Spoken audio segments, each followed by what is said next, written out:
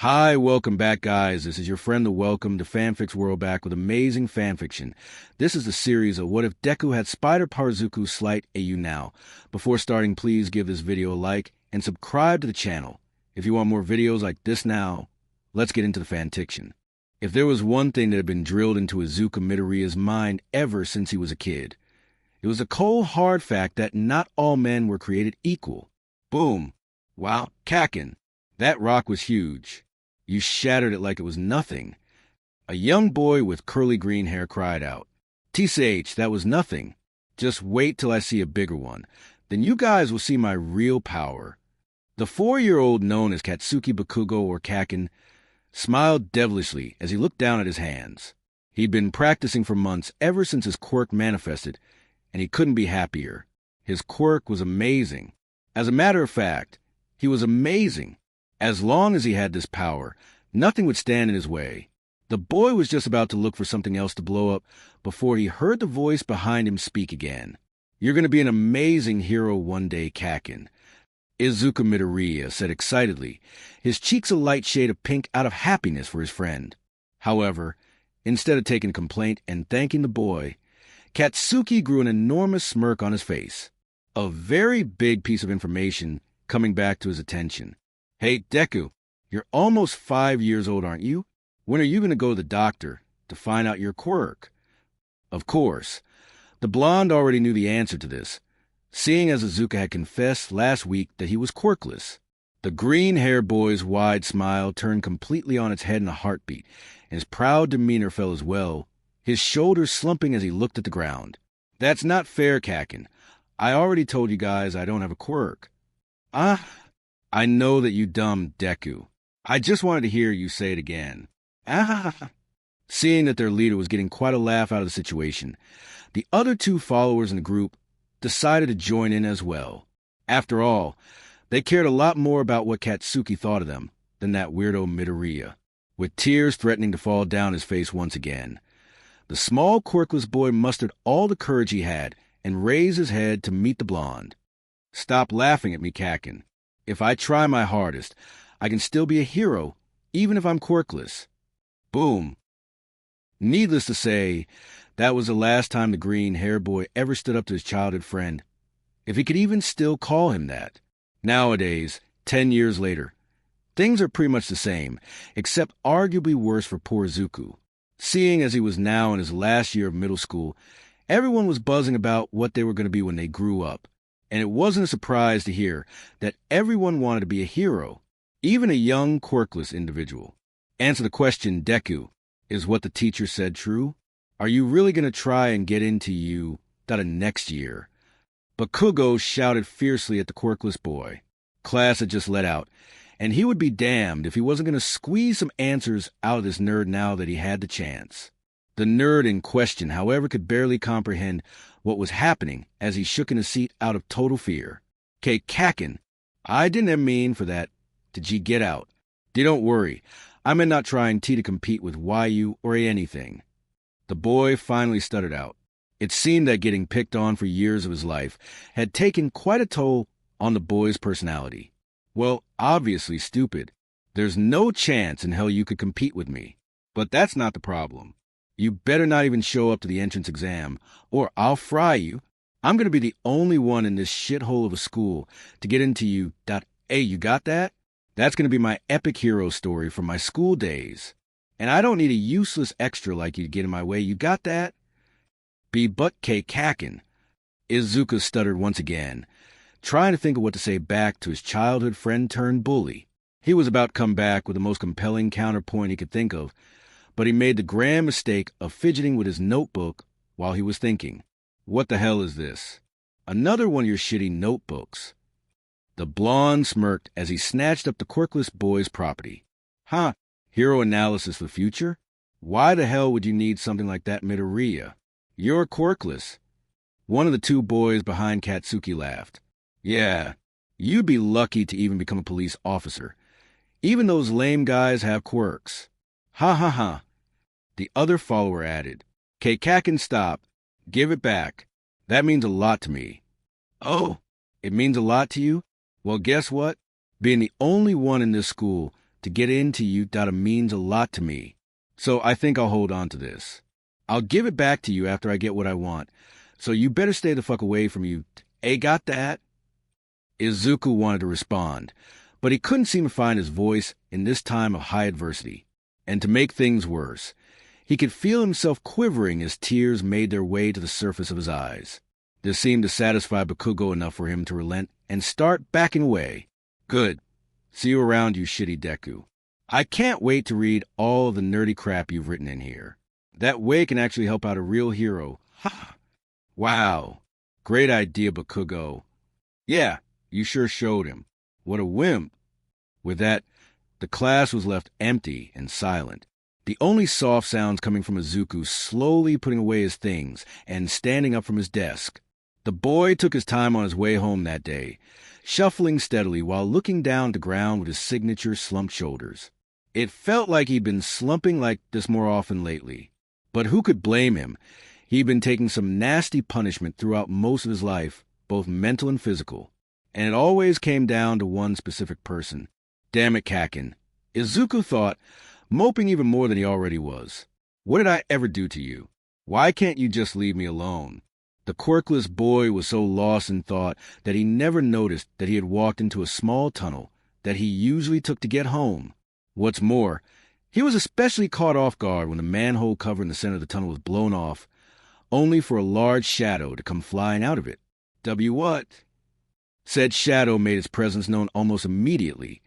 Standing much taller than the meek boy was what looked to be a giant slimy mud monster. And it didn't take a genius to know its intentions weren't good at all. Villain. Izuku shrieked as he turned tail and ran for dear life. It was no use, though, as a large green blob had already set its sights on the helpless teen. Come here, boy. You'll make a perfect meat disguise. Catching up easily, the dangerous villain wasted no time in wrapping its slimy body around Izuku, doing its best to enter the boy's body in any way it could. Gaiam PHHH. The teen cried as he experienced the most uncomfortable situation of his entire life. The pain was truly indescribable. It wasn't sharp in any way, but it was urgent, more of a smothering, suffocating pain. Like drowning, only 10 times worse. This is really it. I'm really about to die. Izuku thought solemnly. In his final moments, he did his best to picture everything that made him happy, including his mom, his hero obsession, and his dream. No, it can't end here. Not like this, he thought frantically. Texas Smash. A new invigorating voice yelled. In an instant, a powerful gust of wind came flying down the tunnel, completely catching the mud villain off guard as it was thrown into the air and off of his victim. Izuku, however, was still disoriented and missed how the newcomer quickly leapt into action and captured the creature into a plastic soda bottle. Texas Smash? Izuku thought calmly as he blinked his eyes open from his position on the floor. There's no way I heard that right. That would mean that the hero that just saved me is... I am here. The same powerful voice exclaimed, proudly standing in the disoriented teen's view. Are you all right, young man? I appreciate you keeping that villain distracted from me. Without wasting another second, Izuku's eyes shot open all the way and jumped to his feet as if nothing had ever happened. Excitement at meeting his idol taking over his whole body. All might. It's really you. I can't believe this. I'm your biggest fan. Ahaha, the enormous man laughed oddly. In fact, enormous was still not a proper descriptor for the incredible size of the man, his well-built form sporting a white collar shirt and some brown khakis. I thank you, young man. I get that reaction a lot. Would you by any chance have anything I could sign for you? It's the least I could do for causing you so much trouble. I wrapped that up faster than I thought. I have 5 whole minutes left. Spending a few on this fan should be no problem at all. The number one hero, though, as his winning smile widened even more. What? And no, please don't think that All Might. You were no trouble at all. This is the best moment of my life. Izuku shouted for joy, the first part of his hero's question now coming to the front of his mind. Oh, and he trailed off as he frantically searched his yellow backpack for his hero notebook. It would be legendary if he could get All Might's auto. Oh, yeah, Kakin took it. The teen mumbled to himself dejectedly. Sorry, All Might. I don't really have anything you could sign. The large man never dropped his large grin, gently placing his hand on the boy's head affectionately. It's no problem, young man, perhaps some other time. Until then, stay safe and never forget to smile. Izuku's eyes widened as he watched his hero turn around and walk away, without another word. No, no, no, no, no. I can't just let him walk away. This is my big chance. The boost I've always needed. I need to ask him. All Might, wait. I need to ask you something. Normally the pro hero would have ignored the boy with some sort of excuse to leave faster, but seeing as he still had a couple minutes left, the man stopped his tracks and craned his neck to look back at the green-haired boy. He felt somewhat bad about not being able to get his fan an autograph, so perhaps that's what urged him to stop and wait. What is it, young man? I have places to be. I am sorry to bother you, All Might. I need to know something. Turning around now to completely face the boy, the number one put on his signature smile and gave a huge thumbs up, signaling he was ready for anything. Let's hear it, young man. Joining his idol with a small smile, Izuku took a deep breath and began pouring his heart out. All Might, all my life, for as long as I can remember, the only thing I ever wanted was for someone to believe in me, for someone to back me up and tell me I could accomplish my dream if I tried hard enough. I've never had anyone to reassure me, no friends, nothing. Even my mom doesn't believe in me. She tries to hide it, and of course I still love her to death. But it doesn't change the fact I still need someone to tell me. Now, feeling genuinely concerned, All Might put a hand on the boy's shoulder to get attention again. Say it, boy. I'll do my best to encourage you, but that sounds like a lot of baggage that you're carrying around. That can't be healthy. The green-haired boy snapped out his rant as soon as All Might spoke. He hadn't meant to go so off topic. With that, however, Izuku clenched his fists and shut his eyes tightly. It was now or never. The answer he would get here would make or break his decision to become what he wanted most. See, can I be a hero like you even if I'm quirkless? The pro hero stepped back with his eyes wide. He had somewhat expected that the question would be about hero work, but the whole quirkless thing came completely out of left field to him. Quirkless? They still exist? All Might thought before shaking himself out of his stupor. This boy was clearly still waiting for a response from his idol. It was best to not let him down. But then again, was that even an option? Listen, young man, I honestly didn't even know that being quirkless was even possible anymore these days. They say that only 20% of the world is still quirkless, but from what I understood, that was all in the old generation. Izuku was too stunned to speak, and there was no way he was about to interrupt All Might. But deep down, the pit in his stomach was telling him exactly where this conversation was going, and he didn't like it one bit. Push those thoughts away. I can do this. I can be a hero. Just the fact that you're standing here telling me all of this proves to me that you've had a hard life already. And I'm truly sorry for that, young man. I really am. Okay, so far this was a bit more pity than I was expecting. The boy thought cautiously as he gulped audibly for the moment of truth. But you can't become a hero. It's too dangerous for someone like you. Izuku's blood ran cold as the words left his idol's mouth. What did he just say? He clearly heard wrong, right? No, I didn't hear wrong. He said I can't be a hero. And if All Might says so, it's probably true. As the quirkless boy stood there, mouth agape and eyes wide while his entire world crumbled around him, All Might was about to say something else to at least try to make the boy feel better. But before he could even open his mouth, he felt his time begin to slip away as steam began forming around his body. Damn, what horrible timing. I can't just leave this boy like this, can I? In the next moment, All Might watched as a young man in front of him felt his knees and wept his eyes out in a truly heartbreaking manner. Oh crap, I've got a split, sorry kid. The large man panicked at the awkward situation before him, jumping off onto a nearby building before finally reverting back to his true form. Now looking a lot more skeleton-like, All Might looked down from atop the small building to the green-haired young man, still crying his heart out. In truth, he really did feel bad for the boy. But at the same time, this was for the best. He knew firsthand how dangerous the hero world was. And there was no place for weakness, that was for sure. Once again, I'm sorry, young man. All Might began, his voice not booming at all anymore. I hope you can one day come to terms with the bad hand life has dealt you. I wish you the best. With that, the lanky hero turned around and walked into the building and began down the stairs. In the end, muttering something about being glad, he made out of there in time. The last thing he needed was a fanboy turned hater to spill out all of his secrets on the internet. Izuku didn't know how long he sat there in that tunnel, crying until he simply couldn't anymore. Hell, he didn't even look up from the ground until he saw the setting sun caught his attention off on the horizon. And it was also at that point that he realized that All Might was long gone. Forcing himself to stand up, Izuku did his best to hold back any more incoming tears from falling. It was odd to say, but it was almost easier now. Instead of sadness, all he really felt was empty inside, which, to be honest, wasn't much better.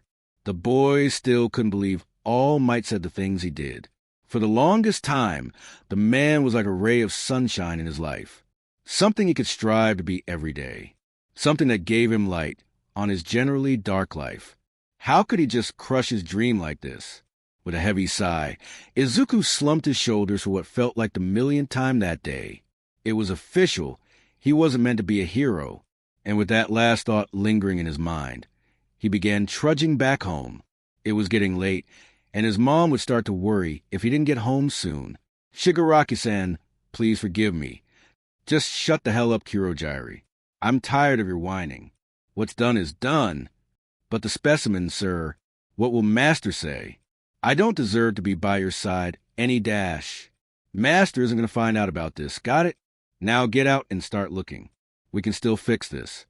With that, the two shady men stepped out from what seemed to be a purple shadow at the end of a dark alley. Once both men were completely out, the shadow quickly faded and became a part of one of the men's bodies. Are you sure this is where you teleported it? Why, yes, Shigaraki-san. I can't apologize enough. I must learn to control this power properly. I already told you to stop that. I thought you gnomes were supposed to obey orders. I apologize once more, sir. I swear, Kurojiri, I'll kill you right now if you apologize again, 'cause I am not in the mood. Master just finished making you, so you're obviously not going to have that much control. So shut the fuck up and help me find the specimen. All right, I won't let you down, Shigaraki-san. Oh, believe me, you already have. The oddly pale man grumbled as he bent down and placed a cardboard box on the floor. As Shigaraki-san, what's that? Is it something to help us track the specimen? Ugh, if you must know, it's just me, playing things safe. There's no guarantee that we're going to find this thing, so it's best if I get rid of this. I don't need Master to know I had such childish reasons behind my decision. The purple-shadowed figure decided to bite his tongue on asking any further questions to his superior. He knew well enough not to pry, especially when Shigaraki-san was being so vague. Very well then, shall we seek out what we came here for? A manic grin sprouted onto the pale man seemingly out of nowhere. With pleasure, not in the mood, came a loud and definitely angry cry from just around the corner. The sheer volume of the voice was enough to make Izuku both flinch and wince as the sound tore through the quiet night. What? What was that? The meek boy asked shyly as he turned around and saw nothing. The sound must have come from one of those alleyways that he had just walked by. Despite having every reason not to go and investigate what he had just heard behind him, Izuku found his legs moving steadily on their own towards a dark alley. No, what am I doing? Today is already the worst day ever. I don't need to top it off with dark and scary places that could lead to death. Suddenly, though, the boy's train of thought was shattered when he heard footsteps and two voices right on top of him. This, unfortunately, is where fear started to set in permanently as he froze in place. This was certainly turning into a worst-case scenario for the boy, and it only got worse when the two menacing figures turned the corner and found the quivering boy shaking in his boots. Why did the universe hate him today? The phantom man seemed almost unfazed by the boy, but the pale one almost seemed to thrive off of the fear emanating from a teenager. The pale man laughed creepily. Hey there, kid, isn't it past your bedtime? Izuku was too scared to even cry out, when the man reached out for him. All he could do was step back and fall on his, but as he scrambled back as far as he could, eventually pressing his back to the alley wall in fear. Huh? Look, Kurojiri. He looks like he's about to shit himself. Now that's what I call a hero. Ha ha ha. The man laughed sarcastically. The shadow man, on the other hand, did not look amused at all.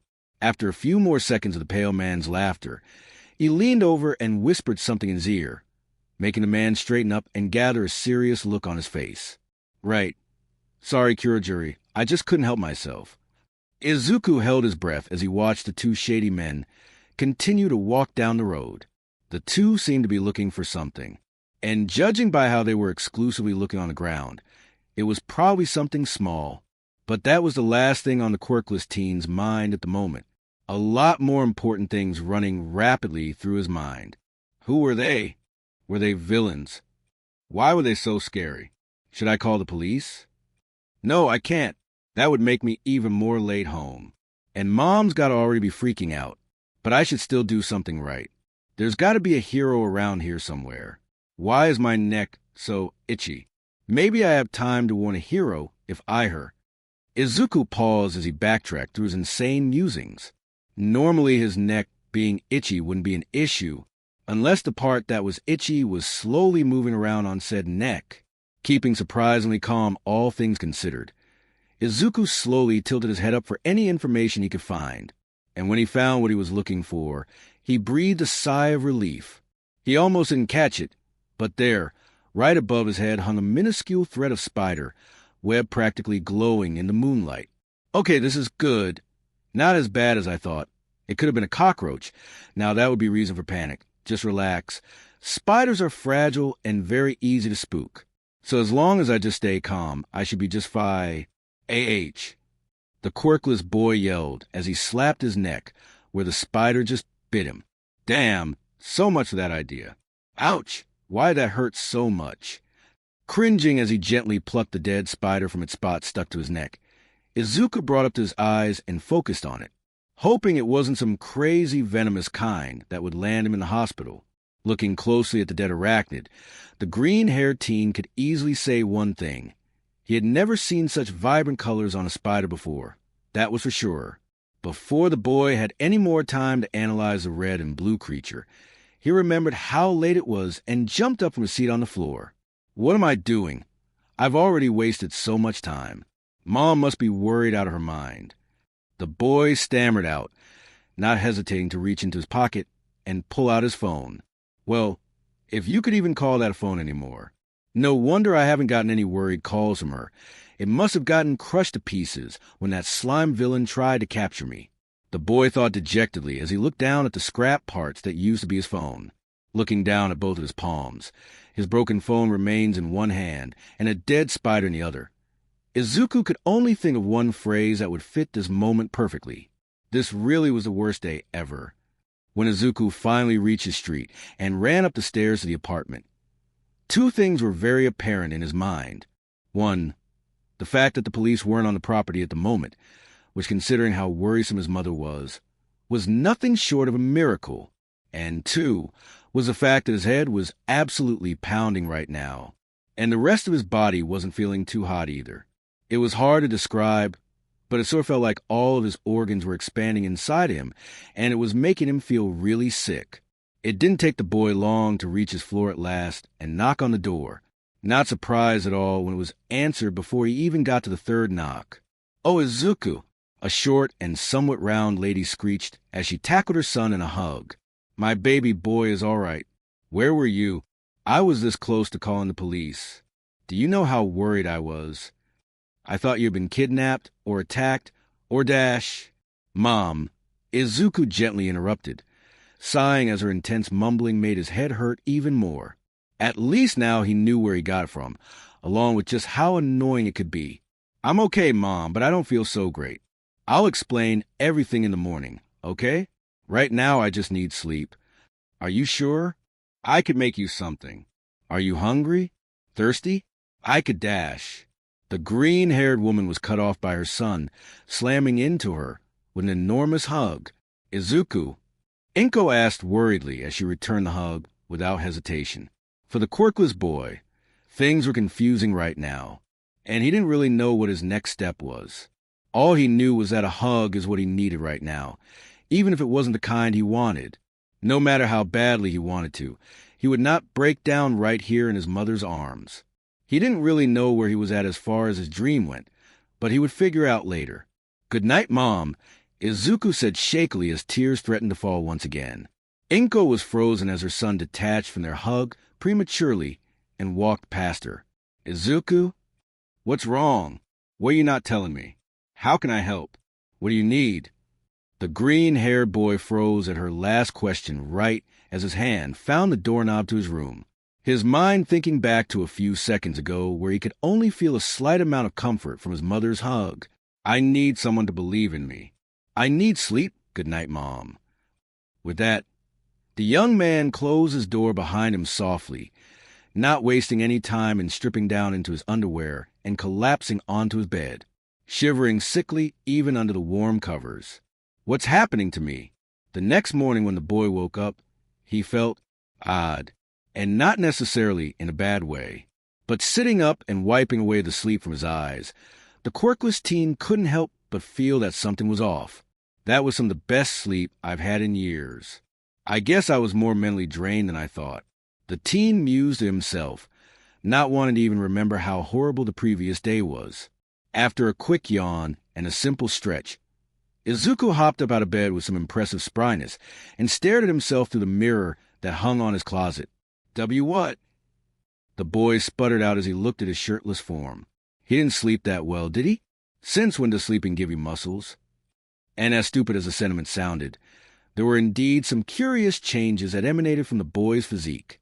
To put it simply, it looked as though the green-haired teen had put on about 20 pounds of lean muscle, without doing so much as a single push-up. He wasn't huge by any means, but he was exceptionally fit, and boy did it show. Seriously, what the heck happened? I look ripped. The boy took this crazy newfound muscle in stride as he flexed in front of the mirror with a small smile on his face. The boy wasn't used to good things like this happening to him, so he was going to take his victories whenever he could, even if he had no idea how they happened. He must have gone through at least 20 poses in the small span of 5 minutes, his last one wiping the small smile off his face as he performed it out of muscle memory. "Izuku," his mom said from the other side of his bedroom door. "I hope you're awake. It's almost time for school." The teen stood there in the mirror for a couple more seconds frozen in place. His eyes began to gloss over as he held up one arm in a very familiar victory pose. With a heavy sigh, Izuku put his fist down and slumped his shoulders. He had a feeling that pose would never again bring him the same happiness it did before yesterday. "Yeah, Mom, I'm up. I'll be out in a bit." After changing and getting ready for school, Izuku's demeanor was still looking down. It looked like the events that transpired the day before were still fresh on his mind, something that his mother was now very aware of after taking one look at her son. "I'm not all that hungry, Mom. I think I'll just head out. I don't want to be late." Inko frowned at how sad her son looked as he walked past her to the front door. She was beyond worried for him right now, and to be totally honest, she had no idea what to say to him right now. "Izuku." Stopping right, he opened the front door. The teen in question turned around, a fake smile plastered on his face. "Yeah, Mom?" "Izuku, I trust you, and I want to give you the space you need. But I'm also worried. So please, promise me that you'll talk to me tonight. I know something is bothering you." After a few painful seconds to try and keep up his obviously fake smile, the quirkless boy broke and let his expression fall back into a look of despair. "Yeah, okay, Mom, that sounds fair. See you tonight." Without another word, he walked out the front door and out into the morning sun, not so ready to take on another day. And it wasn't until he was right outside of Alder Middle School that he heard a very familiar ring, signaling that he was now late. Perfect. Just what I needed. That's what I get for moping around the whole way. The green-haired boy thought bitterly. Well, at the very least I get to avoid running into Kakin before class starts. So I guess that's good.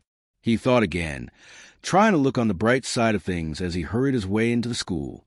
Just as he had thought, Izuku was able to avoid Bakugo's regularly scheduled morning harassment by being a few minutes late to homeroom. He knew the blonde would never try anything serious during class. Sure, the teachers here already gave him lots of leeway because of his impressive quirk, but Bakugo wasn't stupid. He would never push the limits of that leeway too far in any direction. He wasn't about to risk his bright hero future just for some petty bullying. This same way of thinking, however, was nowhere to be seen in the blonde-haired teen when no teachers were around to see him. Gee, Deku, I can't thank you enough for having such perfect girl handwriting. Makes all these dumbass tips so much easier to read. Bakugo said with obvious sarcasm in his voice. He and his cronies had just sat themselves down at the quirkless teen's empty lunch table just in time to have some fun with him. They had missed out on him in the morning after all, and he just couldn't resist tormenting his classmate after spending the better part of last night reading through his shitty journal. As the laughter of his two followers rang in his ears, the blonde bully only gained more confidence, raising the journal up, dangling it right in the boy's face. So what do you say, Deku? You want to explain to me why someone as pathetic as you needs all this information on heroes? Izuku winced a bit when his former friend's hand reached so close to his face. Even if it was just to make fun of him and tempt him by rubbing his own journal in his face, the quirkless teen still ended up flinching quite heavily, only drawing more laughs from the three boys in front of him. Huh? I'm just showing you your notebook. You nerd. Why are you flinching like a coward? Ha ha ha. When Izuku looked up timidly a moment later, his eyes widened a bit. Instead of responding immediately, he saw that Bakugo was turned around and laughing along with his two friends.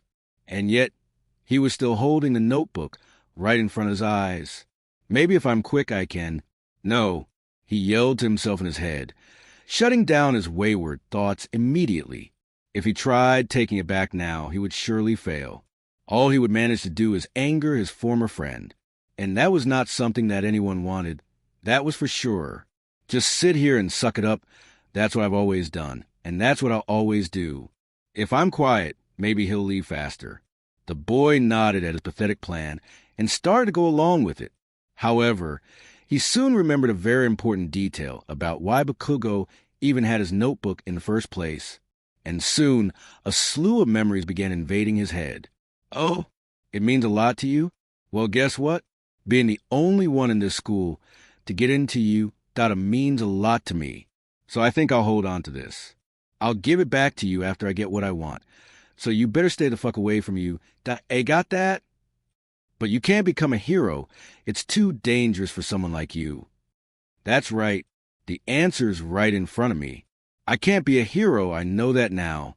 So if that's that, then I can just tell him and get my journal back, right? But wait. If I don't want to be a hero anymore, then why do I even need the notebook?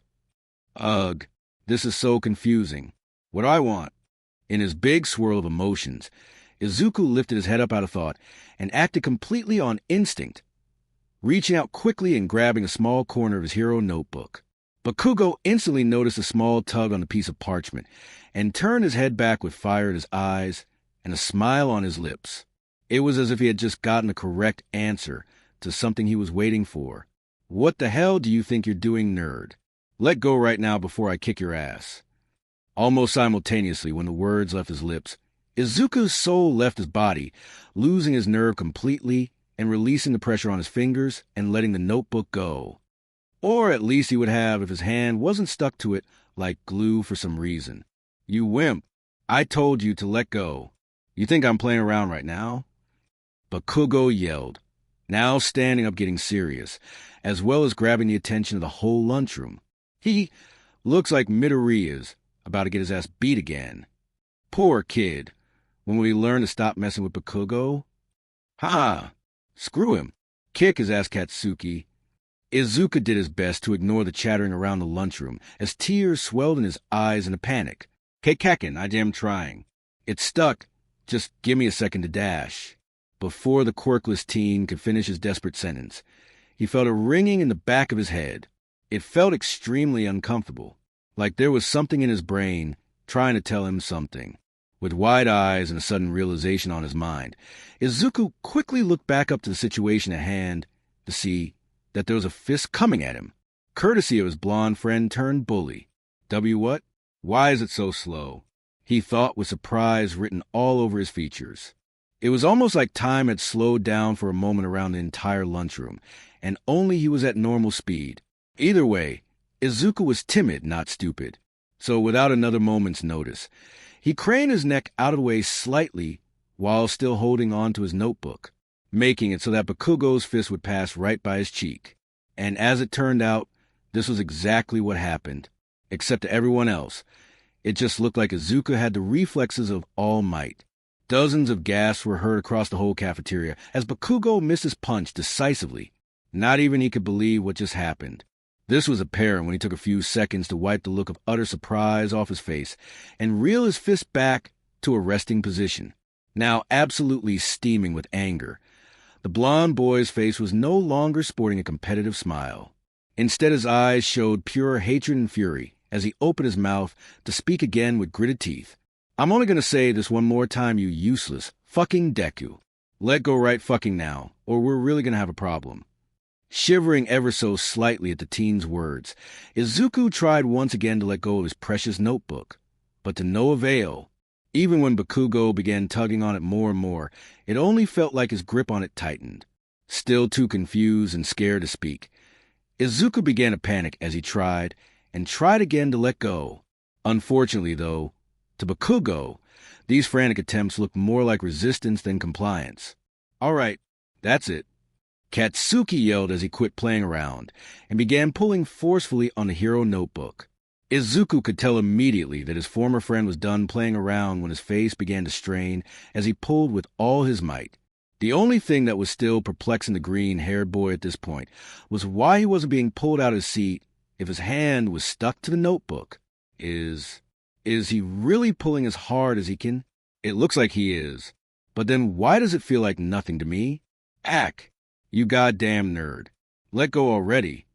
Bakugo huffed, now putting a leg up on the lunch table for more leverage as he pulled even harder. All of a sudden, Izuku's heart dropped as he heard a small, yet very distinguishable ripping noise coming from his prized possession. He looked up and noticed that a small corner of his notebook had begun to tear. Begun being the key word, because before it could get any worse, something inside the boy cried out, and out of nowhere, his hand came unstuck in a heartbeat. "What the whoa?" Bakugo yelled as he gained full control of the parchment back, only to go sailing back and bumping into another table with all the force he was using before pull. This would have been the end of things had he also not bumped into another student with lunch in his hands, causing him to drop a glass of orange juice right onto the explosive boy's head. Sitting there, his head wet with orange juice and absolutely sizzling with anger, Bakugo looked up at the eyes of a psychopath looking for his target, only for the spot where the quirkless teen once was to be empty. No one in the cafeteria dared to laugh at the blonde-haired boy. Even when he stood up and left the lunchroom without another word, no one dared to speak for a good 5 minutes. They'd be damned if they were about to get on Katsuki's bad side for any reason at all. "Hey, Katsuki, wait up," one of his followers said, following the blonde out of the cafeteria. "So what's the plan? Are you going to find Deku and fight him?" "Yeah," the third friend of their group added as he caught up to them. "He needs to learn his place. He can't do that kind of stuff to you and get away with it, Katsuki." Bakugo, however, never responded to the two boys. Instead, he was walking slowly while continuously looking down at the slightly torn hero notebook with a serious expression. Now that he was replaying the scenario of what just happened back in his mind, the blonde realized that Izuku had barely even said a word throughout that whole engagement. Something was up, that was for sure, and Katsuki would be damned if he wasn't going to get to the bottom of it. Deku's never shown any signs of a spine like that before. Katsuki?" One of his followers began. "What's the plan? Aren't we going to get back at Deku?" "Yeah, we should totally embarrass him in front of the whole school. That way we can get our respect back. I'm sure people will start talking bad about us after today." SH, Bakugo spat, a snarl coating his features as he turned and glared at the pair. "Who gives a shit what those extras think of me? Do what you want. I couldn't care less about that shitty Deku." The two boys just stood there confused as they watched the boy walk off silently. What had gotten into him? Izuku didn't know how long he ran for once he left the school. All he could think about were the events that had just transpired in the cafeteria. Crap. Kaken is totally going to kill me tomorrow. Before he could continue with this negative train of thought, though, Izuku shook his head violently as he picked up speed in his sprint. No, stop thinking about that. I have way bigger issues right now. Like why my fingers are all sticky now. Or what that ringing in my head was. And come to think of it, I've been running for a while now. Why am I not out of breath yet? Eventually, the green-haired teen came up onto an abandoned alleyway, slipping into it quietly and leaning against the wall. What's happening to me? What was going on? Did this have anything to do with why he looked so fit this morning? He figured that was just some fluke. He wasn't abnormally big or anything after all, and his school uniform still fit him fine.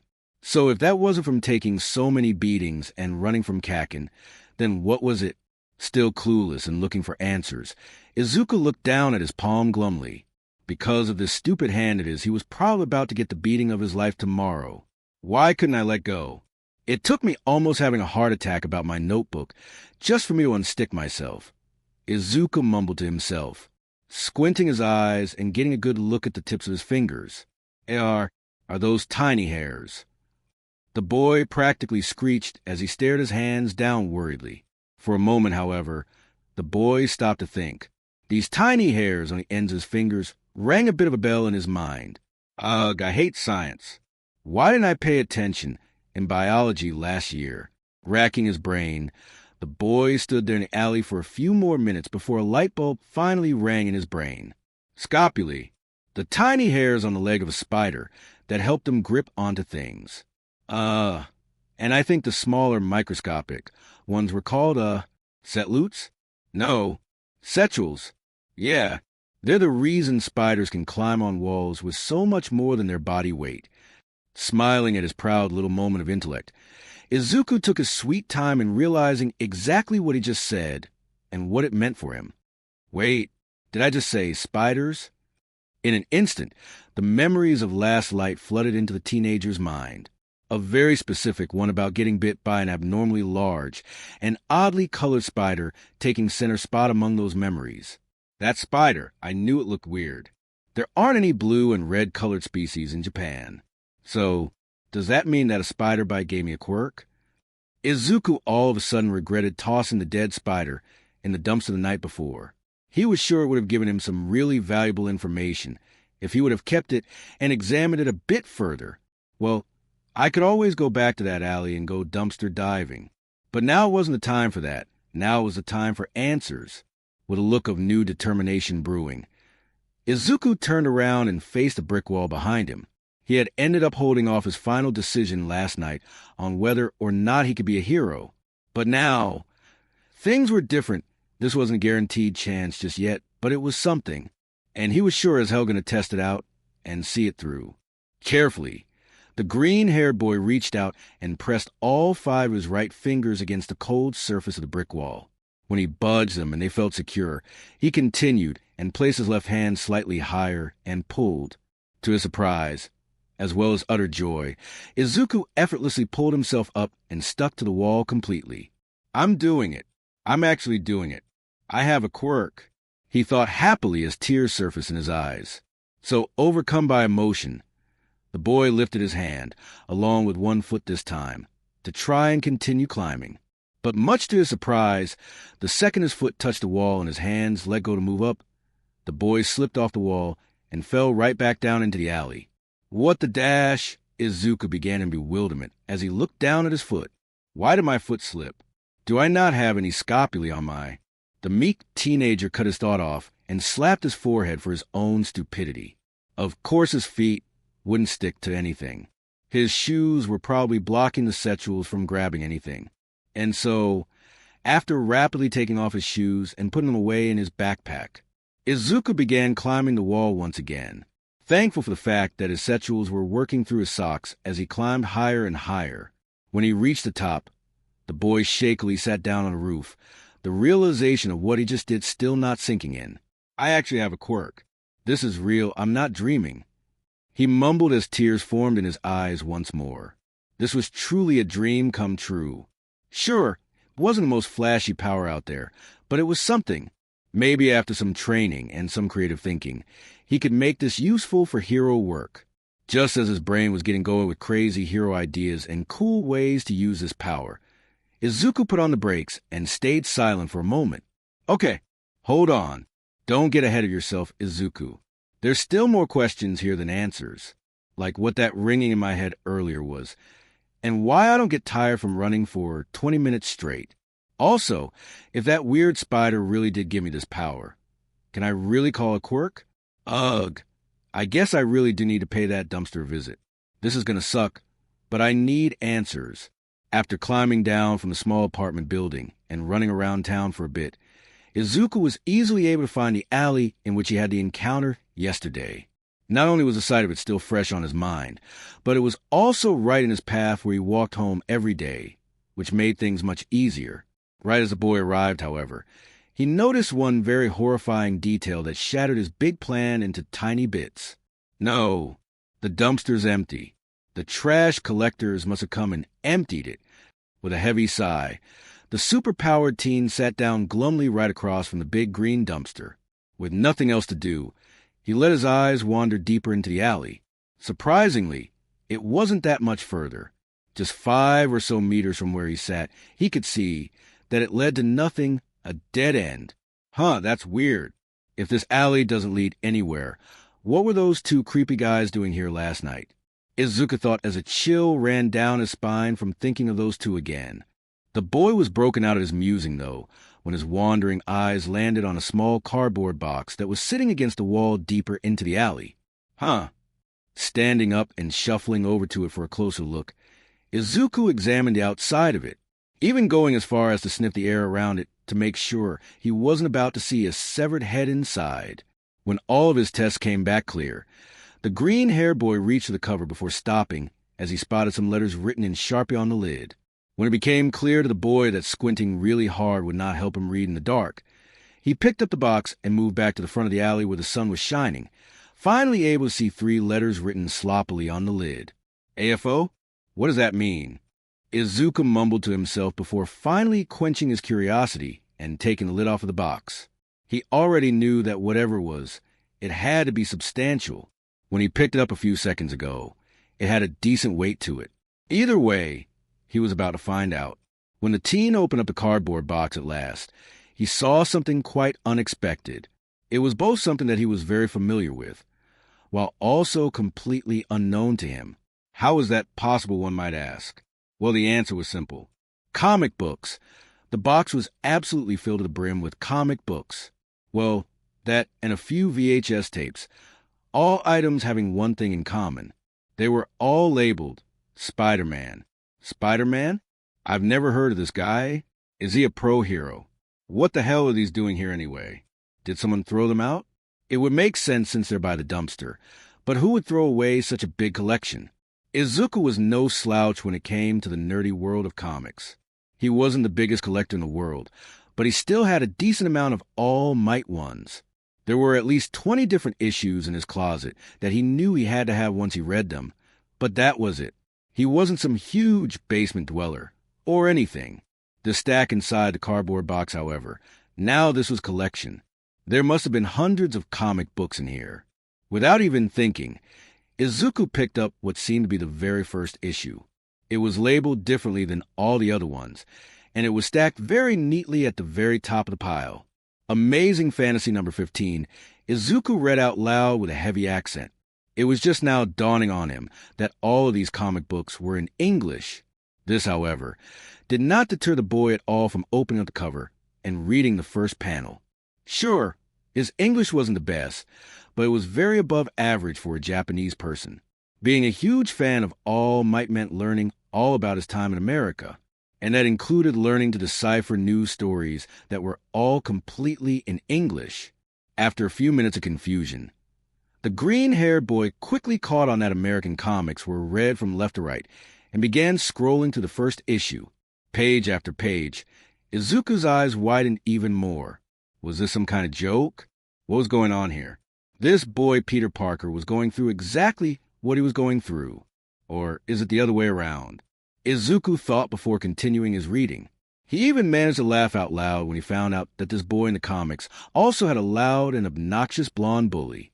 But the real juicy part came when the boy got his powers. This is where Izuku really buckled down and paid attention.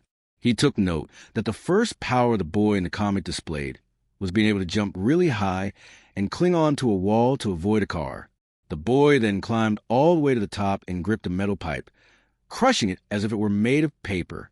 What? Jumping? Super strength? Can I do that?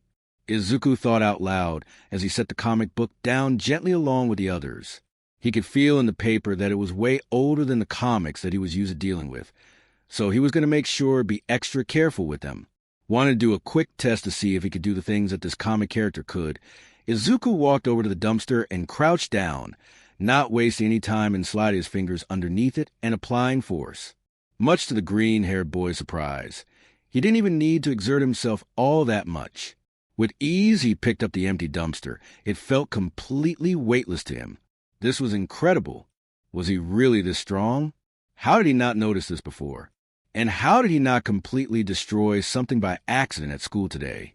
Maybe I didn't really feel it, since I'm kind of timid by nature. Pretty soon, one thought led to another, and Izuku went wide-eyed when he remembered his impromptu tug-of-war with Bakugo and how he wasn't even budging an inch against all the blonde boy's strength. I can't believe it. I'm stronger than Kakin. Before he could get too excited, though, the superpowered teen swiftly took his shoes off again and threw them to the side. Once he was ready, he crouched down once again, but this time, instead of moving his hands, he sprung up and jumped as high as he could. For what felt like the 10th time in the last 10 minutes, Izuku's mouth went wide as he soared through the air and looked down. He had to have been at least 8 or 9 meters in the air right now. Izuku was right at the peak of his jump when he reached his hands and feet out and perched softly onto the wall. It looked like he was sort of getting the hang of this sticking thing. And not only that, but he could almost see the top of the building he was attached to.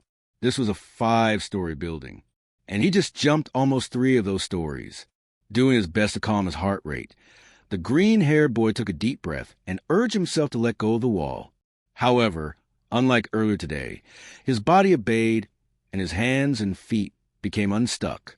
With that, the teen landed on his feet, with a small thud against the pavement, wincing slightly as the only thing between his bare feet and the hard ground was a thin layer of his socks. That was beside the point, though. He could work out something so trivial. The big thing to focus on was the fact that he finally had a way to be a hero, right? In truth, there was still a lot of doubt in his mind, and rightfully so. He still had no one to believe in him, as well as the cruel words that still haunted his mind from his biggest hero. And the fact that this power was still a huge mystery to him. The only things that could link them to where this alleyway where a weirdly colored spider bit him. Well, that and now this mysterious box filled with American comics that somehow showcase a hero with all the same powers as him. Oh, well, one thing's for sure. I'm definitely taking these home and reading them some more. I'm sure no one will mind since they were left by the dumpster.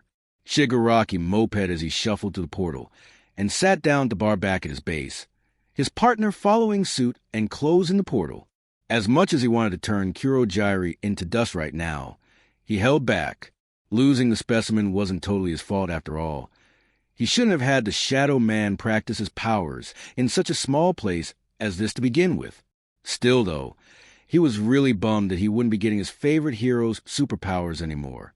Well, calling Spider-Man a hero would be a bit of a stretch, since he was a fictional character. But still, he was still way cooler than someone like All Might and the rest of this godforsaken hero society. In the end, though, he was still very surprised that Master had even granted him the spider in the first place. He knew that Master could give quirks to pretty much anything, but he didn't really know if it inconvenienced him or not. Either way, though, he wasn't about to tell him flat out that he lost a thing. He had already dumped his stash of comics that he got from Master's library in hopes that his intentions with the spider weren't too obvious. Now, all he needed was for this whole thing to blow over. Speaking of the wonderful man, there he was calling him right now. Shit. Hello, Master. How are you today? I am quite well, Shigaraki Tamura. How about you? I trust that things went well with the spider I sent you. Ah, yes. Things are perfect. I've actually stored him away for future use. You see, I figured that I would use it to strengthen my ranks later on with other members. As you know, I am already quite satisfied with the strength of my own quirk. I see, very well.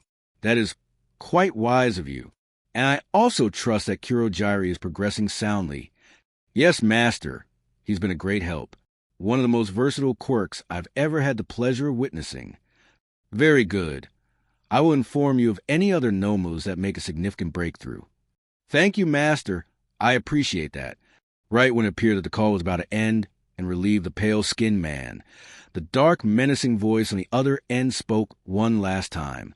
Ah, yes, and one more thing, my young disciple. Why, yes, Master? Please take good care of that specimen I gave you. I've had the power that resides in it for quite a long time. It's from my younger days, and I'm sure that I don't need to remind you how much those meant to me. Why, yes, of course, Master, will do. Shigaraki said with an audible gulp. Izuku Midoriya was very particular when it came to Izuku. Before these past few days, she thought she had her son read down to a T. Any time something was wrong, she could usually get him to tell her what it was, and that was that. But lately, Izuku was all over the place. First, he comes back insanely late from school with little to no explanation whatsoever. And now, just yesterday, he came back as happy as could be.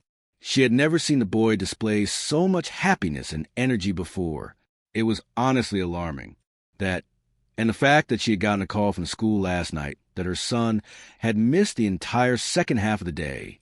Now it was early the next morning, and Izuku still looked quite energetic as he wolfed down his breakfast in only a couple minutes.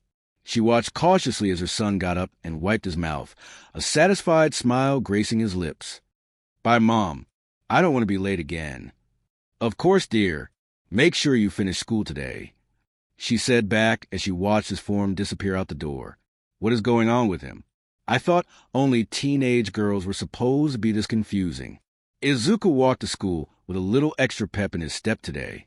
He might not have been exactly overflowing with confidence now, but he still had a quirk, right? Well, maybe not. After spending the better part of last night reading as many issues of the Amazing Spider-Man as he could, he figured out a couple more things about his powers in general. One thing was that they were probably just that, powers. It didn't make sense for him to have multiple quirks at the same time in the exact same way that Peter did. Even if he was just a fictional character, it just wasn't probable. This made the most sense to him for two big reasons. One was the glaring fact that quirks obviously couldn't be transferred from person to person.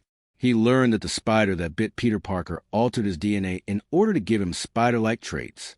And as crazy as that sounded, it was still more believable than giving a quirkless person a completely new quirk gene. Given what he knew about quirks, which, to be fair, was a lot, that shouldn't be possible. The second reason behind his theory was what he had just thought earlier. Spider-Man wasn't real. When the hero's name wasn't ringing any bells, the boy did an online search and came up with nothing. And considering that there was no hero society in the comics he was reading, it meant that it had to just be American fiction.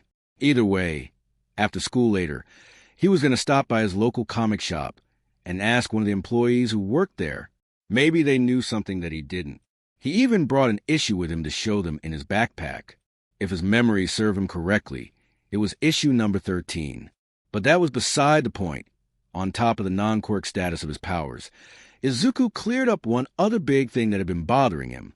In issue number 2, he had learned that the ringing in his head was called a spider sense, and it was incredibly useful.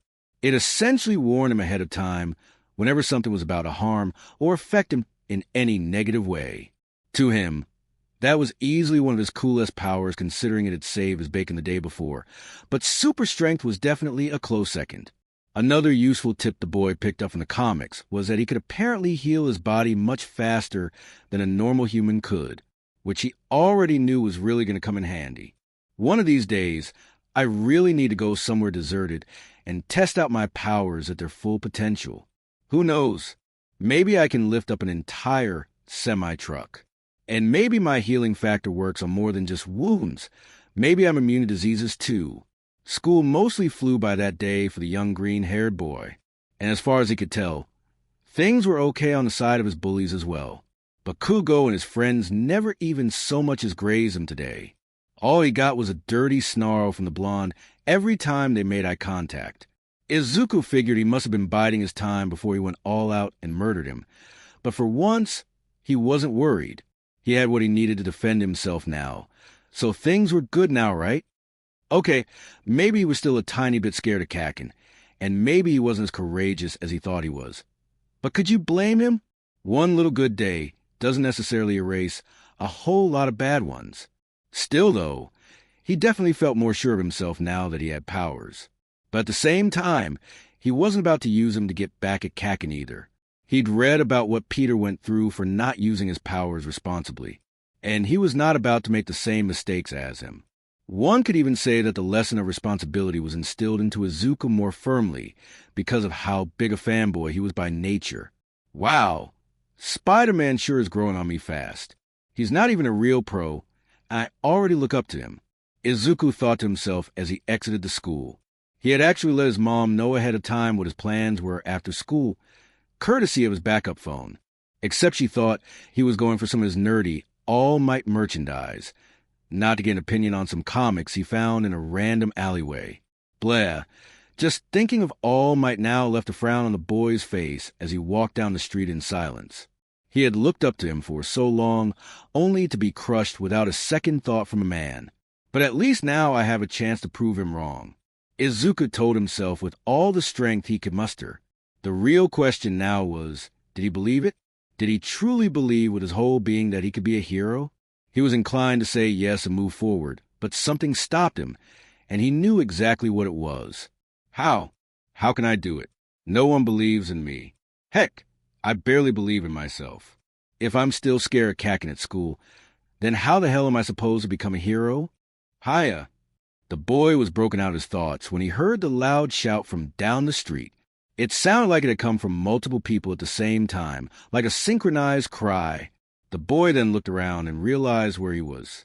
He was close to the comic shop, which was admittedly a bit of a ways from his house. He was somewhat familiar with the area, but he still took the time to look around and inspect the street he was on. There was a small coffee shop right on the corner, as well as a variety of other shops across the street from where he was standing. But those places weren't what grabbed his attention. Hiya. There it was again, and that was all the confirmation the green-haired boy needed to walk across the street and peer into the open window of the small little fighting dojo.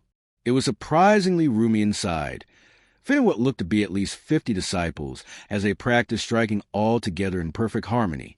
The sensei looked to be quite strong as well, and something about his orange hair looked very familiar to Izuku. He must have been an old pro, but he wouldn't know for sure until he consulted one of his notebooks. Hiya. The super-powered teen must have sat there for an entire half hour watching the students practice and hone their skills. It really got him thinking about all the tools heroes needed to have out in the field. I guess that's another thing I'm going to need if I want to be a hero. I'm going to need to know how to fight. Izuku thought glumly, once again thinking ill of himself as he continued to watch how amazing all the students were. How the hell was he supposed to get to a level like them?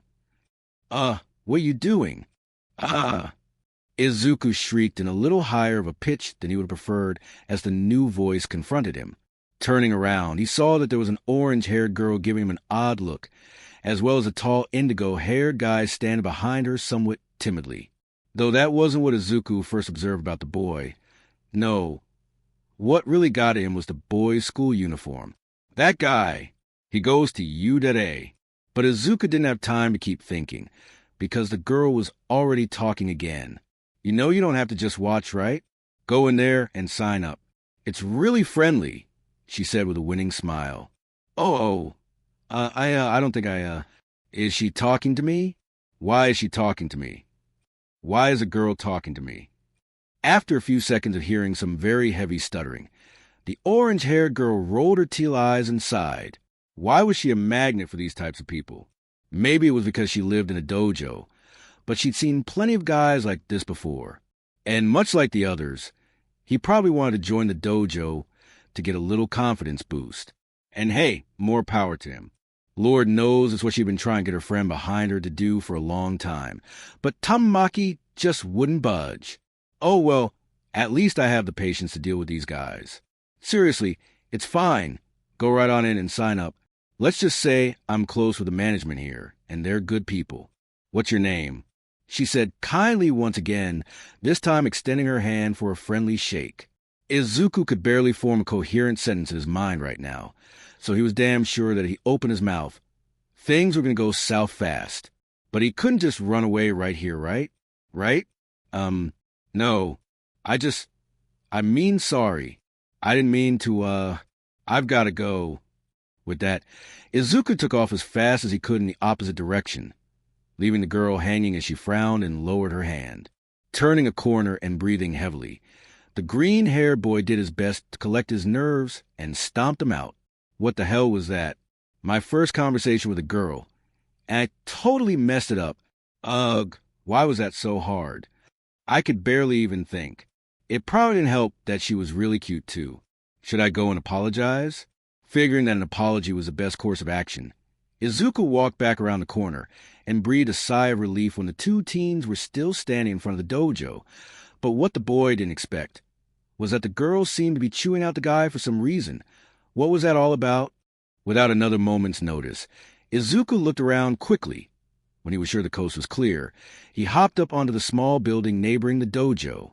From there, it was only a small hop, and he was in a perfect position, perching himself right over the two teens and getting an earful of their whole conversation.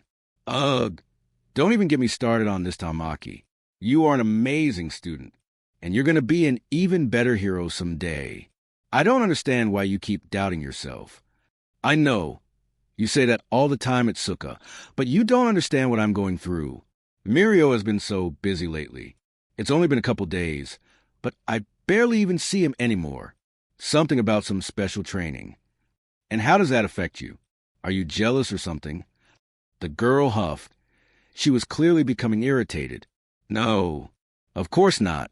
Actually, it's just the opposite. I'm unbelievably happy for him. It's just, sometimes I feel like I'm nothing when he's not around. I guess I just rely on his confidence rubbing off on me, you know? He was the first person to ever believe in me. Izuku widened his eyes at the unexpected turn this conversation was taking. He knew that this was getting really personal, and that he should probably just go, but something inside him kept him glued to his spot on the dojo's roof. So far this conversation had hit really close to home for him, and he wanted to see it through. Who knows? Maybe he could find a way to help this obviously timid, natured Yurata student. Oh my goodness, is that really it? Don't say that, Tamaki. How many times do I have to tell you that you're amazing on your own until you believe me? When the girl got no response, she simply sighed, rubbed her temples, and hunkered down. All right, I'm tired of seeing you like this, Tamaki. Time for you to cowboy up and be your own best friend. You're not always going to have someone that's there to believe in you. It sucks, but that's just life. It happens to everyone. So you know what you do? You get up, you don't take shit from anyone, and you believe in yourself. Who cares what someone else thinks? As long as you believe in yourself, then you'll never be alone. Yes, Togata-san is your friend, but you shouldn't let him affect you this extremely. At the end of the day, you're the one that has to fight your own battles, not him. So believe in yourself, damn it. I'll try. Thank you at Suka, you're a good friend. The boy said shakily. A small hint of a smile appeared on the girl's lips before she turned around and began walking into the dojo. Don't mention it, Tamaki, I meant every word. Now, if you'll excuse me, I'm already late for training. Talk to you later. Once the orange-haired girl disappeared behind the doors of the dojo, the boy dropped his confident smile in favor of slumped shoulders and a look of despair. Ah, man, is that really what I look like all the time? Izuku thought with a frown. If anything, he felt pity for the boy. He was going through something very similar himself. But one big difference that was just now sinking into Izuku was the conversation he just heard. While the Yurata students were just brushed it off as if it were just blind encouragement, Izuku began letting the words sink deep into his mind, thinking about them more and more every passing second. As long as you believe in yourself, then you'll never be alone. Izuku didn't know how many times he kept repeating that phrase in his head. All he knew was that each time he thought about it hit harder than the last, never failing to bring goosebumps to the surface of his skin. How could I have been so blind? Izuku mumbled as he took the backpack off of his shoulders and opened it up. Before long, the green-haired teen pulled out his copy of the Amazing Spider-Man number 13. This whole time, the answer was right in front of me. Who cares what someone else thinks? I've had these powers for almost 2 days now. Why did I hesitate? He mumbled once more, gripping the comic book in his hand tightly as tears surfaced in his eyes. I can do it. I can be a hero. Izuku cried out to the sky, finally letting his emotions bubble over and tears slip down his cheeks. Later that night, Izuku arrived at home, a never-ending smile gracing his lips as he entered his house and greeted his mom. He was thankful that it was a Friday so that he could stay up late planning his next move. He had stopped by the comic book shop and showed the owner his Spider-Man comic, and just as he expected, the very nerdy man had never heard of the arachnid-themed hero before. Even after phoning a fellow comic lover from America, the store owner still came up with nothing. This, along with his unexpected pep talk from the red-headed girl from earlier, had convinced him of the next step he needed to take to becoming a hero. Now, all he needed was a weekend to start planning things out, and he would be set. I really need to find a chance to go back and thank her. Thanks for having the food ready, Mom, but I've got a lot of homework, so I'm going to take this to my room. Oh, well, I guess that's okay, Izuku, the frail-looking woman said softly, staying silent for a moment before speaking up. I'm glad you're feeling better, Izuku. You look more sure of yourself somehow. Did you decide on a new career choice yet? I saw the forms you brought home the other day about high schools, and I think it's really brave that you were able to cross out A like that. Izuku froze in his tracks on his trek back to his room, stiffening up almost immediately as he felt his shoulders begin to slump. Who cares what someone else thinks? Widening his eyes in realization, the green-haired boy stopped his shoulders and reversed their movement, pushing them back and standing prouder than he ever had before in his life, with fire in his eyes and conviction in his heart. Izuku turned back to his mother, a determined smile displayed profoundly on his lips. Nope, that was a mistake, Mom. I'm definitely going to get into you next year. Just you wait. Without another word, the boy turned back around and walked right into his room and closed the door behind him softly, leaving his mother completely speechless. Izuku, I've never seen you like this before. What's going on with you? Conviction. He finally had the conviction to step up and do what he wanted to do with his life. That, as well as the means to get there. Now, all he had to do was apply himself and make it all come true. Thank you, random redhead girl. I'll never forget what you did for me today. You may not even know what you did, but that's okay. I swear I'll make it up to you one day. But for now, I'm really going to do it. I'm going to be the greatest pro hero ever, Spider-Man. Now that Izuku was all in on becoming Spider-Man, he needed to buckle down and prepare himself from multiple different angles. Normally, he would have been weary of completely ripping off something as important as an entire hero identity, even if it was fiction. But considering that not even the biggest nerd he knew recognized his new red and blue friend, he would let it slide for now. I really hope no one ends up recognizing me. I wouldn't want to get sued or something. However, soon the superpowered teen shook himself out of silly thought as he found the page he was looking for. It was currently very early Saturday morning, the day after he made his awe-inspiring decision that he could in fact become a hero. And right now, specifically, he was standing on the ceiling in his room, rereading Amazing Fantasy number 15. There it is, found it, he mumbled, biting his thumb gently as he read the panels over multiple times. The specific page he was on showed Peter Parker constructing some kind of support item for his wrists, his so-called web shooters. Ugh, Izuku grunted, allowing his bare feet to unstick from the ceiling and landing on his floor softly. He had already read through the page a couple times, and nowhere in any of the panels were any parts or ingredients mentioned. Oh, well, I figured the comic books wouldn't have all the answers. I guess I'm going to have to use my brain for this part. While it was true that Izuku was no slouch when it came to his intellect and grades, placing second in his middle school class right behind Bakugo, he knew that it wouldn't be sufficient for the kind of things he was planning. Speaking modestly, his grades were completely unmatched in English, Japanese, and history. But in order to create such a complex mechanism, as well as a chemical formula to produce the ammunition, his already hurting math, physics, and chemistry grades were going to have to make a total 180. Ugh. Of course, all three of my worst subjects are part of the things I'm missing. I'm going to have to ask some of my teachers if they're willing to teach me extra after school. The green-haired boy was no doubt going to dread that specific part of his plan, especially when he was sure his quirkless status was going to affect the answers of some teachers. But such a small obstacle was not about to stop him. Not now after he finally had some confidence in himself. I'll do it. It'll be worth it in the end, and I know I can pull it off if I study hard enough. Watch out, Kakin.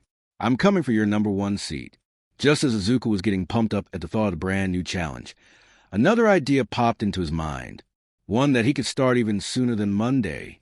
Maybe he could go to a bookstore and buy some college textbooks.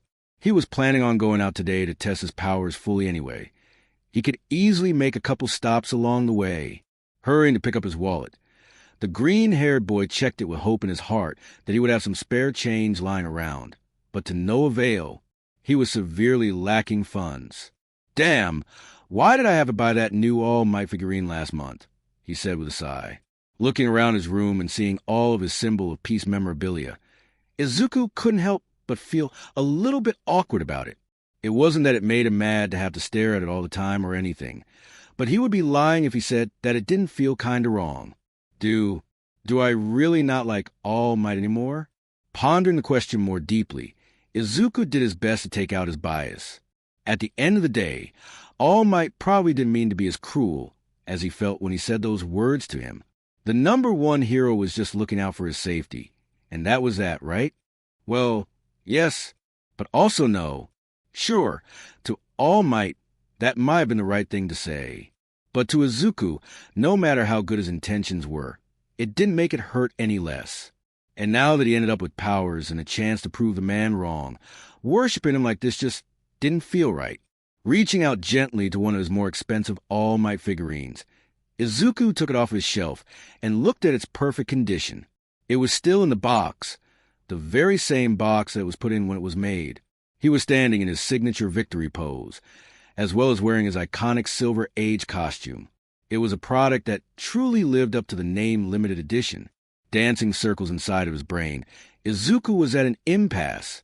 He knew for a fact that he could very easily sell this thing at the comic shop for at least 50,000 yen, which would easily be enough for some good quality textbooks, and then some. But now the only question was, should he do it? He remembered exactly when he got this figurine. It was from his mother back on his 10th birthday, which made it undoubtedly one of his most prized possessions. Shutting his eyes tight and clenching his teeth, Izuku fought back the tears he knew were coming. He needed to be strong. He wanted to be a hero now, no more fairy tales. He finally had the opportunity to become everything he ever wanted, as well as the backing of someone that would always be with him. Himself. That's right. He believed in himself. And he had made a commitment. He'd be damned if he broke it on the very first day.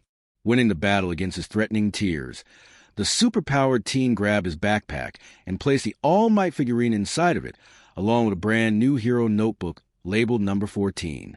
With that, he got dressed and collected his things once again before walking out the door to his room. He had an agenda and he was going to stick to it, even if it killed him. All right then, Hero Analysis Journal for the future number 14, Entry 1. Spider-Man. Izuku mumbled what he wrote as he began his first entry in his new notebook. It was actually pretty handy not having to come up with a hero name. Without Spider-Man, he probably would have ended up naming himself some kind of lame variation of All Might's name. Last night, he had also begun his rough sketch of his hero costume, which was also rather effortless considering he didn't want to change up the comic version too much. It was really starting to grow on him. One thing he didn't want to change, though, was the color scheme, but he was still undecided on what shade of green he should use. Oh, well, I can always think about that later. Right now I should get to why I came here. At the moment, Izuku was standing in a huge pile of garbage at his town's very own local junkyard. And by junkyard, he meant the hideous Dagoba Beach.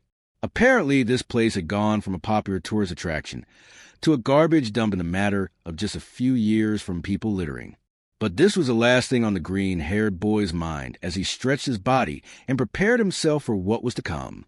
He was here for one reason, and one reason only: to find out the limit to his enhanced strength. The sun was almost fully out over the horizon when Izuku finished his little warm-up, and so not wanting to waste any more time, the boy leapt off his pile of trash and landed on the biggest appliance he could find. Inspecting what looked to be a giant security safe, the superpowered teen nodded in satisfaction and prepared to lift it. It was at least 4 times the size and looked dense as hell, so he was a bit more careful with this one. But much like his encounter with the dumpster, it was still pretty easy for him to lift off the ground. Izuku thought as he looked around the ruined beach, the safe still comfortably in his hands. When his eyes found what they were looking for, he didn't hesitate to jump over to it with the safe on his back. Perfect, Izuku said happily, placing the safe on top of a scrapped-up car. It was missing all 4 of its wheels and looked like it hadn't moved from this spot in years. But to the green-haired boy's pleasant surprise, it still had a motor, which was visible due to the fact that it was lacking a hood to cover it. Nice! With a motor inside of it, it should be close to its full weight, which I'm guessing is around 1,800 kilograms, along with the safe, which should be another 500 or so kg. Now, assuming that the logic in the comics is sound, then the super strength comes from being able to lift multiple times my body weight, just like a spider can. And I read online that most spiders can lift between 150 to 200 times their own body weight. So let's just settle on 175 for the sake of balance. Now, last night when I was doing my research, I also weighed myself for the first time since I got my powers. And I gained a considerable amount of weight, going from 48 kilograms to a whopping 60. So knowing that, all I have to do is multiply that by 175, and I have a rough estimate of my weight limit. Ugh, I can see why I'm going to need to get better at math now. This is so hard. Little did Izuku know that he had been mumbling that entire time, much to the amusement of a blonde-haired, blue-eyed individual that was now watching him on top of a pile of trash. Rather than interrupting his train of thought, however, the blonde merely sat back and watched as Izuku worked out the problem in his head, and came to a solution. Got it? If my math is right, then my limit should be right around 10,000 kilograms. Wow, that's pretty impressive. Izuku jumped and turned, the new voice scaring the daylights out of him. Oh, sorry about that. I didn't mean to scare you. The superpowered teen looked the newcomer up and down, trying to figure out why he looked so familiar. He had blonde hair combed back neatly and blue beady eyes that came off as very friendly to Izuku. It was also obvious that the boy was physically strong. He had a presence about him that somehow just oozed confidence. No, it's fine. I just didn't expect anyone to be out here this early. Izuku started. I guess I just space out sometimes when I'm deep in thought. I understand what you mean, and I honestly didn't expect to see anyone out here either. I'm actually a little early for my regular training. That caught Izuku's attention. Training? What do you mean? All of a sudden, the blonde teen paled as though he had just given something crucial away. But he was fast to recover and respond to the superpowered teen. It's just this training program that I started a few days ago. Which reminds me, my, personal trainer is going to be here soon, and he's pretty strict about not wasting time. So if it's not too much trouble, do you think you wrap up what you're doing? I really don't want to disappoint him. The green-haired teen listened on with curiosity, pausing for a moment at the odd request that he was given. He knew that he didn't have to comply with it if he didn't want to. This was a public beach after all. But this boy had come off pleasant enough as far as he could tell. So he didn't mind humoring him. Sure, I don't mind. But do you think you could give a couple minutes? I really wanted to experiment with something at least once, so I could get some data to work with. The blonde boy visibly relaxed at the response he got, once again putting on his wide smile and shooting Izuku a big thumbs up. You got it. I won't lie, I was wondering what all those numbers you were mumbling were about anyways. So let's see it. Is there any way I could help? Smiling at how kind the boy was, Izuku shook his head gently. Yeah, sorry again about my mumbling.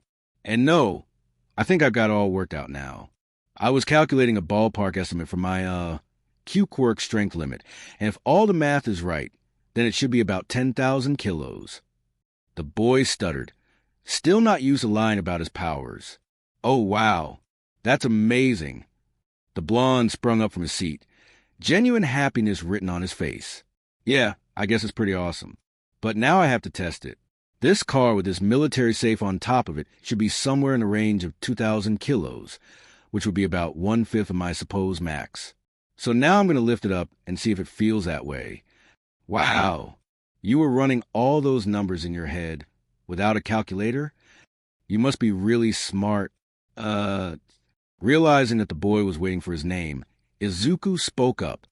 Izuku Midoriya. Huh. Well then, nice to meet you, Midoriya-san. Mirio Togata at your service. Izuku's face remained blank as once again a bell rang in his head about the boy after hearing his name. But he quickly shook it off and responded as to not seem rude to the boy. Oh, of course. Likewise, Togata-san. I meant what I said, though. You sure are smart. It would have taken me years to run those calculations in my head. And the way you're testing your max is smart, too. I would have just run up to big objects at random until I couldn't lift one anymore. Ha ha ha. The green-haired teen managed a small chuckle at Togata's playful banter. But before long, he got back to work, opening up his notebook and preparing to mark down if his theory was right or not based on the coming results. All right, here we go, Izuku said, stepping up to the car and crouching down into a power position. Togata watched on with curiosity as well. While the boy was many times smaller than the object in front of him, it was obvious that he had some sort of strength quirk to make up for that. Either that, or he had just been blowing hot air this entire time. But much to the blonde's surprise, after a few seconds of waiting, Izuku did in fact lift up the weight placed in front of him, and rather easily at that. Togata almost couldn't believe how effortlessly the boy transferred the weight onto his back, now holding all of it up above his shoulders and pressing up over his head. It was truly a bizarre picture, that was for sure, but what Togata couldn't see was what Izuku was feeling on the inside, and as much as he hated to admit it, the weight he was currently holding wasn't as light as it looked in his hands. Wow, it's not really that easy anymore, but this definitely isn't my limit. I'd say that my ballpark estimate of 10,000 kilograms is pretty accurate, and that's just what I can lift. I'm sure I could handle even more if all I had to do was hold it. After a few more seconds of grunts and general discomfort for the green-haired boy, he slowly brought the weight down before gently placing it onto the ground. Phew! Wow, that was awesome. Izuku shouted in excitement. He just lifted a car. How cool was that? Heck yeah, it was. How was the weight? To me, it looked like you barely even felt it. Izuku nodded, explaining the conclusion that he had already come to. It felt good. It definitely wasn't easy by any means, but I'm sure I could go way higher, especially under stress. I'd say my original calculations are right on target. Togata smiled. This had been an odd, but welcome start to his normally painful and rigorous mornings. And this boy was quite the character as well. He wanted to know more about him already. The blonde was just about to open his mouth to ask the green-haired teen exactly what his quirk was, but suddenly he felt a buzzing in his pocket, and dread filled his head in the matter of moments. Taking out a cell phone, Togata opened the text message, already knowing who it was from. I'm 5 minutes away. You better be there, already warmed up. The blank expression he was giving dropped like a stone, and it was obvious, too, because even Izuku seemed somewhat worried. Togata-san? Are you all right? He asked, concern etched all over his face. Huh. Oh, yeah, I'm great. But, that was my trainer. He said he's on his way, and I need to be ready when he gets here. I'm sorry for doing this to you. I didn't want to impede your training or anything. Oh, don't worry about it. I got what I came here for, Izuku stated, happily picking up his notebook and collecting his backpack. I can record the data once I'm out of your hair. Togata's smile shined brightly, once more back at 100%. Thank you so much, Midoriya-san. It was a pleasure meeting you. I hope we get to cross paths again someday. Izuku matched the boy's smile wholeheartedly, nodding in agreement. Same to you, Togata-san. And thanks for being so cool about letting me use my quirk too. I know some people are nitpicky about the law and stuff like that. Huh, of course. Believe me, I find myself using mine when I can too. If not for the time constraint that he was under, Izuku would have asked the boy what his quirk was in a heartbeat. But now was obviously not the time for that. He needed to show this boy the same kindness he had been shown. So for now, it was time to go. Hooking his backpack around his shoulders and holding onto his notebook tightly, Izuku bent his knees and sprung up off the sand, easily clearing the beach and clinging onto the side of a building. Once he was secure, he began climbing up steadily, disappearing at the top once he reached it. Wow, what a cool guy. I really hope I run into him again. What a versatile quirk. Izuku couldn't seem to stop smiling as he jumped from rooftop to rooftop on his way to the comic book shop. Not only did he just have a successful social interaction, but he also just lifted up a freaking car. Oh yeah, I should write down what I learned. I still can't believe my limit is 10,000 kilos. That's insane. The superpowered teen thought proudly as he stopped on a rooftop and opened his notebook. He doubted he would ever forget such crucial information as this, but it was still a good idea to have everything documented. While the green-haired boy wrote down his newfound information, his mind wandered to the other thing that he was excited about for some reason. To most people, having a normal and fluid social interaction was just as easy as breathing. To him, it obviously wasn't, but that still didn't make it worth celebrating over, right? Finishing up his writing, Izuku closed his new notebook and put it down, instead bringing his focus onto his open palm. The more he thought about it, the more it confused him. He was absolutely sure that if he had met Togata-san just a few days ago, he would have been a stuttering mess. So what was the difference now? He felt like he was in control of himself completely that whole conversation. Sure, he was caught off guard when the guy showed up out of nowhere, but he recovered almost immediately. Did my powers somehow give me more confidence? Izuku thought as he squeezed his hand into a fist. Sure, he had joked about it the other day when he was just thinking about defending himself from Kakin, but that was just in theory. He would never actually fight back, right? Right? He had even said himself, one good day doesn't cancel out a million bad ones. Or does it? Especially if that one good day is really, really good. Oh, well, there was no point in wasting time thinking about it. It wasn't like he would all of a sudden turn into a social extrovert overnight. Not that he wanted to in the first place. Being too timid may have had its downsides, but it was still who he was, and he liked that. He could afford to grow out of it a little, of course, but he didn't want to go too overboard and lose himself at the same time. I guess it's just human nature to gain a little confidence when you get stronger. The teen shrugged off as he collected his notebook and leapt off the building once again. Throughout all of these self-esteem-related thoughts, there was one thing Izuku was 100% sure of. If he was a sputtering mess after talking to a girl for the first time, even with superpowers, he did not want to think about what it would have been like without them. Electrical, civil, structural, mechanical. There it is. The teen thought ecstatically, grabbing the textbook from the shelf and looking it over. Here it is. A college-level mechanical engineering textbook. That should be everything. Satisfied with what he saw, Izuku placed the book on top of his already existing stack and went to pay. Waiting his turn in line, the boy couldn't help but bubble over at all the things he was going to learn over the next year. He had no doubt that strengthening these subjects would really balance him out as a student. He was already well above average, but he wanted to be better for multiple reasons. Wow, I'm actually excited to learn about math and science for once. Izuku thought playfully, knowing full well that his new hero-related interest in the subjects would only push him to master them that much more. Next in line, please. Stepping up and placing a stack consisting of math, physics, chemistry, and mechanical engineering onto the counter, the green-haired teen pulled out his newly filled wallet and grinned widely at its contents. As it turned out, that specific Silver Age All Might figurine had become quite rare in the last few years. So rare, in fact, that its value had nearly doubled, giving Izuku the crazy payout of 85,000 yen. And after hearing a number like that, it was pretty easy to let go of his small remaining attachment to it. Sir? The lady behind the counter spoke up, getting the teen's attention. Are you sure you want these specific textbooks? You look pretty young, and these are meant for college students that are studying just one of them for a focused degree. Are you sure you want all four? Never wavering for a second, Izuku only smiled and nodded his head. Yes, ma'am, I'm sure. Thank you for your concern, though. I know it won't be easy, but I know I can learn all this stuff. 10 months, that's how long I have. I'm way behind on both my brain and my powers, but I'm devoted now and I believe in myself. So watch out, you .A. Spider-Man is coming for you. Ugh.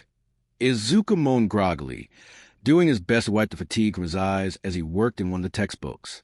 It had been a solid first week so far from when he first purchased said textbooks. He had been working in each one of them diligently, solving every problem that each textbook presented him with, or at least trying to. Sometimes when a problem was too advanced, he would consult the internet on how to work it out, which he felt was like every other problem in the physics and chemistry textbook. Seriously, who thought it was a good idea to add letters to math? Either way, he was still just as committed as when he first started, so he would persevere, even if that meant losing a few hours of sleep every day. At least Tanto-sensei agreed to give me some more physics and chemistry lessons after school every day. Maybe I can even ask him about all the stuff that confuses me in the textbook, too. Izuku shut his eyes again and yawned, satisfied with that thought. He would definitely be asking a lot of questions until he got the hang of things as far as science went. He was already lucky enough that even accepted his request in the first place. His math teacher had denied him before he could even finish his pitch. He would be lying if he said he didn't see that one coming, though. Math class was typically where he got picked on the most, be it by Kakin or anyone else. He had a feeling that his math teacher had it out for him. Oh, well, at least I'm getting help in both of my sciences. That's where I struggle the most anyway. But just like any hero, Izuku couldn't grow complacent by just working on his mind, which is why he had begun going back to the Goba Beach in the afternoons for his own version of training. He made sure that he wasn't interrupting Togata-san's training by checking one morning. And just as he expected, the boy was there. It seemed that his training consisted of cleaning all of the heavy junk off of the beach, as well as having his unusually skinny-looking personal trainer chew him out when he was getting tired. Izuku's training, however, was a fair bit different, as well as more relaxed seeing as how he was all by himself, which was honestly starting to seem more and more like a good thing. Sure, things got lonely sometimes, but he was never a social person anyway, so he was used to it. His hero training, as he liked to call it, was both milking as much information as he got out of his comic books and doing his best to replicate it. Some days he would work on agility and acrobatics while moving, which was interesting to say the least. He was no gymnast, of course, but he was very much baffled when he found out how easy it was to do a flip once you got over the fear. Other days, he would attempt to teach himself how to fight, which, he wouldn't lie, was kinda hard by himself. He was sure that to a more trained eye his punches and kicks looked sloppy at best, but the way he saw things, he could make up for bad form with raw power behind his blows, which brought him to yet another setback, his own strength. After wildly throwing punches and managing to accidentally destroy a metal washing machine with a single punch, Izuku quickly figured out that he was going to have to hold back to avoid accidentally killing someone. Maybe it wouldn't end up mattering much when he went up against a villain, but he certainly didn't want to accidentally mess up another student when he got into UA. The boy found himself smiling at the way his brain was working now. He really did it. He truly believed in himself now.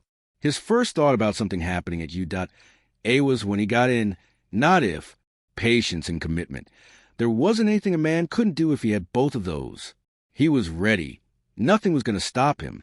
Oh man, I still need to find time to go give that girl a visit, don't I? He complained softly, already putting that event off and throwing it to the back of his mind. Pretty soon, the days started to bleed together for Izuku as he fell into a new schedule. Every day was essentially the same, but he didn't care. He knew with every passing day that he was getting closer and closer to his dream. 6 a.m., wake up. 6 a.m. to 7 a.m., read comics. 7 a.m. to 3 p.m., school. 3 p.m. to 5 p.m., science tutoring with Tanto-sensei. 5 p.m. to 8 p.m., spider training at the Goba Beach. 8 p.m. to 12 a.m., textbook work. Day in and day out, Izuku pushed himself as hard as he could, doing everything he could to both increase his brain power and get caught up on getting used to his quirk. And after only a couple of months into his grind, both of those goals were seeing major improvements. On the physical side, the green-haired boy was starting to feel a lot more comfortable in his own skin. So to say, he now had complete control over his sexuals, priding himself on how fast he could crawl in any direction now. He had even begun working on steadying himself on a wall, with just his feet, in hopes of being able to run up vertical surfaces too. But he still had ways to go until he had that much control. On the side of his studies, he really felt like he was making significant progress every day. It really felt like everything he was learning was tying into his hero work. He couldn't count how many times he'd found himself getting all excited just for making a quick and correct inference when solving a problem just like Peter would. It sure was a great motivator. On top of that, his tutoring at school couldn't have been going better. Not only was Tanto-sensei nice enough to help him with the parts of his textbooks that confused him, but he was just plain nice in general. Wait! Hold on. So the weight placed on a pendulum bob has no effect on swing speed? Izuku asked, scratching his head in confusion as he waited for her to answer. Correct. Speed and acceleration are not dependent on weight when it comes to something swinging. However, it does heavily affect momentum, so don't forget to factor that into your calculation. Momentum, that's what it was. Thank you, Tanto-sensei. The boy exclaimed ecstatically as he scribbled something down. The older man couldn't help but smile warmly at the boy. In a way, he reminded him of himself when he was younger. Haha, of course, Midoriya-san, but I do believe that will be it for today. Time sure does manage to get away from us, doesn't it? Izuku abruptly stopped his note, taking a glance up at the clock, a small trace of a frown displaying on his lips. W what? I could have sworn that we just got here. Haha, that's what happens when you're passionate about learning, Midoriya-san. I'm so glad you took initiative and decided to try and fix your grade in my class. You really are a natural sponge, my boy, soaking up everything I throw at you. Smiling at the praise from the older man, Izuku rubbed his fingers together nervously. In all honesty, he had been waiting for an opportunity to speak with the man and show him some basic schematics for some web shooters that he had drawn up. The man had already gone above and beyond as far as physics and chemistry tutoring went. He sometimes even went as far as to explain how to read blueprints when he mentioned he was studying mechanical engineering. Tanto-sensei, do you mind if I show you something? It's kind of personal, but I thought you might have some helpful advice. The gray-haired man adjusted his glasses and looked at his student oddly. Oh, well, I wouldn't say that I give the best personal advice, Midoriya-san. I'm more of a facts and logic kind of guy. I'm not too good with feelings and emotions. That's perfect, Izuku exclaimed, flipping to a specific page in his hero notebook and walking up to the teacher's desk. Sorry, I guess I didn't really mean it's personal. It's just hero-related. I've been working on this support item for a while now. I used what you taught me about blueprints and made a pretty good plan for a prototype. Do you think you could take a look at it for me? Oh, good. If that's all it is, then of course Midoriya-san said politely, taking the notebook and looking the open page over. After just a few seconds of examining the impromptu blueprint, the older man widened his eyes at the design. Not only was it thoroughly detailed, but it also seemed practical and doable in a way. Although it certainly wouldn't be easy, that much was for sure. Oh, wow. So, what do you think? Looking back up at his student with still wide eyes, gave the boy his feedback. What I think. Midoriya-san, this is incredible. How did you come up with this? Oh, just some ideas I've had. Gotta think outside the box. Huh. A web shooter?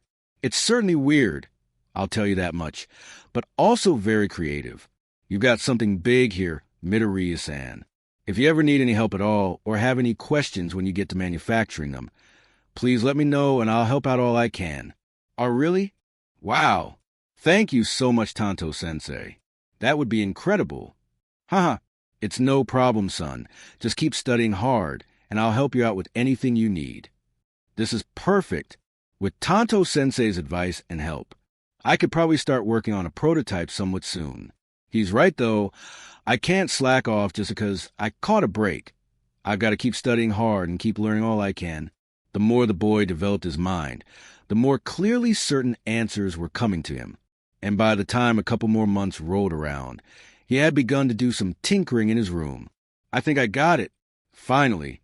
With very tired yet very happy eyes, the superpowered teen placed a bracelet-like object onto his wrist and clicked it into place, letting it settle in as his excitement boiled over. This is so awesome. I finally finished the prototype. Now I just need to make the ammo. Without wasting another second, Izuku pressed his middle and ring finger into his palm, aiming the device on his wrist to a spot in his room, where he had set up some empty soda cans. The cartridge that was currently loaded into the prototype web shooter was filled to the brim with water as a substitute, since he was still working out the formula for his fluid, but it would do for now. Click. Huh? Izuku questioned, looking down at the device and pressing the mechanism again with a little bit more force. Crack. In the blink of an eye, the boy watched as a month of work went down the drain as water exploded from the cartridge, and the main firing mechanism fell apart. No! He yelled, taking the device off and inspecting it more closely. No, the spinneret nozzle jammed up. I must not have made it wide enough. I was so focused on making it vacuum sealed that I completely forgot about fixing the custom adjuster. Izuku groaned in frustration as he tossed the prototype gently back onto his workbench. Great. There goes another 30,000 yen thrown in the dumpster. Looks like it's back to the drawing board. I better let Tanto-sensei know that the first test was a failure. The boy thought to himself, glancing around the room and trying to locate what he would sell next. Man, now that I look at it, this place has lost a lot of color, for better or worse. This was a fact that really couldn't be avoided anymore. Gone was the red, white, and blue-themed room that this place was just 4 months ago. Now it looked more like a workshop with a few all-might knickknacks here and there. But hey, whatever paid the bills right.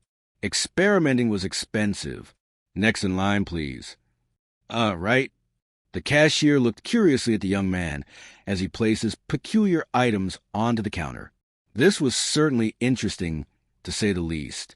And it only became even more so when the boy wouldn't look him in the eyes. Look, kid, don't take this the wrong way, but why on earth would someone your age need liquid cement, salicylic acid, methanol? These are some serious chemicals you've got here. Are you making drugs? What? No, of course not. It's for hero stuff, man. Come on. Another couple months had passed, and Izuku was still stuck on figuring out the mechanics of making a working web shooter prototype. So he figured he would move on to making the web fluid, so he could get the easier part out of the way and tackle the harder part later. But so far, things were not going so well. You've got to believe me, sir. I'm trying to manufacture my own support item, and this is the stuff I need. And wait a second, this is a chemistry emporium. Pretty much everything in here can be made into drugs. The man behind the counter looked instantly surprised at the teen's rather bold response. And after seeing that he wasn't backing down or apologizing, he began scratching the back of his head in embarrassment. Good point there, kid. I'm sorry, that was out of line. That would be 25,000 yen. What? 25,000? I'm already down to my last 50. And I sold my last all-might poster yesterday. Crap. Izuku thought bitterly to himself, not even noticing that he just stood his ground and got his way purely from his confidence and wit.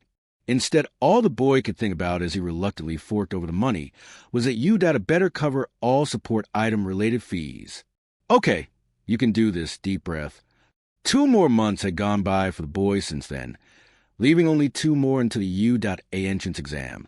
And the superpowered teen's journey had now brought him to one of the tallest buildings he could find in his area, which granted was only like 8 stories tall, but still, it was definitely enough for a fatal fall, one I would definitely not like to experience. So please work. Izuku looked down at his wrists. They were locked and loaded with his brand new and shiny web shooters, along with web cartridges filled to the brim with 100 meters of web fluid each. They were a bit bigger than the ones from his comics, taking up a lot more space on his wrists than he would have preferred. but they did the job all the same. They almost looked more like gauntlets than support attachments. Getting to the point, though, his new web shooters were why he was here standing on the edge of a building and looking out towards the sunrise.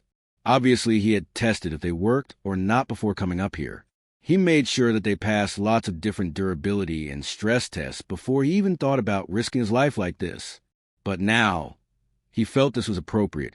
He was more than satisfied with the results he got. The web fluid was sturdy and had already proven to be more than capable of handling much more than what he weighed. And the shooters themselves were anything but fragile. Like he said before, they came out bulkier and heavier than he imagined. But this also gave them some extra strength and durability as well. All in all, this was truly an amazing feat of intellect for the boy. With little more than a visual representation, he created something straight from a comic book in real life after 8 months of work. All right, here goes nothing. Izuku breathed, closed his eyes before falling forward off the building. He needed to be quick with this test. The last thing he needed was for someone to see him and for a hero to get involved. So after falling for about a second, Izuku threw his arm out and performed Spider-Man's signature pose, hearing the satisfying click of the spinneret nozzle opening and releasing the web fluid. The moment that the white substance came in contact with the oxygen in the atmosphere, it quickly expanded and hardened all at the same time, touring completely from a liquid into a solid line of adhesive webbing. Yes, it worked. Izuku shouted at the top of his lungs. As much as he didn't want to draw attention, the rush he was feeling right now was simply too great. He had never felt something so exciting and relaxing at the same time before. But something about the way the wind hit his face just brought utter joy to the boy's soul. Before long, Izuku's web line clung onto the side of a building, stopping his descent immediately and pulling him in another direction. Had he been a regular and non-superpowered person, his arm might have ripped itself completely out of its socket from the force of the web line. But he wasn't a regular person by any means. Woohoo! I'm Spider-Man. I'm really Spider-Man. He screamed proudly, getting the attention of a few passers-by as he swung close to the ground. Lifting up his other arm and shooting another web line, Izuku couldn't stop smiling if he tried. Before long, he began wandering around aimlessly, and it was then that he heard a shrill scream come from behind him. Listen, lady, it's too early for all this loud screaming crap. Just hand over the bag, and no one gets hurt, all right? Come on, hurry up. A mugging? In the middle of the street? In broad daylight? This guy wasn't very bright, was he? This was a scenario straight out of a comic book, and I get to be the hero. Without even thinking about it, Izuku felt his body shoot down into a nosedive heading straight for the street. This was a perfect opportunity to test just how sticky the adhesive in his webbing was. Whip, landing with a small tumble roll to brace his fall, Izuku wasted no time in taking aim and firing both of his web shooters at the unarmed man, making sure to only hold the trigger for a second on each hand, so a ball would fire out instead of a line. When the pair of gooey projectiles pushed the mugger back against the building and stuck him there in place, the superpowered teen grinned as he crouched down into a fighting stance, preparing for anything that could come next. But after a few seconds of not hearing his spider sense ringing in his head like he expected, he relaxed a bit and looked at the webbed-up man on the wall. To his surprise, the mugger seemed to be freaking out. "Oh, crap. Please, don't hurt me, man. I just want a few quick bucks, all right. Please. I won't resist. Hell, I can't even move. I'm quirkless, please." After hearing that, Izuku dropped his guard without a second thought. That was something he didn't expect, but at least it did prove one thing. Nice. It looks like I didn't have to sacrifice too much strength for more elasticity after all. If a normal quirkless person can't even move inside of them, then even someone more athletic like a villain should at least be slowed down. The green-haired boy would have happily continued his mumbling, if not for the sudden sound of sirens in the distance ringing in his ears. Police. Someone must have called them. I bet they'll have at least one pro-hero with them, too. Standing and holding his place in thought for a moment, Izuku considered his options carefully. Technically speaking, he never broke the law, since he acted out of self-defense for someone else. But he knew just as well as anyone that the definition of self-defense and acting heroically without a license had a very inconsistent gray area between them. On top of that, He had on some unregistered support items, as well as solid proof right on the adjacent wall that he had used them. I can't risk them taking these away, not after I finally perfected them for the entrance exam. While it was true that making a prototype was the hardest part since he had to pave the way himself without any kind of guide to work with, he still didn't want to waste his resources on making another pair of these. He had the final blueprints copied down in great detail back at home, but making them again would also surely cost him a solid chunk of change, which was something he simply could not afford right now. Now recovered from her panic, the woman who was on the receiving end of the failed mugging attempt stood up and walked over to the deep-in-thought boy slowly. She could practically see the dilemma written all over his face as the police sirens got closer and closer. "Thank you so much for your help, young man, but you should get going." The boy was broken out of his thoughts by the woman's statement, not sure how to react as she continued. "You saved me and I'm grateful for that. Now go.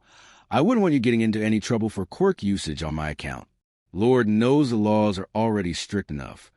Izuku was baffled as he looked at the older woman. Should he do it? Should he take his chance and run? But ma'am, what will you tell the police? I'm sure they'll ask you what happened, right?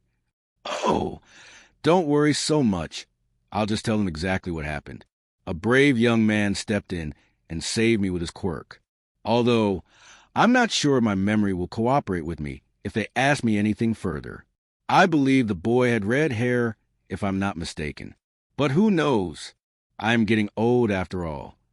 Instead of trying to speak, Izuku just took a moment to process everything he just heard before finally understanding what she was talking about. Brave? Me? But all I did was test my web shooters. My body moved on its own for the rest. Would she really lie to the police just to cover for me? But what about him? They're going to question him too, the green-haired boy pointed out, directing his finger to the terrified man stuck to the wall.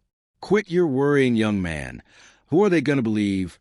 The victim of the crime or the criminal himself? You're overthinking this. Just go before they get here. Oh, all right. Hey, buddy, wait. Izuku paused his quick escape in order to look back over towards the webbed-up criminal. This stuff, it feels weird. It's like it's sticking to my skin more and more. How do I get out of this? Oh, yeah. I designed it like that so it would get tighter the more you struggled.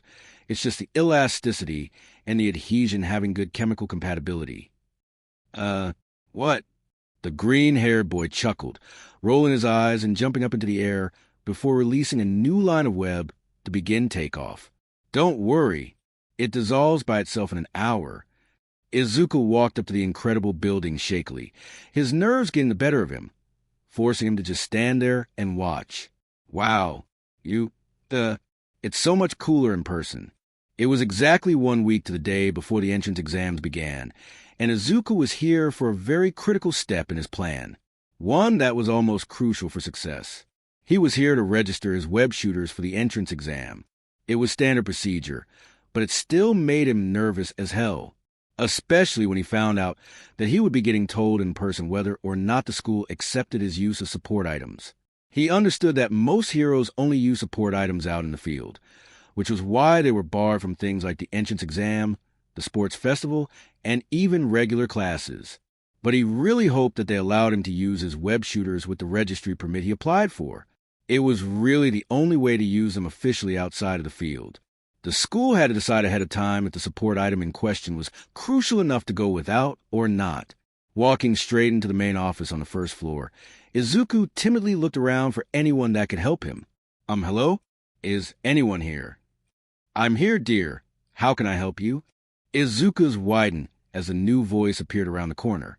And if it weren't for the fact that he wasn't trying to stop an immense amount of blood from running to his cheeks, he would totally be geeking out right now. At midnight. Oh, wow. It's really you. Sorry, let me start over. The R-rated hero giggled lightly at the boy's obviously nervousness. She was used to this kind of reaction from pretty much anyone she met for the first time, so it was no big deal to her. Relax, honey. It's fine. Now what brings you today? Here to sign up for the entrance exam? If you are, I'm afraid you're too late. We closed off registration yesterday. And no, that's not why I'm here, ma'am. I've actually already registered. What I haven't registered is my support item, I sent out an application last week, and they told me to come in for the final verdict. Ah, you must be Midoriya then. We've been wondering when you'd show up. Follow me, sweetie. Oh, right. Together. They walked behind the front desk and deeper into the room, going into a more private office that Izuku assumed belonged to Midnight. Before long, the skimpy dress hero began looking through some folders trying to find his name. Izuku took advantage of this silence to indulge his curiosity about something. So, how did you know who I was right off the bat? Are there that few people that register support items? Licking her lips when she found his name, Midnight opened the boy's file and answered casually. You and one other boy were the only requests we got. His was a no-brainer. We approved his immediately since he couldn't control his quirk without it. But you, on the other hand, web shooters? Why do you need those? Oh, I just feel more comfortable using my quirk with them, and they complement it really well. Izuku Midoriya, quirk, spider. I suppose it does make sense. Does everything a spider can. But it says here your quirk is listed as a mutant type. That can't be right. You look just like a normal human to me. Izuku did his best to hide the smile that tried to escape him at the woman's words. His idea on how to hide the fact that his quirk wasn't actually a quirk was one of his best ones yet. Oh, yeah. About that, I guess I just got lucky with the rest of my body. But look, he said as he opened his palm and motioned gently for the woman to come closer. If you look really closely at my fingertips, you'll see I have sets of scopulae just like spiders have on their legs. They're what let me cling to anything, too, like a spider. This seemed to be enough to convince the heroine, because as soon as he wrapped up his small demonstration, she nodded and brought her blue orbs back to his file. I see. Still, you're perfectly capable of using your quirk without these web shooters of yours. And I don't want you to have an unfair advantage over other students just because you went and bought some fancy gadget from a support company. I'm sorry, but dash. Wait, no. You've got all wrong, ma'am. I made these myself. Wait, what? Are you serious? She asked in a mildly impressed tone. Show me, prove it. All of a sudden, Izuku was really glad he decided to bring his 2 prize contraptions, along with his notebook where he drew the specs of the prototype in great detail. After showing the black-haired beauty everything he could about the pair of web shooters, and even demonstrating how they worked, Izuku held his breath as Midnight scribbled something down in his file before looking back down at him at last. All right, given that you constructed these items yourself, along with the fact that they match the theme of the hero you're going for, I will allow you to register these items into our system. Please sign here. Wait, seriously? That's amazing. Thank you so much, Midnight. Yeah, kid, whatever. Just sign the paper so I can debrief you. Huh? Debrief me? Yes. It's about using support items outside of designated areas. Same as quirks. I'm required to give you this information now. So listen up. You are only allowed to have your support items out during the practical portion of the entrance exam. If you happen to pass the entrance exam and get into Udare, the same rules apply. Keep it out of sight and out of use unless class allows quirk usage. That's your green light. You got that? Izuku didn't hesitate to sign the sheet of paper and hand it back to her, listening carefully to what she was saying. Okay, that makes perfect sense. Good. Now take this. It's your proof of registration, she said, handing the boy a small slip of paper. Show that to any teacher that questions your support item. If you lose it, come to the office and we can get you another one. And if you manage to get into Udare, come back here so we can stamp it again. Any questions? No, I think I'm good. Thank you, Midnight. All right. Thanks for coming in today, Midoriya-san. You've impressed me with your creativity. I wish you good luck in next week's test, she said with a wink as she walked out of the office with a little too much sway in her hips. That was the last thing Izuku was paying attention to, though. He was way too excited right now about being able to use all of his powers and tricks to do the very best he could. One more week. Just one more week. This is it. This is my time to make my dream come true. All on my own. I can do this. Right in front of him, Izuku stared down the doors of the prestigious hero school that he was being examined for today. This was it. This was the moment of truth.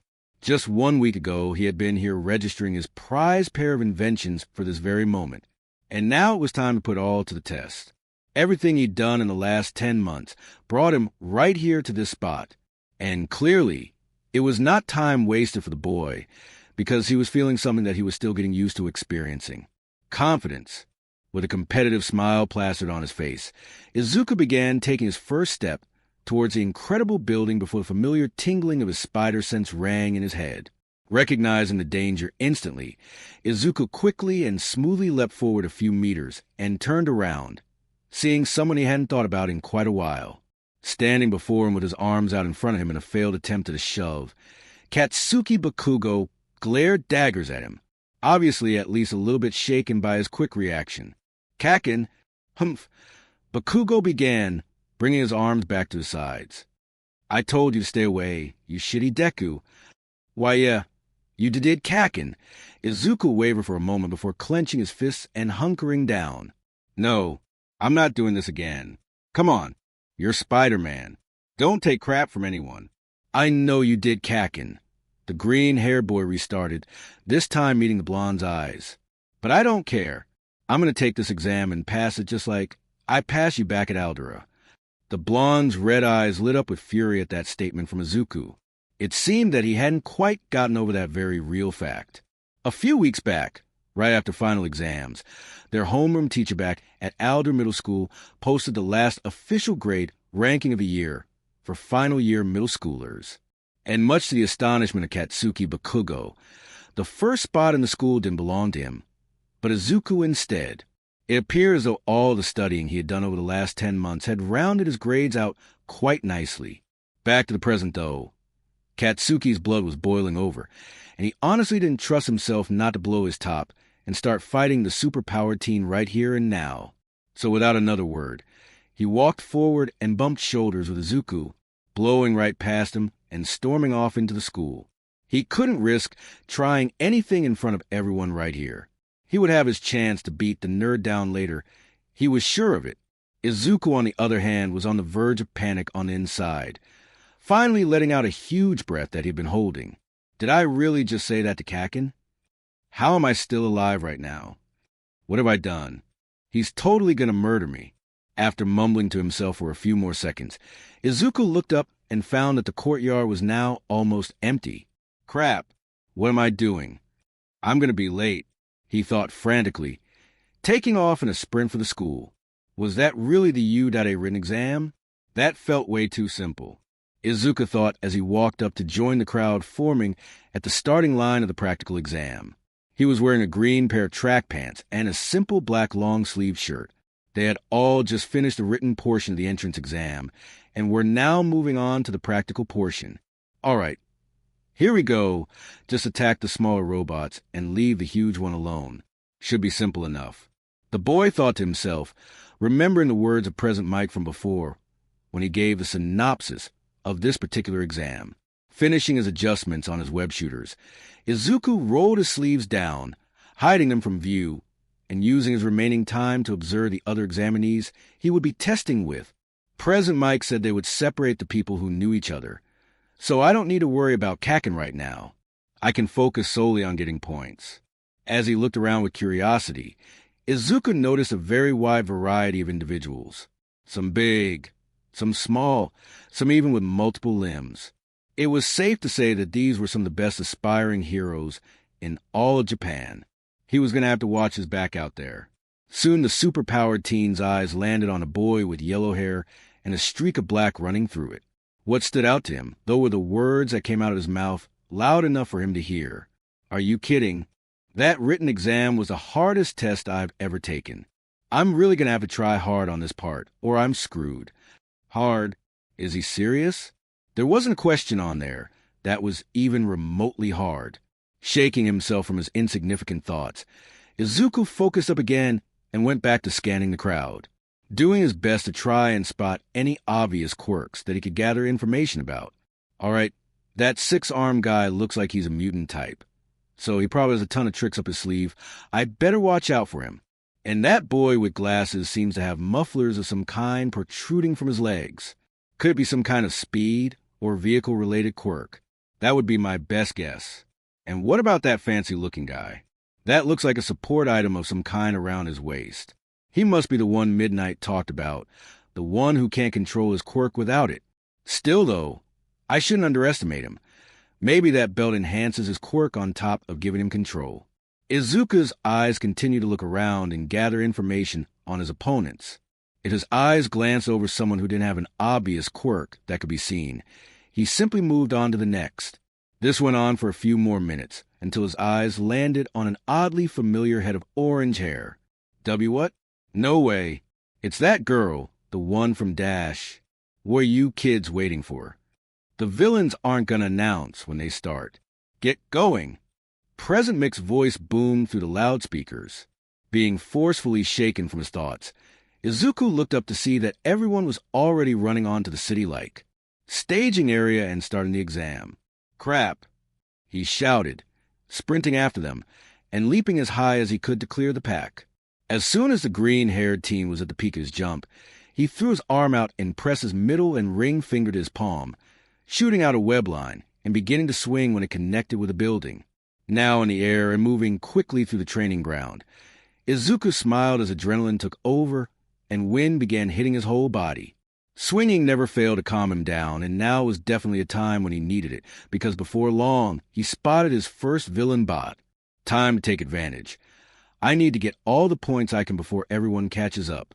Staying true to his thoughts, Izuku wasted no time in crashing into a three-pointer with a swing kick, detaching from his web line after impact, and jumping up to avoid a metal arm that he detected with his spider sense. Now standing on the ground, Izuku faced a pair of three-pointers and a single one-pointer that now stood in front of him. Ultimately, it was the one-pointer that made the first move, running at it with an arm raised and ready to crush him. But he never allowed that, jumping up on its head to avoid the attack before his spider sense could even warn him. From there, he shot a web line with each hand at the two three-pointers respectively, pulling them towards him with all his might before leaping up and clinging to the wall of the building. Crash. Looking down at his handiwork, Izuku smiled when he saw exactly what he had planned come to fruition. What remained of the three villain bots was a stack of robotic limbs and scrap metal as all three laid in a pile together, awarding the boy another 7 points to his first three. Yes, perfect. That was so cool. I could totally see Peter doing something just like that, the boy thought with excitement, quickly swinging off in search of more points. If there was one thing that Itsuka Kendo didn't expect from the practical portion of the U-Day entrance exam, it was how easy it turned out to be. Sporting a very eager and focused demeanor, the orange-haired teen was wearing a teal t-shirt and black leggings, cutting down robots left and right with both her skills and her quirk. Come on, these robots are practically made of paper, the orange-haired teen thought to herself as she crushed yet another one with her enlarged hands. Of course, she also already knew that the metal opponents would be relatively weak because of some inside information from Tamaki, but still, she at least expected more than this. Shit! Itsuka didn't hesitate to turn around and face where she heard the frustrated yell come from, narrowing her eyes as she prepared for action again. Shit. Now, being able to identify the angry shouts, the orange-haired teen ran in the direction of the danger, her eyes taking in as much information as she could. About 20 meters ahead of her stood a boy with slick blonde hair parted to one side, wearing a black shirt and black pants. And it looked like he was frustrated by the fact that, at the moment, he was surrounded by three one-pointers and backed all the way into a corner. Oh, come on. They're one-pointers. What the hell are you even doing here? Oh, well, more points for me, Itsuka said with a confident grin taking over her as she leapt up at the robots and enlarged her hands. After that, it took very little effort to completely annihilate the three one-pointers, mentally adding the 3 points to her total tally. Wow, that was incredible. I can't thank you enough. The blonde boy shouted a little too enthusiastically in her opinion, but nonetheless, she was about to just completely ignore him. Yeah, sure dude, it's no problem, just whoa.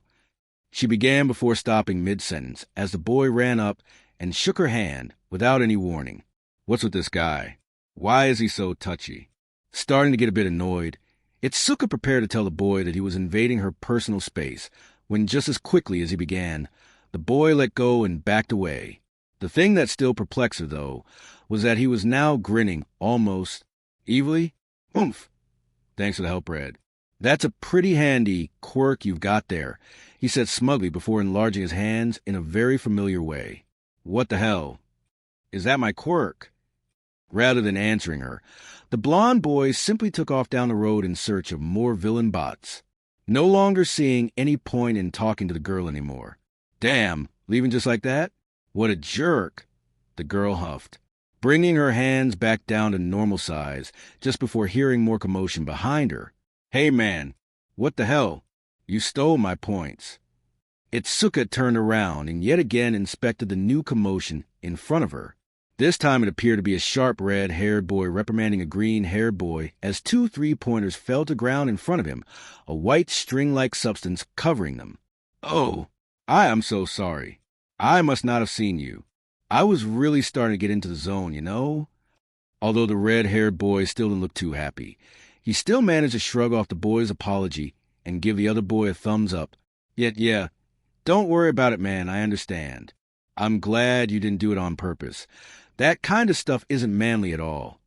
However, Itsuka stopped listening long before the red-haired boy spoke, instead focusing on this green-haired boy that was sure she knew somehow.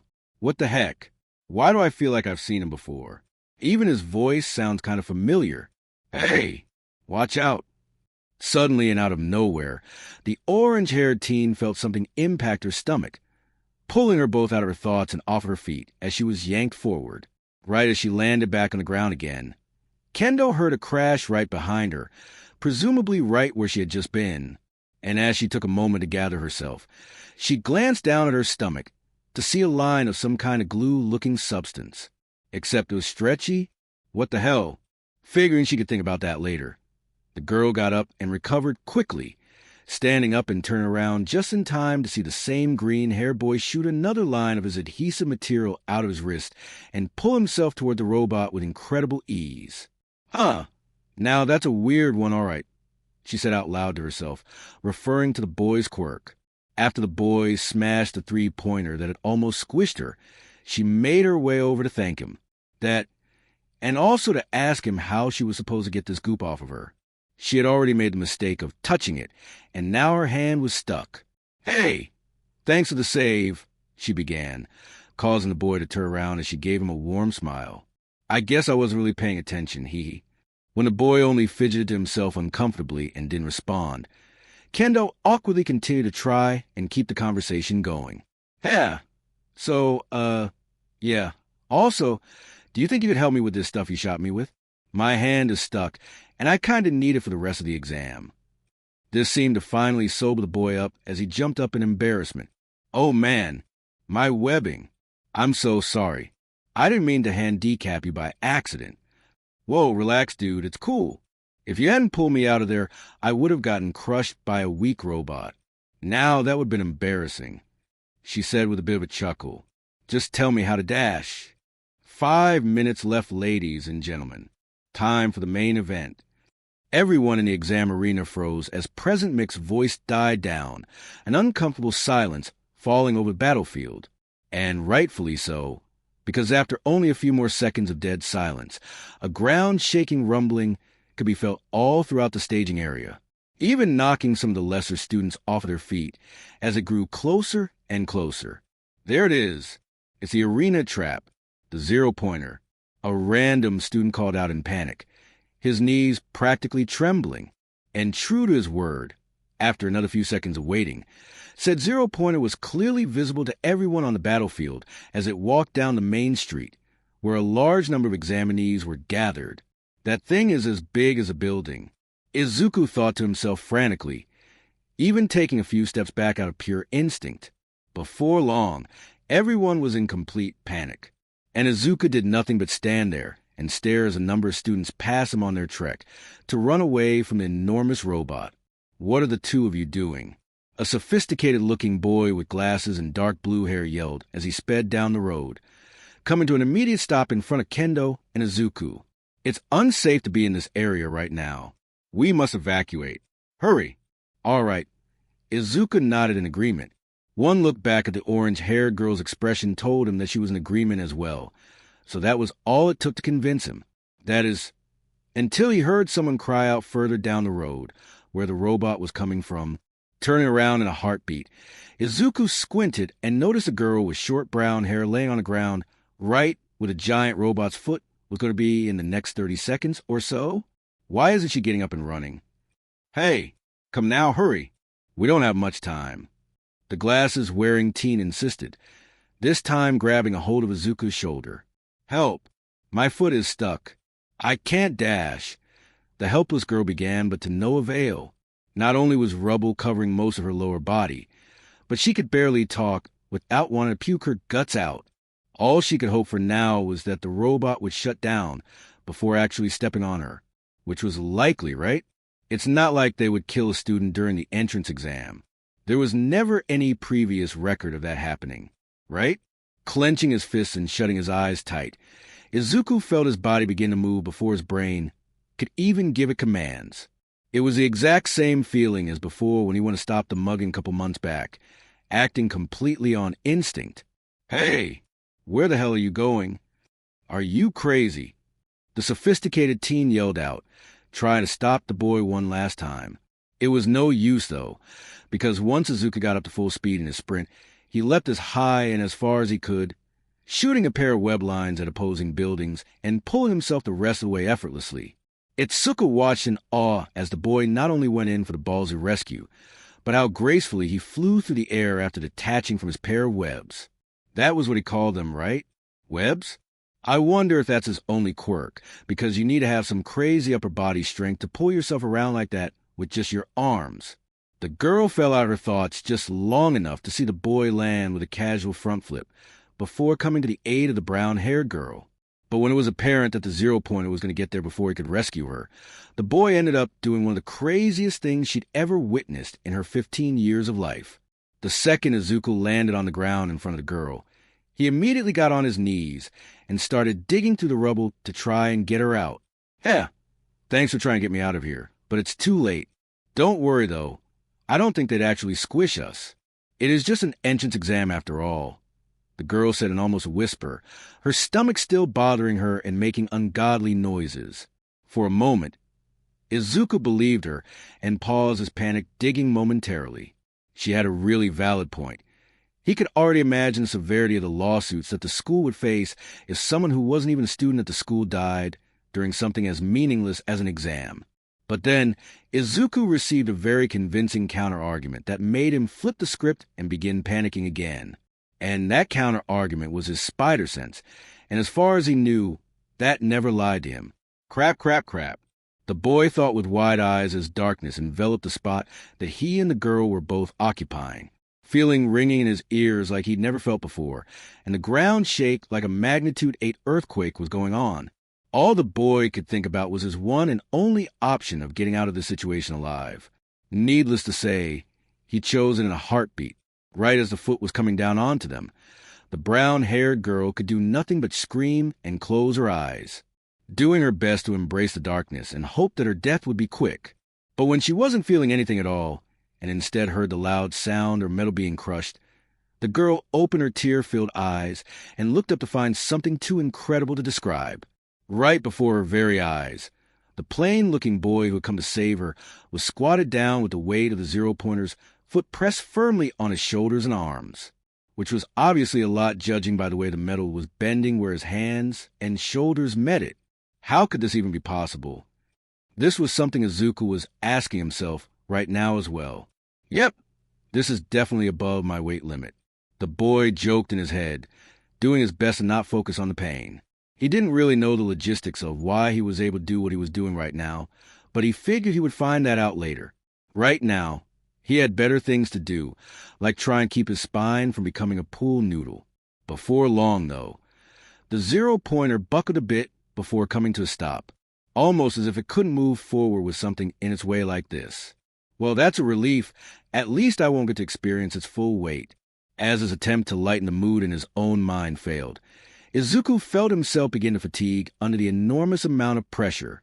It had only been about 20 seconds or so since the thing had stepped on them, but to him it felt like an eternity as his body finally gave in a bit and he fell to one knee, looking the brown-haired girl in the eyes, who, by the way, had an expression on her face that couldn't have shown more fear or worry if she tried.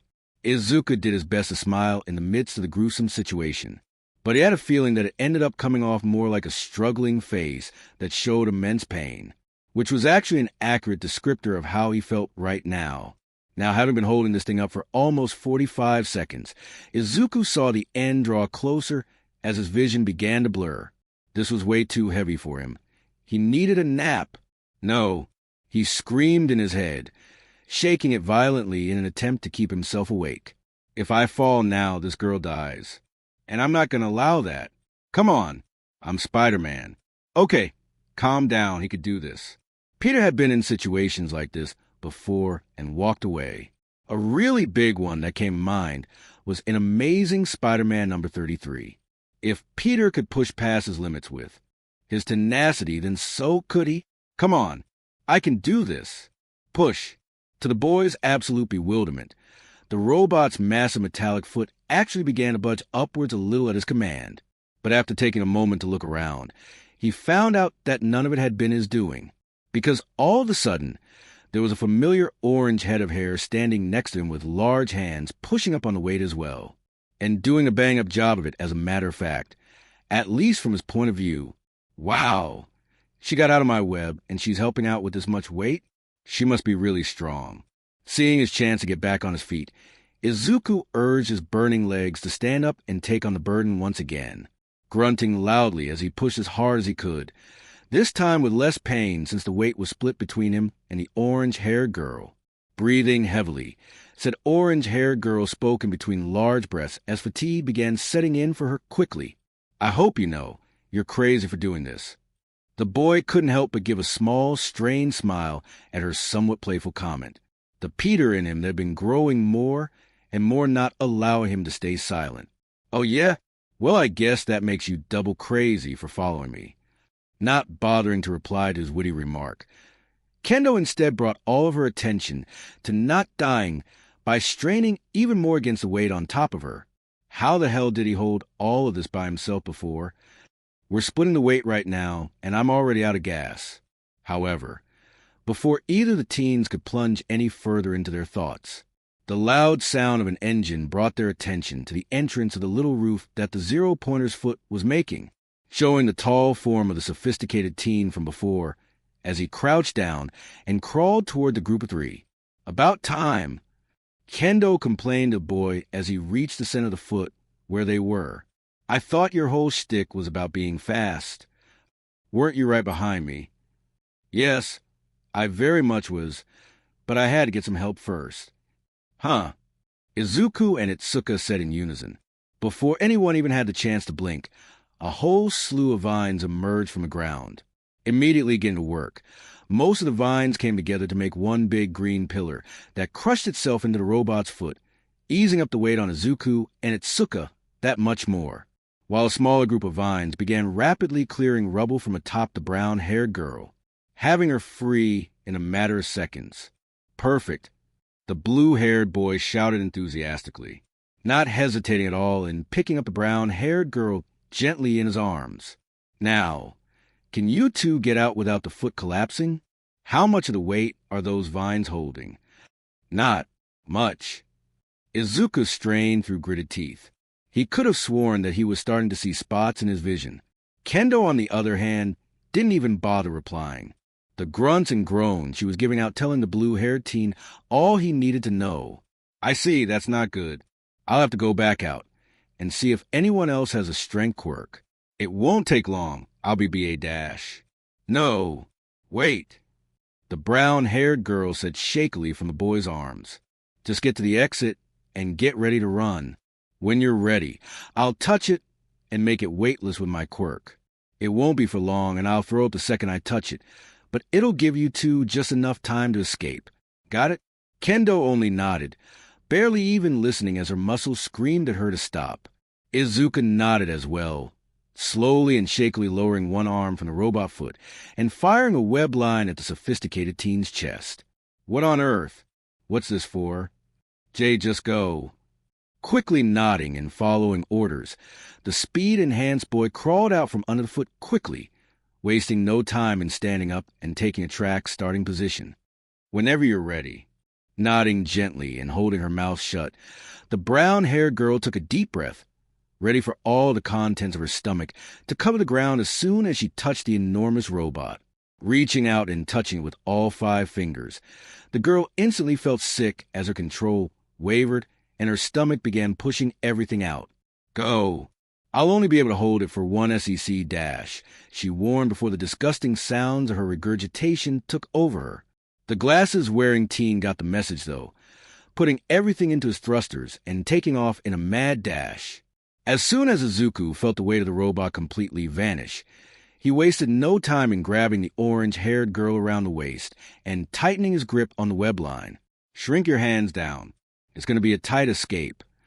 And that it was, because as quickly as the weight left the giant robot, it came back just as fast, shrinking down her hands like she was told.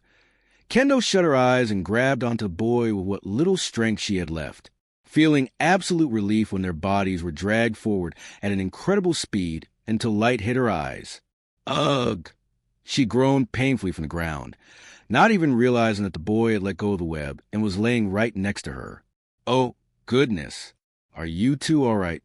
A girl with long and prickly green hair asked, standing over them with a worried expression. The pair of teens never even bothered responding, opting instead for the sweet relief of sleep as their consciousness slipped away. Woo-hoo! Time's up, everyone. Hope you're satisfied with your points, 'cause this test is over. Wow! What awesome talent we've got this year. Yahoo! President Mike screamed out.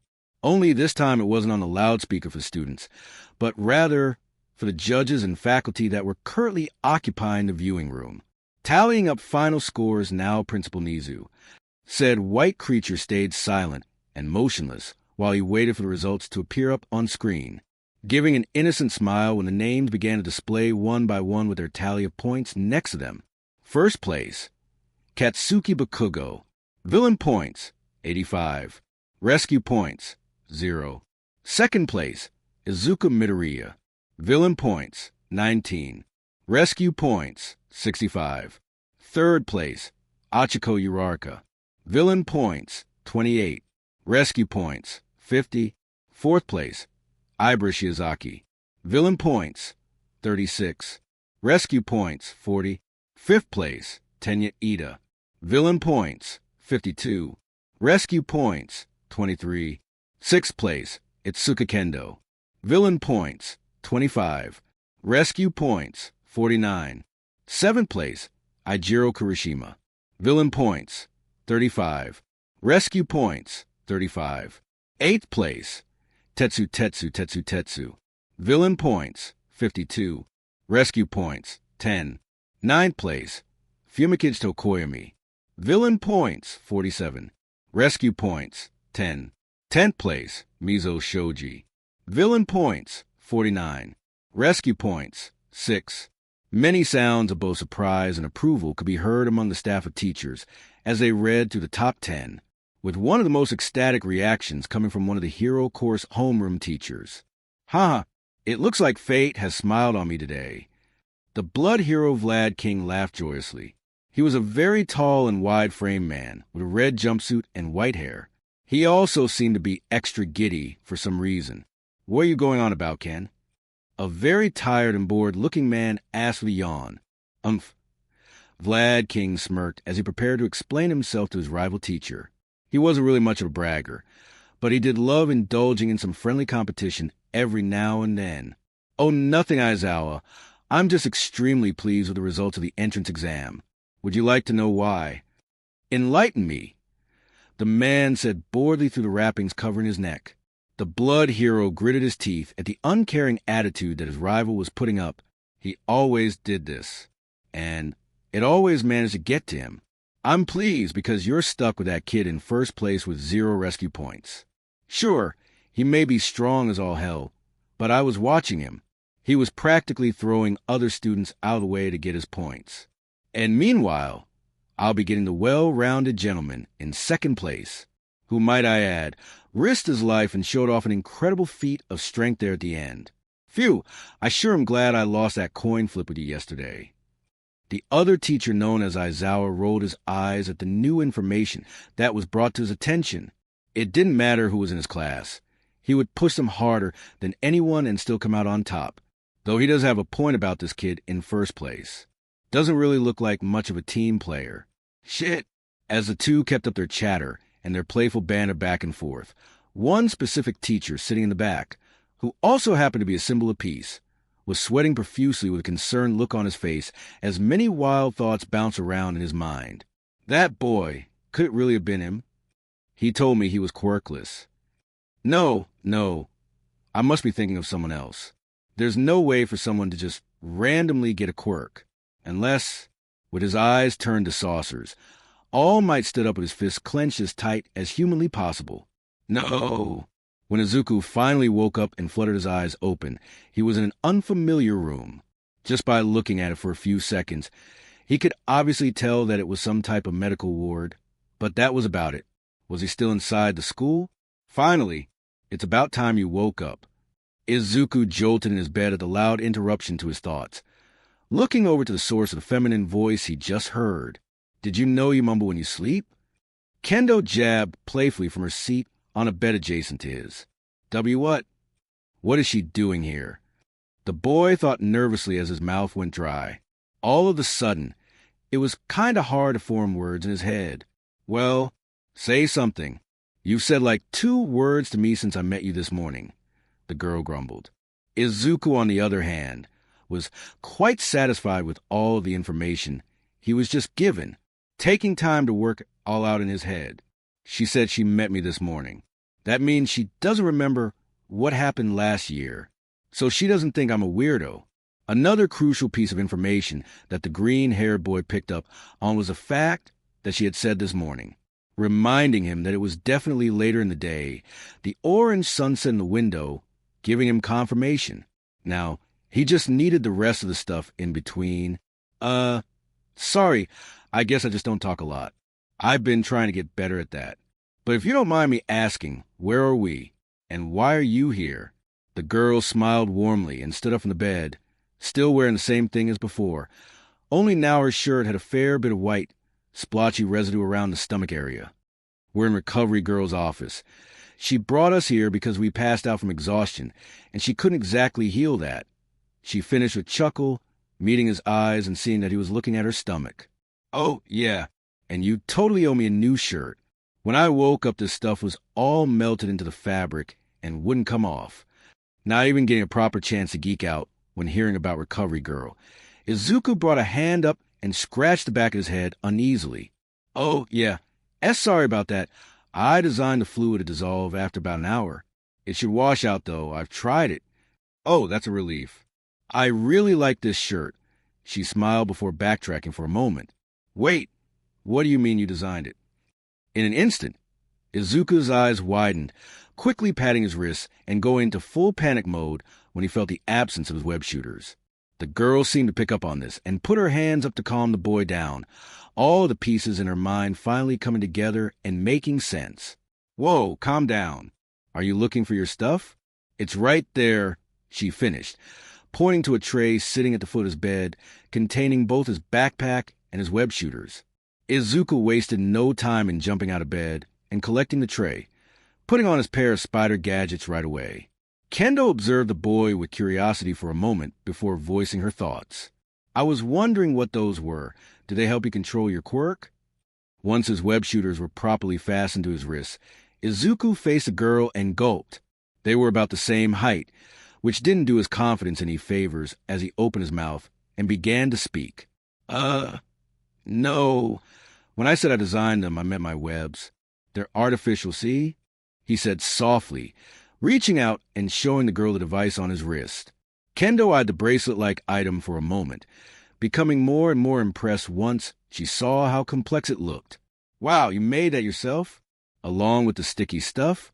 That's amazing, she called out genuinely. She was also very much relieved that the stuff on her clothes did not come out of this guy's body. But of course, she wasn't going to say that out loud. What is it made out of? I'm guessing just a bunch of chemicals. Yeah, thanks, but it's not really all that complicated. The teen lied, scratching the back of his head once again as he shrugged off the compliment.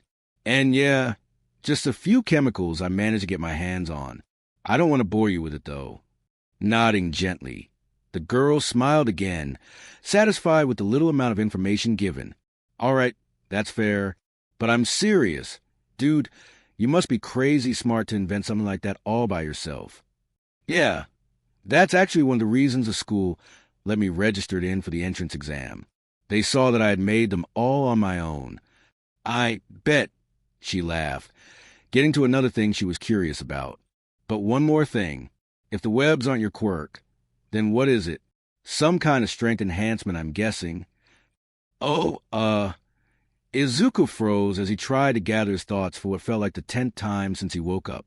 Why did talking to girls have to be so hard? Are you okay? Kendo asked, breaking the uncomfortable silence. Luckily, she had the patience to deal with this because of Tamaki. Oh, yeah, I am fine. Spider, that's my quirk. Huh. Ugh, why am I so stupid? The boy thought to himself before taking a big, deep breath and starting over. Spider, it pretty much allows me to do everything a spider can. Like, here, maybe it'll be easier just to show you. Check it out. He finished before jumping up and attaching to the ceiling with his arms and legs. Whoa, that's awesome. Izuku could help but grin a little bit at all the praise he was getting. He had never really been complimented genuinely before, so this was a very new and welcome feeling. Thanks, he replied. His cheeks turned a bit pink as he let go of the ceiling with his hands and hung only from his feet. Something about standing on walls and ceilings just felt amazing ever since he perfected his wall run a while back. That, and he was sure the blood running to his head would help hide his blushing. But wait, Kendo began again. I guess that explains why you chose to make the webs. But how are you so strong? I saw you swing from them like it was nothing. Not to mention that huge robot that you were somehow able to hold up before I got there. Oh, well, I'm actually still confused about the robot thing, too. See, I'm normally able to lift 175 times my own body weight, give or take, just like a spider. But that thing was way over that amount. I think that maybe since I was only holding it up and not lifting it, my limit was higher. But I don't know. That was still way too heavy. Can my powers grow to new limits like quirks can when they're trained? Or were my emotions helping me push through just to save that girl? That would make the most sense since I've seen Peter do it a couple of times. Oh, wow, I guess that explains that. I forgot that spiders are supposed to be crazy strong for their size. Yeah, it's a weird quirk, that's for sure. Izuku shrugged off again, falling back on the floor and collecting his things. So, do we have to wait for Recovery Girl to come back? It's getting pretty late, and I'm sure my mom is freaking out already. Ugh. Tell me about it. My dad wouldn't stop texting me while I was waiting for you to wake up. And no, Recovery Girl said we could leave whenever. I just waited for you because of my shirt. Wow, how thoughtful. The superpowered teen said sarcastically as he put on his backpack. There it is again. You're so weird, you know that?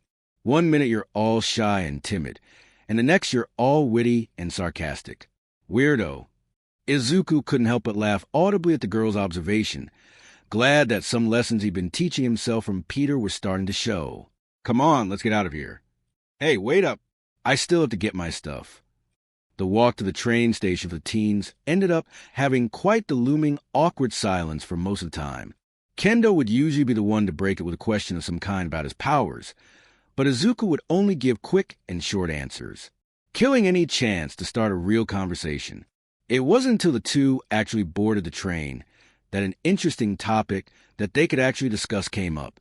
Oh yeah, I totally forgot to ask, but how do you think you did on exam? Well, the written portion was really easy, Izuku mentioned with an innocent smile. This, however, almost caused the orange-haired teen to facepalm. That's not what I meant, you nerd. I meant the practical exam. You know, the one that actually matters. Izuku didn't know why, but this girl calling him a nerd didn't have nearly as much bite as when Bakugo said it. In fact, call him crazy, but he actually found it kind of endearing. Oh, yeah, sorry. I'm pretty sure I only ended up with 19 points. I had to stop a few times to save a couple of people. Yeah, I feel that. I ended up with 25, but I also stole some from some people I saved, so that was pretty lucky. She stated matter-of-factly, connecting some dots in her head about the boy's explanation. Hey, wait, I was one of the people you saved. Thanks a ton. I almost forgot about that. And no, if anything, I should be thanking you. If you hadn't shown up when you did to help me out with that robot foot, I would be kissing my spine goodbye right now. The orange-haired teen managed a decent-sized giggle at the boy's figure speech. Yeah, I guess I did save you, but huh? Izuku managed to summon a grin to his lips at the thought of making her laugh like that before getting excited all over again. Heck yeah, you did, he said, nerding out about the power the girl displayed. Your quirk was awesome. Does your strength multiply when you grow your hands like that? Now it was Itsuka who was scratching the back of her head somewhat nervously. Yeah, something like that. I don't have the exact number like you do, though. I can usually just tell if I can lift something by looking at it. That's so cool, he said energetically as he scribbled information down in his notebook. What the hell? Why is he writing stuff down? And when did he pull that notebook out? His backpack hasn't left his shoulders since we got on the train. Abandoning the meaningless thoughts, Kendo just shook her head at the boy's antics. And before long, he began muttering what he was presumably writing down. Wow, you really are a nerd, she giggled lightly once again, coming up and out of his notebook. Izuku blushed a bit, but ultimately accepted the nickname with a nod. He really had no problem considering she wasn't saying it to actually make fun of him like Bakugo did. Plus, as much as he hated to admit it, it was kind of true. He was a nerd.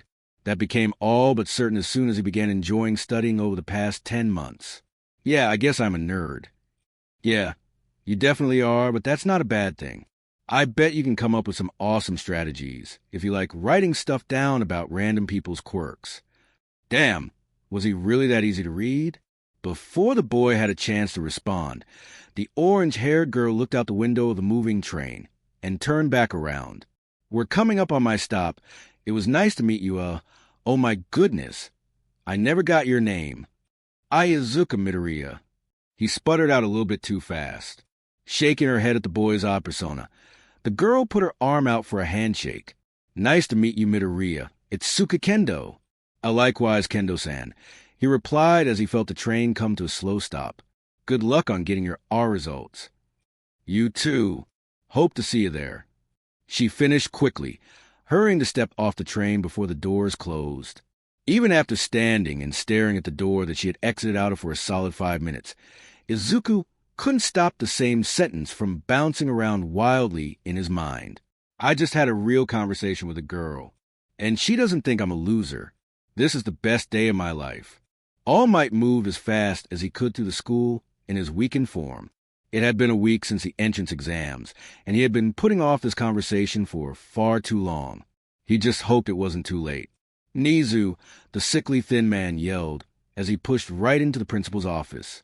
He expected to only see the small director here in his main quarters, but instead, he was accompanied by the 2 Hero Course homeroom teachers as well. All Might, what brings you here? We were just going over the final list of accepted students before sending the letters out. The small principal said casually, gaining a pair of nods from the 2 teachers present. Perfect. I arrived just in time then. What class did Izuku Midoriya end up in? Even though the question was rather odd, Nizu allowed it, nodding for the blood hero to respond. Stepping forward with a smug smile displayed on his lips, Vlad King answered the symbol of peace promptly. That would be my class All Might 1B. I see. All Might said with a hand, coming to his chin in thought. This was not what he had hoped for at all. Nizu, I need you to change that right away. I would not like to say why, but it is absolutely imperative to the safety of everyone that Eraserhead be this boy's teacher. What?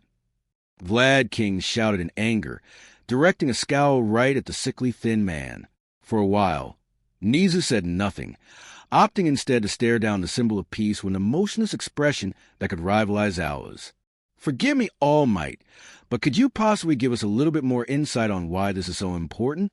If you really wish to keep it secret, I understand better than anyone.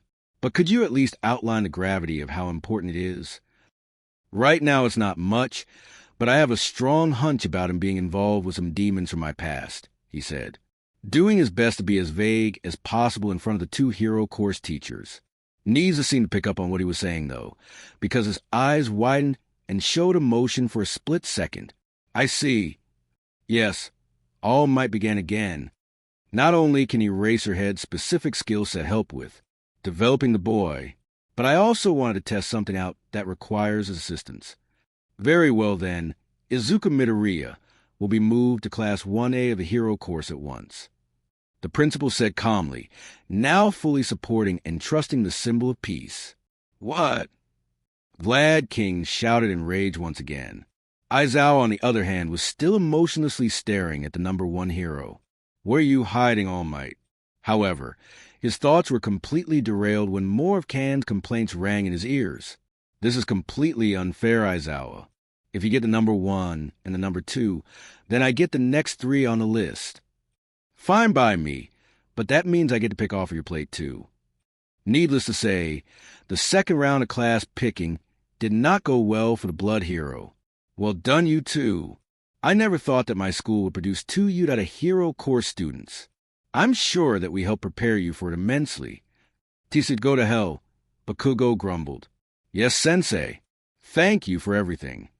Izuku exclaimed right next to him with a curt bow. In all reality, he was lying through his teeth. This school had done nothing but bring him down every chance it got. But he wasn't about to start an issue over such a trivial reason. Tanto-sensei is the only one who actually helped me. I need to go see him after this, so I can thank him.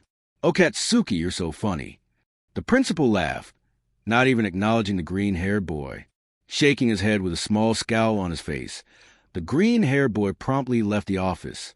He had only come to school today so he could get a schedule that U.A had sent here, and he already had that. So he didn't have to stand there and be ignored. He was a part of the U.A Hero Course now. Last year, he may have been a pushover who stood there and took it from teachers and bullies. But not anymore. Don't take crap from anyone. The boy mentally scolded himself, repeating the already ingrained quote of a person that he could finally put a name and personality to. I wonder if we'll be in the same class? The boy thought curiously as he rounded a corner in the hall. He already knew that she made it in because of the leaderboard that was displayed in his acceptance letter. Apparently, he had placed second among every examinee because of something called rescue points. And of course, he also noticed that Kendo placed 6th, guaranteeing that she got in as well.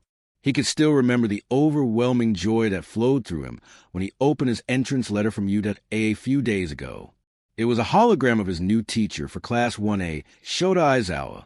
The boy put his thoughts on hold, however, as he spotted his favorite teacher's familiar classroom, grinning from ear to ear when he met the older man's eyes right off the bat. Midoriya-san, I was hoping I'd get to see you before you left for good. Congratulations on your entry into U.A. Yeah. Thanks, Tanto-sensei, but I actually came to thank you. All of the study hours you put in with me were crucial to me getting in the way I wanted to. So thank you. I've never had anyone help me out like that before. Oh, don't think so much of my boy. It was all my pleasure. It's my responsibility to help any student that comes in asking for it. I do have one question, however. It was my understanding that you were quirkless. And when you came to me with those blueprints at first, I thought you were going to try for the support department. So what's that all about? Were you hiding your quirk from the school? When the superpowered teen hesitated to respond right away, the older man took the hint almost immediately. It's okay. You don't have to tell me if you don't want to. It's really none of my business. To thank you, Tanto-sensei, I'm sorry. He spouted awkwardly. It's no problem, my boy. I wish you good luck in your new studies. And please, don't be a stranger. Come back if you ever want to talk.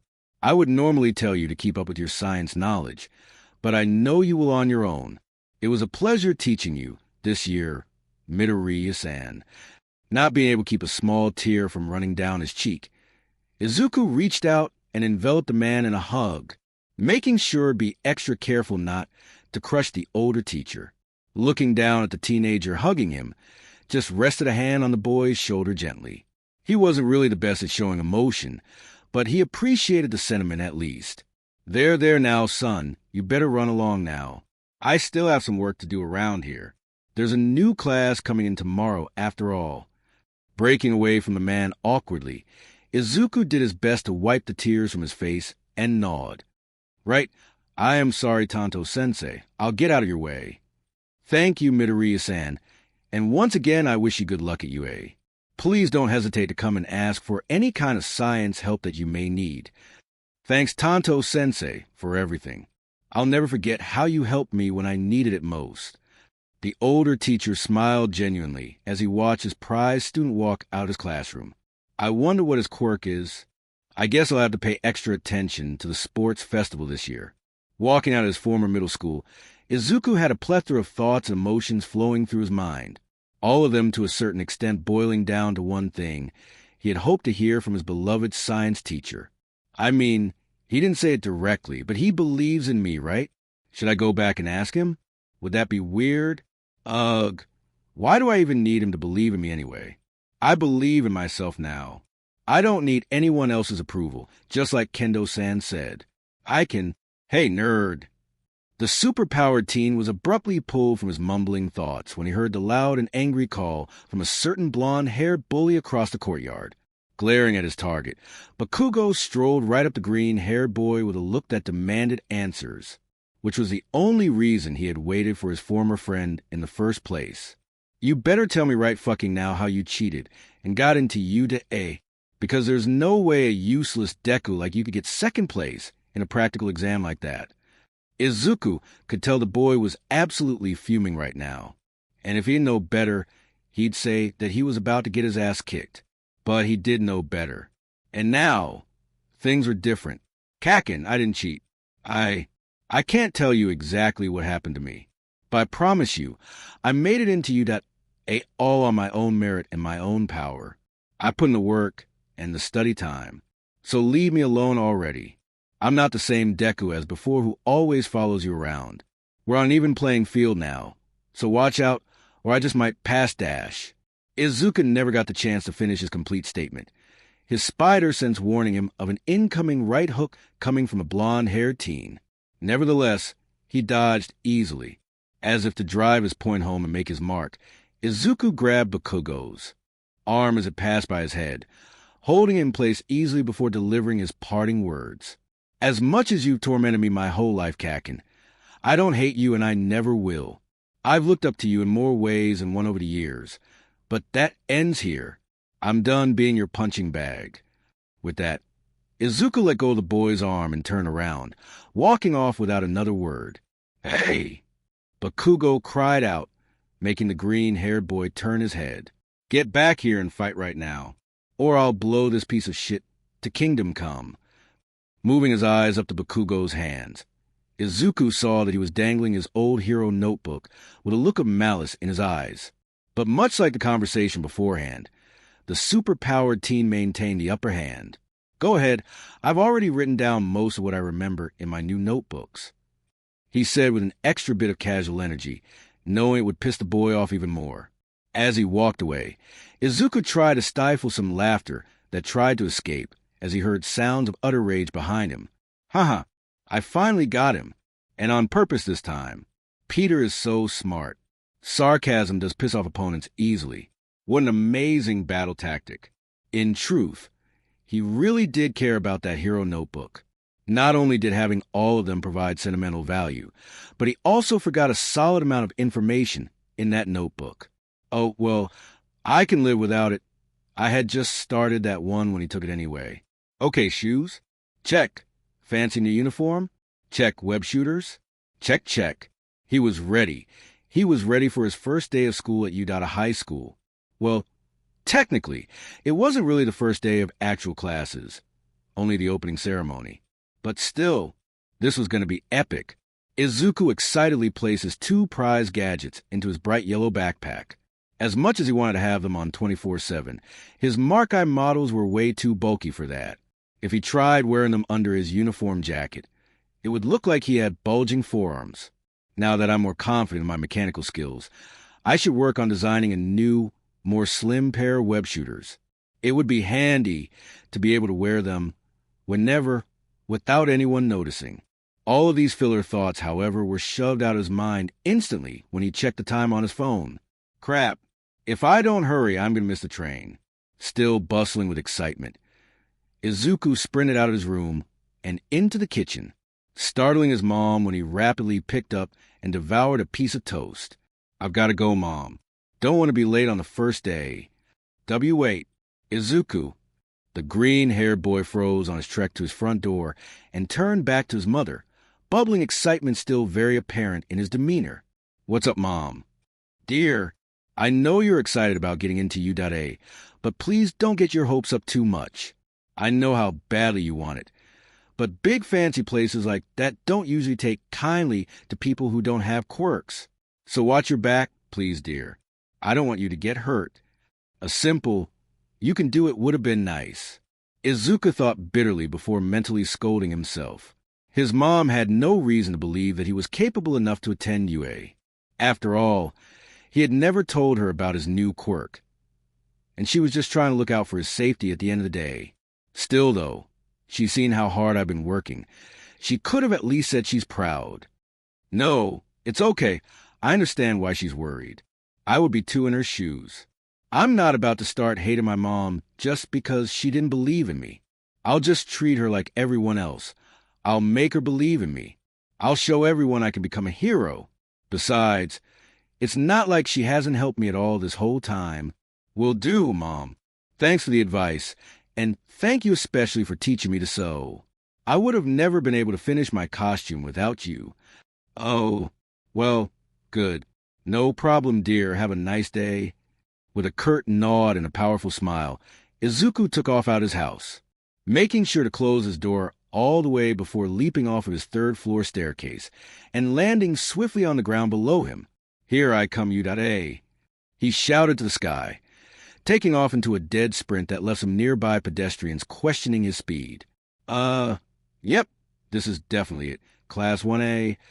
Izuku mumbled to himself, standing in front of the unusually large door. For some reason, he couldn't find it in himself to open it and step inside. He wasn't really all that nervous per se, but he was worried about one specific thing. Please let her be in my class. Please let her be in my class. Please let her be in my class. Reaching out and gripping the doorknob tightly, Izuku gulped before opening it up and stepping inside. Wow! So you're that Bakugo guy, the one who got first place in the practical exam. That's so awesome, dude. Super manly. Great. Kaken is in this class.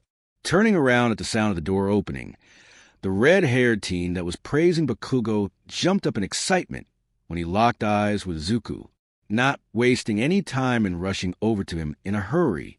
Whoa! And you're that kid that ran in and stopped the zero-pointer from crushing that girl. Wow, that was the most manly thing I've ever seen. Sorry about freaking out at you over those stolen points.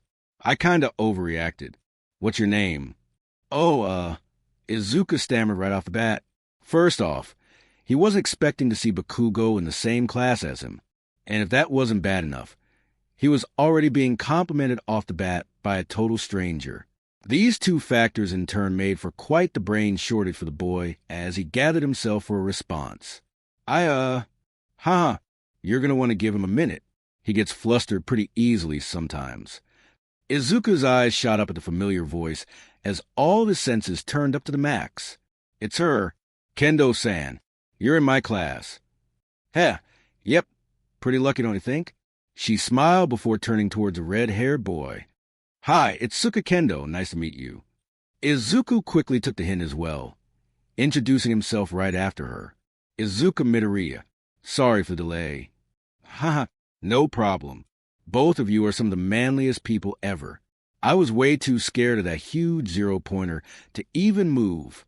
The name's Ijiro Kirishima, by the way. Oh, trust me, I was scared as hell too. I just went in so this weirdo wouldn't get himself killed. Kendo quipped with a bit of mock cockiness. Well, I can't really argue with that, the superpowered teen mumbled as he scratched the back of his head. Again, I really am sorry about taking your points, Kirishima-san. Hey, like I said, man, water under the bridge. Seeing that the conversation was coming to a close, Izuku took a moment to scan around the rest of the classroom. Obviously, he didn't know anyone except Bakugo, who was conveniently looking away from him with a scowl on his face. Luckily, his little conversation with Kendo and Kirishima had gone unnoticed by the rest of class. Most were divided up into smaller groups like his was, so they could get to know each other a little better. Heck, Izuku would have gone back to chatting too if his spider sense didn't begin to tickle him. What the heck? I've never felt it ring so softly before. Oh, wow. Is that really him? The one who stopped the 0-pointer's foot.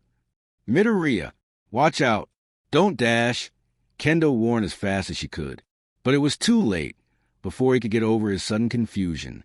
He found himself shaking hands with a slick-haired blonde boy. Hi, nice to meet you. I'm Dash. All right, everyone, settle down. A bored voice echoed as a man in a sleeping bag hopped into classroom. What? You've never seen a tire man before? Whatever. Just put these on and head for the P.E grounds for your quirk apprehension test. Wait, what? Test. We just got here. A boy with yellow and black hair cried out in horror. Izuku only looked over the P.E uniform before locking eyes with Kendo, both of them giving a small shrug before obeying the man along with the rest of the class. Izuku wasn't going to lie.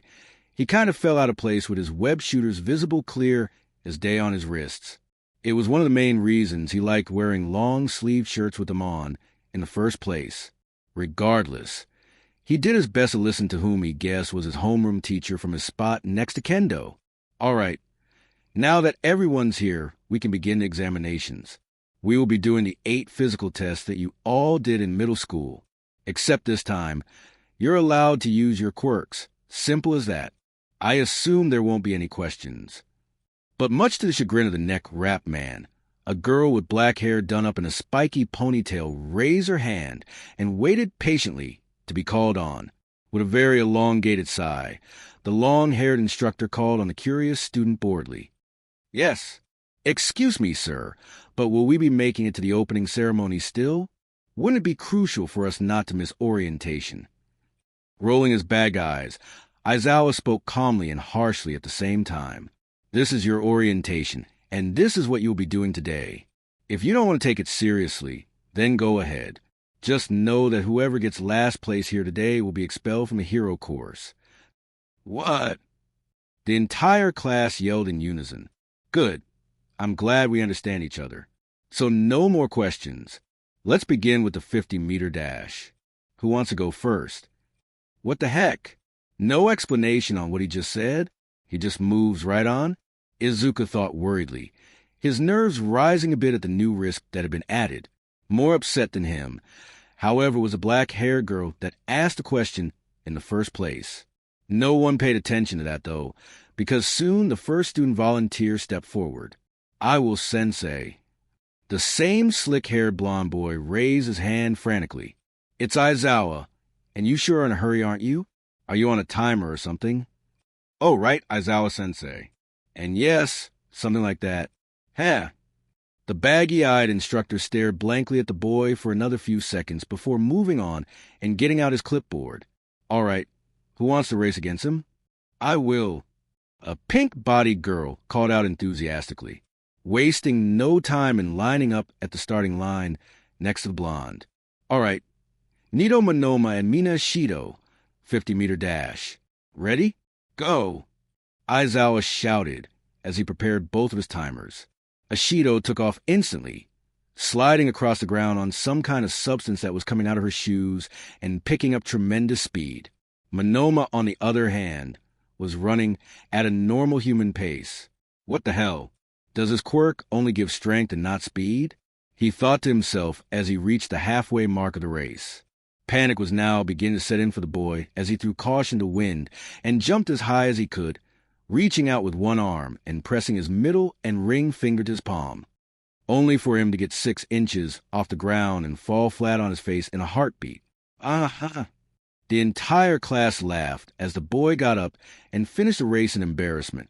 Mina Ashido, 5.31 seconds. Nito Monoma, 11 seconds flat. I made a mistake, sensei. Let me try again. Please. I already told you it's Aizawa sensei. And no do-overs, sorry. Who wants to go next?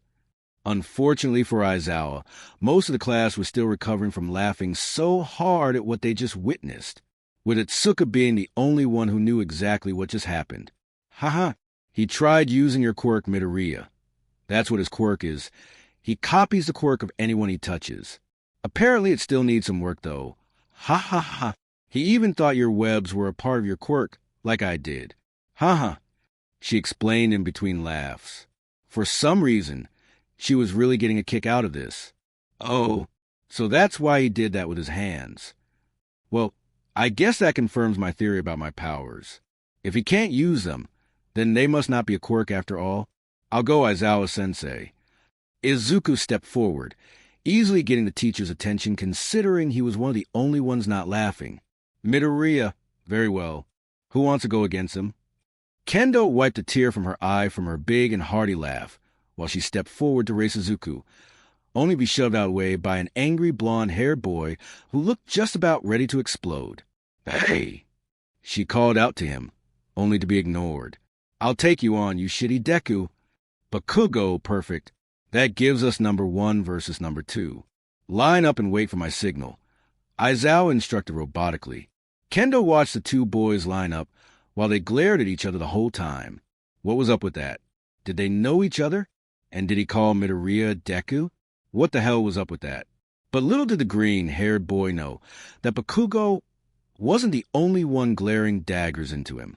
Across the field near the finish line, Monoma was giving him a leer that could rival Bakugo's, which in all honesty was quite the impressive feat. Taking his eyes off of his former friend turned bully, Izuku faced forward and prepared himself. I can do this. I know I can do this. And that's all that matters, he repeated in his head, successfully calming his nerves as he took a deep breath and took a starting position. Izuku Midoriya and Katsuki Bakugo 50-meter dash. Ready? Go! In the blink of an eye, Izuku took off in a dead sprint as fast as he could, the all-too-familiar sound explosions ringing in his ear as he heard Bakugo hot on his tail. If I keep running, he'll catch up easily. The boy thought as he calculated the distance he was running in his mind. He was almost halfway to the finish line, a little shorter than he would have liked to pull off something like this.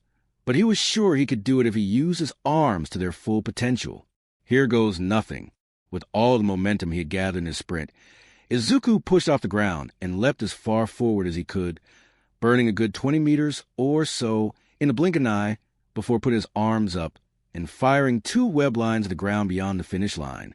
And without missing a beat, the boy pulled as hard as he could on the 2 strands of web, sending him flying forward with both his own force and the added force of the elasticity of his web fluid provided.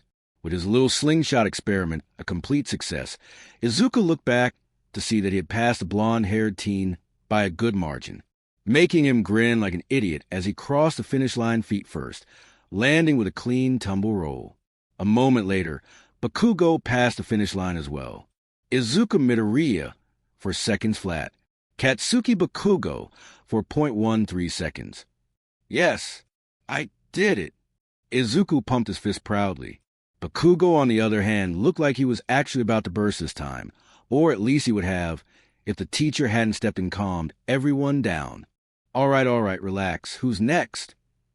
And just like that, the next 2 contestants lined up and prepared themselves to race. This went on until everyone had taken their turn, so they could move on to the next test, with most of the class now keeping an eye out for the top 2 in the practical exam, who were now proven threats. Next up, we have a softball throw. While Aizawa explained the rules and called up the first student, Izuku felt someone tap on his shoulder, smiling when he turned to see Kendo behind him. That was pretty clever what you did in that race of yours. I guess you won't be going home today, huh? And no. It was really nothing. Trust me, Kendo-san. All I really did was calculate my jump and how hard I could pull my own weight. Trust me, it was simple. The girl chuckled a bit at the way he just word-dumped everything. Yeah, my bad, that sounds so simple, she said sarcastically. Boom asterisk. The pair cut their little sidebar immediately and looked up to see what appeared to a softball fly into orbit. And to everyone but Izuku's surprise, it was Bakugo's cocky smirk on the back end of that throw. What the hell? Kirishima yelled in awe. I can't even see it anymore. 705.2 meters. Impressive, Aizawa muttered. Of all the Class 1A students, Kendo seemed to be the only one not impressed. Think you can beat that one nerd? Izuku audibly gulped before stepping forward and volunteering, his eyes getting ever more serious the closer he got to the designated circle. Number 2 again? Have at it. Aizawa encouraged, tossing the boy a softball. Izuku stayed silent as he caught the ball and stared down at the circle he was standing in, an idea quickly popping into his head. Aizawa-sensei, do I have to stay inside the border if I jump? As long as you land in the circle. I don't care what you do. Go for it. Smiling confidently, Izuku wasted no time in jumping forward as far as he could, very similarly to his last one. Waiting until he hit his peak, the superpowered teen cocked back his right arm and prepared to throw, letting it rip when he was at the highest point in his jump, putting all of his strength into the throw. Izuku smiled as it vanished into the air almost instantly, pausing his little celebration to turn around in midair and fire a web line at the circle, allowing him to pull himself back and land on his feet with a graceful backflip. 1,279 meters. Aizawa choked out through wide eyes. What the hell was that? Rather than freaking out again like they did with the surprise pressure that came with these tests, the entire class just stood there with absolute astonishment on their faces, unable to believe what they just saw. That's almost a whole American mile. A girl with horns muttered aloud in very rough Japanese. No one, however, was more surprised than the furious-looking blonde that was already red in the face and ready to explode. In fact, he would have exploded had it not been for a student who spoke up and asked exactly what he was wondering. What the hell was that man? What kind of quirk do you have? A small boy with purple orbs on his head asked in desperation, already having figured this would be coming. Izuku had prepared himself mentally to explain himself, but now that he was facing the crowd head-on, he wasn't so eager anymore. My quirk is called Spider. Basically, I can do anything a spider can, like stick to walls and stuff. It's weird since it's a mutant type, so it's hard to explain. The whole class looked at him like that was not enough information at all, with Kendo even shaking her head with her palm on her forehead. Why does he suck at explaining his quirk so much? Luckily for the poor boy, one familiar student cleared everything up for the rest of her class with her wide array of knowledge. I see. Most spiders can lift up multiple times their own body weight. So given that you're a mutant type, it would make sense that you would be given proportionate strength of a spider. Izuku was a bit taken aback by how informed the girl was. She might actually give me a run for my money in the classroom. Yeah, exactly. It's just like that, he complimented, receiving only a nod from the somewhat serious girl. The very same girl who had asked Aizawa-sensei the initial question before all the tests began. Wait a minute, that doesn't explain why he gets to cheat and use support items. Monoma yelled accusingly as he spotted the items on the boy's wrist. If only he'd seen them sooner. It would have made his day a lot less embarrassing. I'm not cheating, I registered these. They're my web shooters, and I made them myself. They wouldn't have let me use them otherwise. The boy responded calmly. Walking up and grabbing the green-haired boy's shoulder, Aizawa spoke. I'm going to need to see a registry note Midoriya. Izuku shrugged and casually reached into his pocket, pulling out the little slip of paper and showing it to the professor. After taking just one glance at it, Aizawa handed it back to him, nodding in approval at what the boy said earlier. All right then, very impressive Midoriya on all fronts, both physical and mental. Keep it up. Now who's next? As the next student moved up to throw the softball, Izuku was pelted with questions as he walked back into crowd, most of which he just shrugged off and answered with simple responses. In all honesty, the attention was kind of suffocating. He had no idea how Peter thrived so much in outgoing situations like this. One specific student who had his eyes wide with both hate and amazement was Bakugo. Even now that everything had been explained properly, he still couldn't comprehend how Izuku had such a strong quirk. At the very least, the blonde held back his tongue for now. He had gotten his explanation at least. Now all that was left was confronting Deku, and that could wait for later. The rest of the test went by relatively quickly, with Izuku's powers being perfect for dominating each one. In the standing long jump, he had easily cleared the sandbox, which in hindsight wasn't all that impressive since most students did so as well, but it was still worth mentioning. On the repeated side steps, only one student managed to best his quick feet, a small purple-haired boy who used his quirk to bounce from side to side over the lines at an incredible pace. On the grip strength test, he had somehow managed to destroy the small handheld device before it could even get a reading on him, leaving everyone in shock once again. The only other student who had the same outcome with their own grip strength device was Kendo, who crushed it to pieces with her enlarged hand. It went without saying that both she and Izuku were given max scores by Aizawa-sensei. Next was probably the exercise that was least affected by quirk usage, the seated toe touch. In middle school, it was meant to display flexibility in students and test them on that alone. And flexibility wasn't really something that most quirks could affect in any significant way. Needless to say, though, Izuku's spider training had done him well in not only making him more agile, but also more flexible, giving him the perfect amount of bend at the waist to reach all the way past his toes and scoring the most points possible. The last two tests were ones that his spider powers were able to handle all by themselves, with the distance run leaving only him and the intelligent girl, Momo Yaoyorozu, as the last two people on the track running laps. Well, she wasn't really running as much as riding an electric scooter boredly while she waited for him to tire out, which, by the way, was still a long time coming. He'd been going strong for almost an entire hour without even breaking a sweat in his steady jog. Even the boy with an ice quirk who was just gliding along a streak of ice had given up a while back, half of his body becoming frozen as he reached his limit. What is that? 70 laps now? That girl is going to run out of power in that thing before he tires out. Ashido mentioned to no one in particular, getting a hefty nod from the rest of the class. I'll say, she couldn't at least pick something cooler like a chopper? Why'd she go with a lame old scooter? Kendo added pointlessly. Eventually, Aizawa-sensei ended up stopping the two students at 100 laps. Having seen enough to be satisfied, and then some, the board instructor simply gave them both max points. It was the same story as well on the sit-ups. Are you tired yet? I'm getting bored of holding your feet down. Kendo complained from her spot on the floor in front of Izuku. Sorry, Kendo-san, but I feel fine. And it was the truth. He had lost track at around sit-up number 200 and was just continuing until Aizawa-sensei stopped him like on the distance run. All right, that's enough showing off, Midoriya. You're finished. 300 sit-ups. Everyone gather around while I count up the scores. I'll post them here in a minute.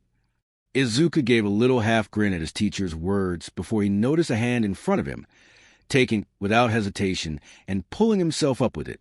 Thanks, Kendo-san. Don't mention She began before being pulled off to the side and away from the green-haired boy. After gaining her bearings again, the orange-haired girl looked around to see that she was surrounded by most of the girls in her class, with the pink-skinned girl and the invisible girl taking the lead and getting in her personal space. Kendo-chan, you were holding Midoriya's legs while he did his sit-ups. You have to tell us, how amazing were his abs? Ashido asked slyly. W what? Itsuka stuttered as her cheeks gained color. Oh, come on. We know his shirt must have slipped up at some point. He did 300 of those without even breaking a sweat. He must be absolutely shredded. A girl who was completely invisible said dreamily. Although no one could really see her facial expression, it was obvious that she was at least pleased with her imagination. Guys, what the hell? I wasn't peeking at his abs like that. I'm not a weirdo. Technically, not looking would make you the weirdo. We are girls after all, Jero. An odd-faced girl with her tongue hanging out mentioned. Okay, I'm not doing this right now. Nope, I hate girl talk. Go get your gossip from someone else. Kendo finished and walked away, trying her hardest to wipe the blush from her cheeks on her way back to Izuku. Kendo-san, what was that all about? Don't worry about it. Let's just go see our results, she said in a tone that came as more of a demand than a suggestion. All right, everyone settle down, or I actually will expel one of you, the bored-looking man muttered aloud, making an entire class look at him in confusion. Wait, what? A yellow and black-haired boy scratched his head as his mind danced in circles. What does that mean? Meanwhile, many of the other students were already sighing in relief. It means he was lying about expelling last place. Stupid. A purple-haired girl with earphone jacks for ears stated, attempting to catch the slower boy up. Correct. I may not have been completely honest with you all on that, but you deserved it. Don't ever take anything we do in this class as anything less than deadly serious. Got that? Yes, Sensei. Good. But that's the end of my rational deception for now. These scores are all 100% real. So take them that way, he continued in his low, raspy voice while pulling out a phone-looking device and pressing in some commands. Before long, a blue projection appeared from the handheld device, showing a list of 20 names ranked from first to last. 1. Izuku Midoriya. 2. Momo Yaoyorozu. 3. Shoto Todoroki. 4. Katsuki Bakugo. 5. Itsuka Kendo. 6. Fumikichi Tokoyami. 7. Aijiro Kurishima. 8. Tetsu. 9. Mina Ashido. 10. Pony Tsunatori. 11. Tsuyu Ajui. 12. Kojiro Bondo. 13. Hantasiro. 14. Sunkai Bara. 15. Yosetsu Uwais. 16. Kyokujiro. 17. Denki Kaminari. 18. Toru Hagakure. 19. Nido Monoma. 20. Minoru Mineta. Oh, thank goodness. The last place student, Mineta yelled flamboyantly, falling to his knees and looking up to the sky with tears in his eyes. I would have been expelled if Sensei wasn't lying. While some students had more extreme reactions, like Mineta, for the most part, everyone else just nodded in satisfaction at the table of names. Nice, Midoriya. You got first. Can't really say I'm surprised after watching your performance, but still, great job. Kendo mentioned genuinely, getting a nod as well from Kirishima.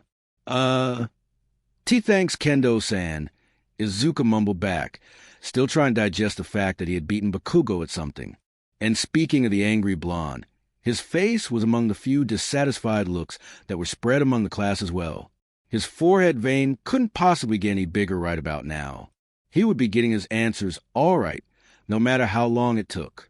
You won't beat me again, you stupid fucking Deku. Another student who wasn't looking too cheerful at the moment was Yaoyorozu, who looked on at Izuku with uncertain eyes that showed she didn't exactly welcome competition. I'll just have to try even harder in class. All right, that's it for today. Hit the locker rooms and change back into your uniforms. I doubt you'll make the opening ceremony, but you're welcome to try. See you tomorrow for our first day of class. Aizawa ordered in his monotone voice as he walked off the PE grounds. As all of the students nodded and made their trek back to the locker rooms, Aizawa sighed when he noticed a tall, muscular figure waiting for him behind some bushes next to the school's entrance. Piss. Aizawa, over here, the enormous man whispered loudly. Rolling his eyes, the baggy-eyed man continued walking, only being forced to stop when a larger man jumped in front of him. So, did you do it? All Might asked curiously, his winning smile faltering for a moment. Yes, I did multiple times. It didn't work. See, I told you. There's something fishy going on with that boy. He must have a connection to All for One. How else could he avoid your erasure? Aizawa had been given a rough outline about who this All for One was when he was given this task by the symbol of peace. And to be honest, his whole theory sounded like one big load of crap. But the director had stepped in directly and all but forced him to go along with it. So here he was. Look, All Might, I understand why you want to keep your condition and this big villain a secret from everyone, but I don't want to be dragged into any of this unless I absolutely have to. So can you please explain to me why my quirk not working on this Midoriya kid is such vital information? Because it reeks of All for One. First, this boy shows up randomly with a brand new quirk after being quirkless his whole life. And now it can't even be affected by your famous erasure? This doesn't make any sense. And that's what makes me so worried. Still keeping an even face, Aizawa took his turn to speak. Or, just hear me out. My quirk doesn't affect him, because he's a mutant type. Huh. Yep, he said it himself. And it's common knowledge that my erasure doesn't affect those types of quirks. It's also common knowledge that mutant types are the class of quirks that scientists know the least about. So no matter how weird it may sound to us, developing a quirk later on in life could be a very real possibility for mutant types. This left the number one hero absolutely speechless, giving the erasure hero the perfect opportunity to begin walking away. Trust me, All Might, I think it's weird too, so don't worry. Just don't do anything stupid and let the situation play out. I'm sure if we keep on watching quietly, we can figure this thing out before taking action. Watching the quiet man leave silently, All Might shrunk down to his true form, letting the words he just heard sink in properly. Just watch quietly? Well, he had never been one to do anything quietly. That was for sure. Sighing somewhat exhaustedly, Izuku made his way down the winding hallways of Ute A in search of a specific classroom.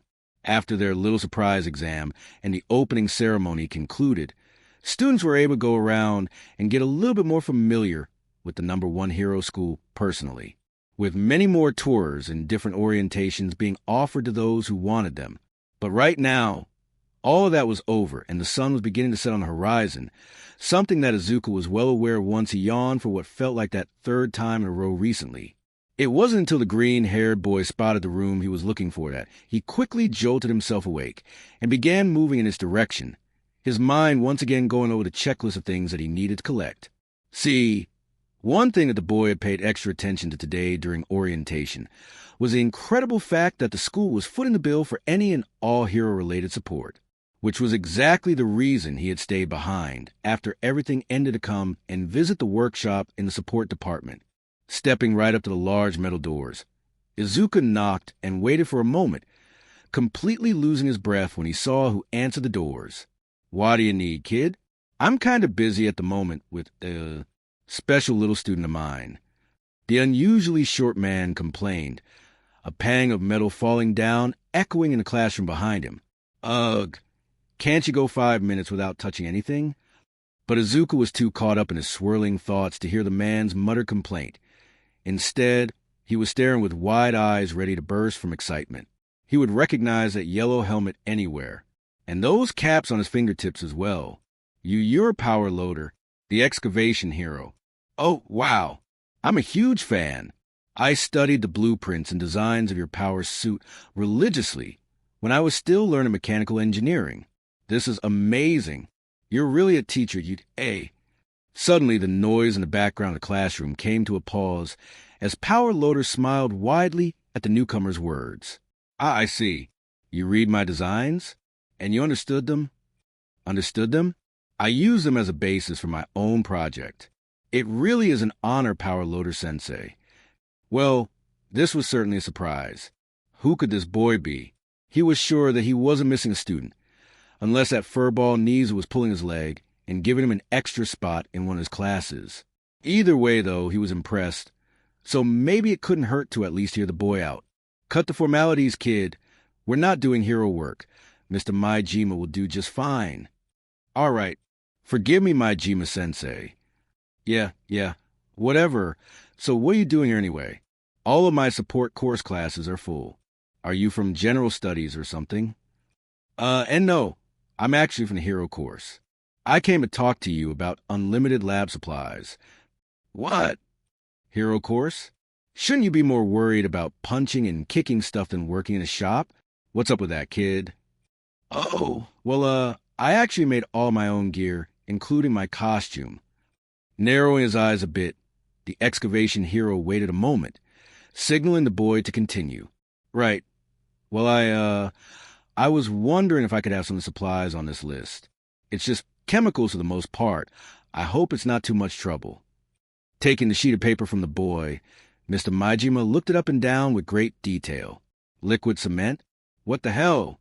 Yes, I can confirm that we do have everything on this list, but you aren't a support course student, so I can't just hand them out to you willy-nilly. What do you need them for?" "Oh, right. Do you think I could come inside to a desk?" I don't want to get in trouble bringing these out in the hallway.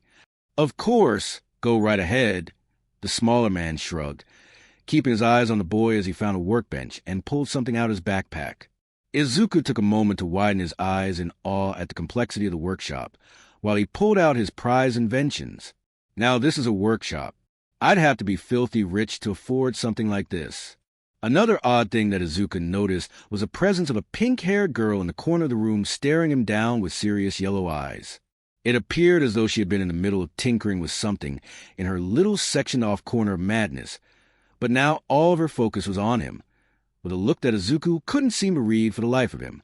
Okay, that's kind of creepy, was his final thought before finally pulling out his pair of support items and clicking them onto his wrists.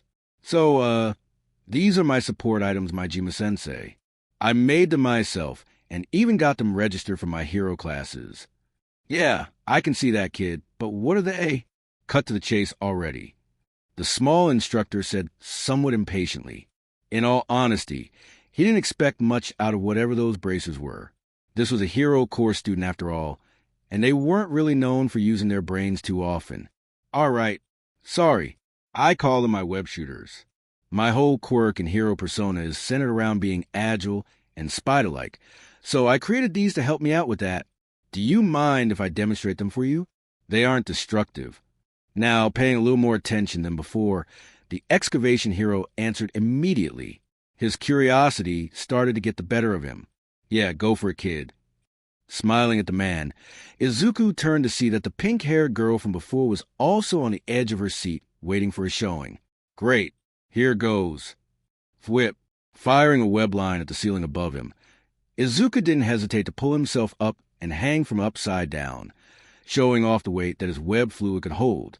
If I hold the trigger down, it fires a web line, which I can use in battle or even support my weight and swing from. Before anyone could respond, Izuku brought up his other hand, while holding himself up with the other, shooting a blob of webbing at the wall across the room. But if I just tap the trigger, it shoots out in more of a ball-like consistency, making it a perfect adhesive projectile.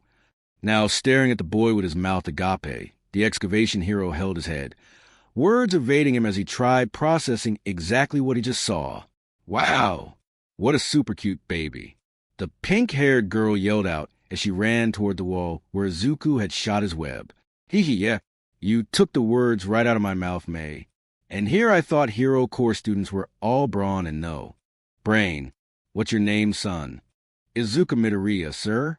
The green-haired boy stated happily, letting go of his web line, and falling to the floor elegantly. Well then, Midoriya, you sure do have something here. This is incredible. Are those completely mechanical? I don't see a single speck of light coming from those things. Oh, yeah, I designed them like that. I didn't want to get into anything electrical, otherwise they would have taken me even longer. Plus, I figured if I mess up on the waterproofing, I would just end up ruining them any time they got wet. That was a wise decision. Nothing beats the good old classics. Tangling with the hazard of getting shocked is a whole new rodeo when tinkering with things. Good instincts. Yeah. Thanks, Majima-sensei, he said awkwardly, doing his best to shrug the compliment off and regain focus. Whoa, that really is a strong adhesive. The two men turned to where the pink-haired girl was and widened their eyes at the circumstance she was in. May, what did I tell you about touching random stuff you don't know about? Izuku, on the other hand, just scratched the back of his head sheepishly at the girl's odd position. It seemed that she had gotten her whole arm stuck to the wall in her search to find answers, which honestly he was getting used to. It always seemed like someone's first instinct when seeing his webbing was to reach out and touch it. Ah, crap, Majima grumbled as his attempt to pull a student off of the wall failed. Hey, Midoriya, how do you loosen this stuff? Haha, well, that's the thing. I created the formula to be as strong as possible while still maintaining as much elasticity as I could. So unless she has a strength quirk, she's going to be stuck there for about an hour. An hour? What happens then? That's about how long it takes for it to dissolve. I figured this would happen a lot, so I didn't make it permanent on purpose. Widening his eyes yet again and nodding his head in approval, Mr. Majima walked back to the boy and read over the list again, this time giving him a big thumbs up, Wow. Alrighty then, Midoriya, you've convinced me. I'll get you everything on this list. No problem. I'm guessing that these chemicals are for making that substance of yours. Yes, sir. The superpowered teen exclaimed cheerfully, bouncing on the balls of his feet in excitement. I already have a formula written down and memorized if you want to see it as proof. Chuckling slightly, the excavation hero opened up a cabinet and collected a large tray, promptly giving it to the boy with a winning smile. Don't worry about it, kid. I believe you. Now come on, I'll show you to where we keep just about every chemical known to man. You can pick out what you need and be on your way. Really? Thank you so much, my Jima-sensei. Hee. It's no problem, kid. I'm honestly surprised that you were even able to make that stuff on your own. The chemicals alone must have cost a fortune. Yeah, they really did. Up until now, I've been really trying to conserve my web fluid. It really hurt my wallet every time I ran out. Heh? Well, don't you worry about that anymore, Midoriya. Power Loader declared, grabbing some keys off his desk and beginning to walk toward the doors. We'll take good care of you here at the support department. Izuku couldn't wipe the grin off his face if he tried. This was incredible. Finally, no more empty wallets. Hey, my Jima-sensei, what about me? I want to get a good look at the web babies. Mei complained from her spot on the wall. Huh. Well, maybe this will teach you to stop being so curious all the time. You heard Midoriya. You got time out for 1 hour. And I don't think he's going to sit around and wait. The instructor laughed as he walked out of the classroom with Izuku in tow. Ah, man, those babies were extra cute too. Izuku woke up groggily to the sound of his phone's alarm screeching painfully into his sensitive ears. Normally, the device was placed away from his head and on his nightstand while he slept, but last night had not been a normal night. The boy groaned as he picked up his phone and shut off the alarm, his eyes shooting open all the way as he checked the time as well. Shit, that was my backup alarm. He yelled out in realization, quickly getting up from his messy workbench and looking for his uniform. See, since the superpowered teen had just gotten a shiny new set of chemicals from the UDOT support department, he had immediately begun mass-producing as much web fluid as humanly possible right when he got home yesterday, which in all honesty, he loved doing, no matter how time-consuming it could be. Mixing the chemicals and synthesizing the fluid mixture was easy enough, but actually getting the stuff into the tiny little capsules, now that took both time and finesse. The only place that the green-haired boy miscalculated was in his estimated time of quitting and going to bed, in which he obviously pushed it a little too far, and overslept his first alarm for school. Now fully dressed in his gray UDA uniform, Izuku rushed out of his room and quickly said goodbye to his mom. Once he was outside his apartment, he quickly finished snapping on his web shooters before perching onto the railing of the building's stairs. I don't have a choice. I have to web swing to school. The train is already long gone, and class starts in 15 minutes. The teen thought rapidly as he checked his phone one more time. Izuku knew the risks of getting caught for quirk usage in public, but frankly, he didn't care anymore. He had gone out web swinging plenty of times before, back when he was still learning how to do it. Sure, he'd had a few close calls here and there where he had to speed up and hide to get a pro hero off his tail, but that ended up being more fun and thrilling to him than scary and cautioning. It's not a big deal. After all, Peter breaks the law all the time just by being a hero in his world. What would he think of me if I was too scared to just web swing? Izuku thought comically to himself, a somewhat cocky smirk making its way onto his lips. However fictional Peter Parker may have been, he was still like a mentor to the young green-haired boy, and he wasn't about to shy away from something that the comic book character made look easy. Making up his mind, Izuku turned around on his perch to face his apartment building, not wasting another second in jumping up and clinging to the wall above his door. Once the boy had crawled up to the roof of his building, he immediately started sprinting, giving himself a running start before leaping off the building and beginning his swing. This would never get old. Walking to the gates of UA at a steady pace, Itsuka Kendo was silent as a plethora of thoughts swam around in her mind, most of which were centered around a plain-looking green-haired boy and his second absence in a row. Not only was he not on the train this morning on the way to school, but yesterday when she had waited after orientation to walk home with him, he was nowhere to be found. It wasn't the biggest deal in the world to her, She just found it odd. The only reason she had even waited in the first place was because he was one of the only people in her class that she felt somewhat familiar with. Well, and the fact that they took the same train to get home. Maybe he took a different train today? Before long, though, the girl's thoughts evaporated as she heard an all-too-familiar sound come from behind her. Whip. Yep, just as she expected. When she turned around, there he was, the person she was just thinking about. Detaching from his final web line, Izuku kicked off the arc and flew forward as fast as he could, riding this last bit of momentum for as long as possible. Seeing that he was going to end up a bit short of the campus, the green-haired boy entered a head-first dive and landed hands first on the blue outline of Yude's main gate, pushing off with his arms and landing in a steady perch crouch right in front of the orange-haired girl. Oh! Hey, Kendo-san, Izuku said casually with a bit of sweat on his face. The girl, on the other hand, was not so casual, looking around frantically and sighing in relief when she noticed they were alone. Midoriya? What the hell was that? Are you trying to get in trouble? Slowly unclipping and taking off his web shooters, Izuku's smile only grew, riding out the wave of adrenaline and confidence to the fullest. Heh! Can't get in trouble if I don't get caught. Again, this only seemed to further confuse the girl, as his demeanor did another sudden 180. What is with this guy? It's almost like he's two different people. Wasting no time, however, Kendo matched his smirk, almost challenging the boy as she tried to one-up him. Humph, fine, that's fair. I guess I'll just stop waiting for you after school, if you're just going to swing home every day now. Instantly widening his eyes, Izuku's brave face faltered as nerves hit him like a truck. W what? Why you waited for me? When? What are you talking about?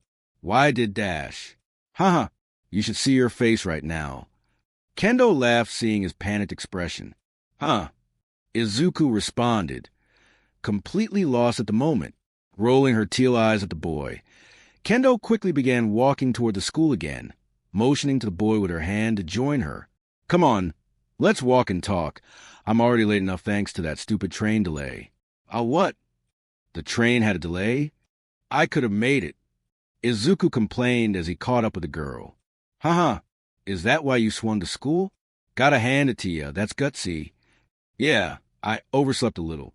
Got caught up making web fluid all night, since the school gave me all the chemicals I needed. Oh wow, they're supplying you with chemicals? For free? The girl inquired as they walked into the school. Yeah, isn't it great? I used to burn through cash all the time on just raw chemicals, but the school said since it was for a support item, they would give me anything I needed. That's actually where I was after orientation yesterday. The support department. Sorry if I kept you waiting. Izuku said sheepishly while scratching his head. Oh, wow, that's awesome, dude. And don't worry about it. I'm just glad you didn't ditch me on purpose. She jabbed playfully. Of course not. I'll be there today, I promise. Haha. Yeah, I'll believe it when I see it.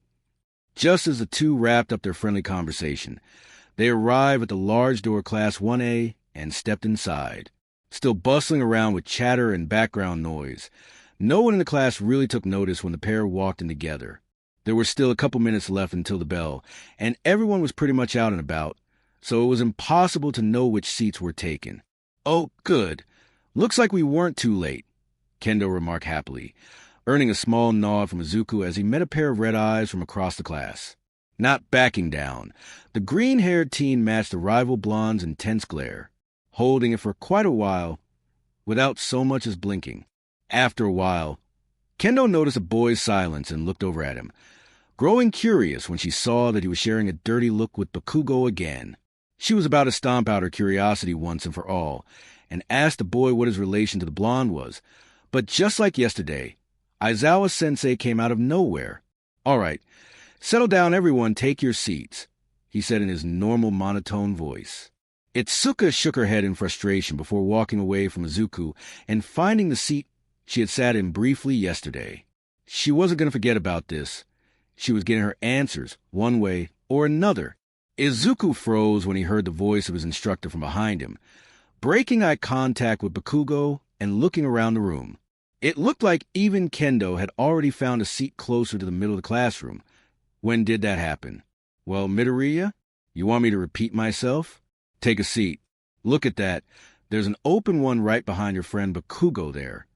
Of course, the only open seat is near Kakin. Crap.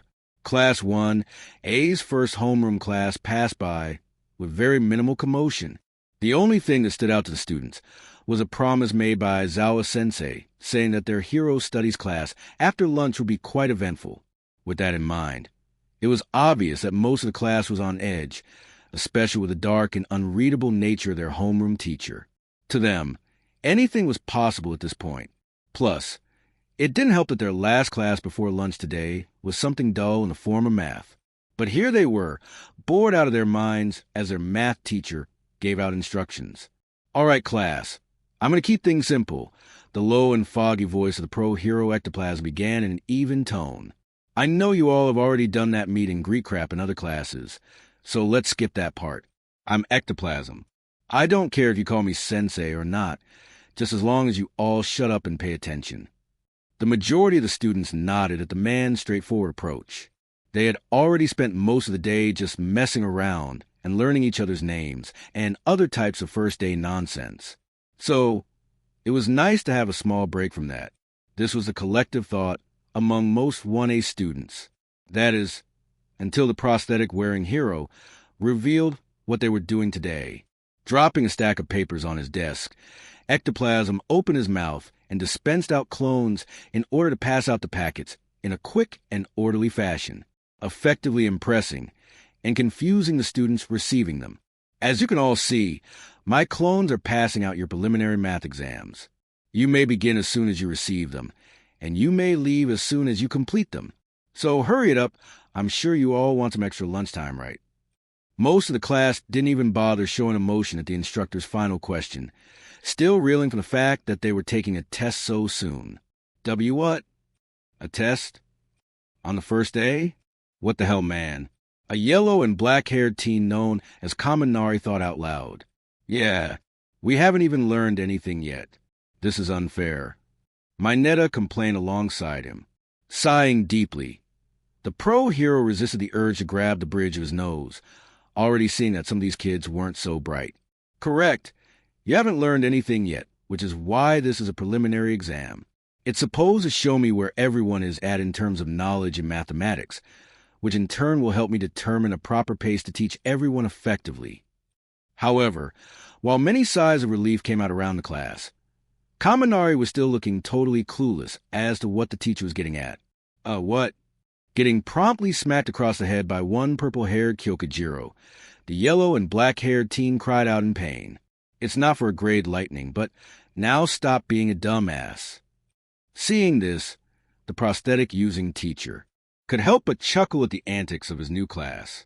This was certainly guaranteed to be an interesting year. Very well then, please quiet down and begin. As the class collectively put their heads down and began working, Ectoplasm looked around to try and observe what he could. For one, he saw the yellow-haired boy from before practically pull his hair out while looking at a problem. This made the man chuckle a bit, as he also noticed a red-haired boy and an invisible girl show some signs of struggle as well. The test wasn't designed to be impossible, but sure as heck wasn't easy. He had made sure to put in a couple of problems that even a college-level math graduate would have some trouble with, which was why he was so taken aback when the first exam was handed back to him only 15 minutes into class. The pro-hero read the name at the top of the page and looked up to make eye contact with the boy. Was he serious? Izuku Midoriya. Ectoplasm thought to himself as the boy took a bow and walked out the door, looking deeper through the test. The pro-hero made sure that he wasn't being pranked by being handed a blank test. But every problem that he looked through on any given page only left him more and more stunned. He didn't know for sure until he graded it fully later, but this boy was at least close to perfect score. With shock still obvious on his face, Ectoplasm brought his eyes back up to class where most students were still focused on their tests. This was incredible. It looked like he already had a star pupil. Only a couple pairs of eyes stayed up and looked at the door that Izuku just walked out of, one from an angry Bakugo, and one from an unsure Yaoyorozu. Izuku sat quietly on the edge of his seat alone at his lunch table. He was, of course, very grateful to Ectoplasm Sensei for giving his class the opportunity to have extra time at lunch, but he didn't expect for the test to be so rudimentary. So now, here he was, sitting alone in a half-empty lunchroom reading comics with an empty bowl of finished Katsudon off to the side. Shaking away the insignificant thoughts, the green-haired boy focused back up on the piece of literature in his hands.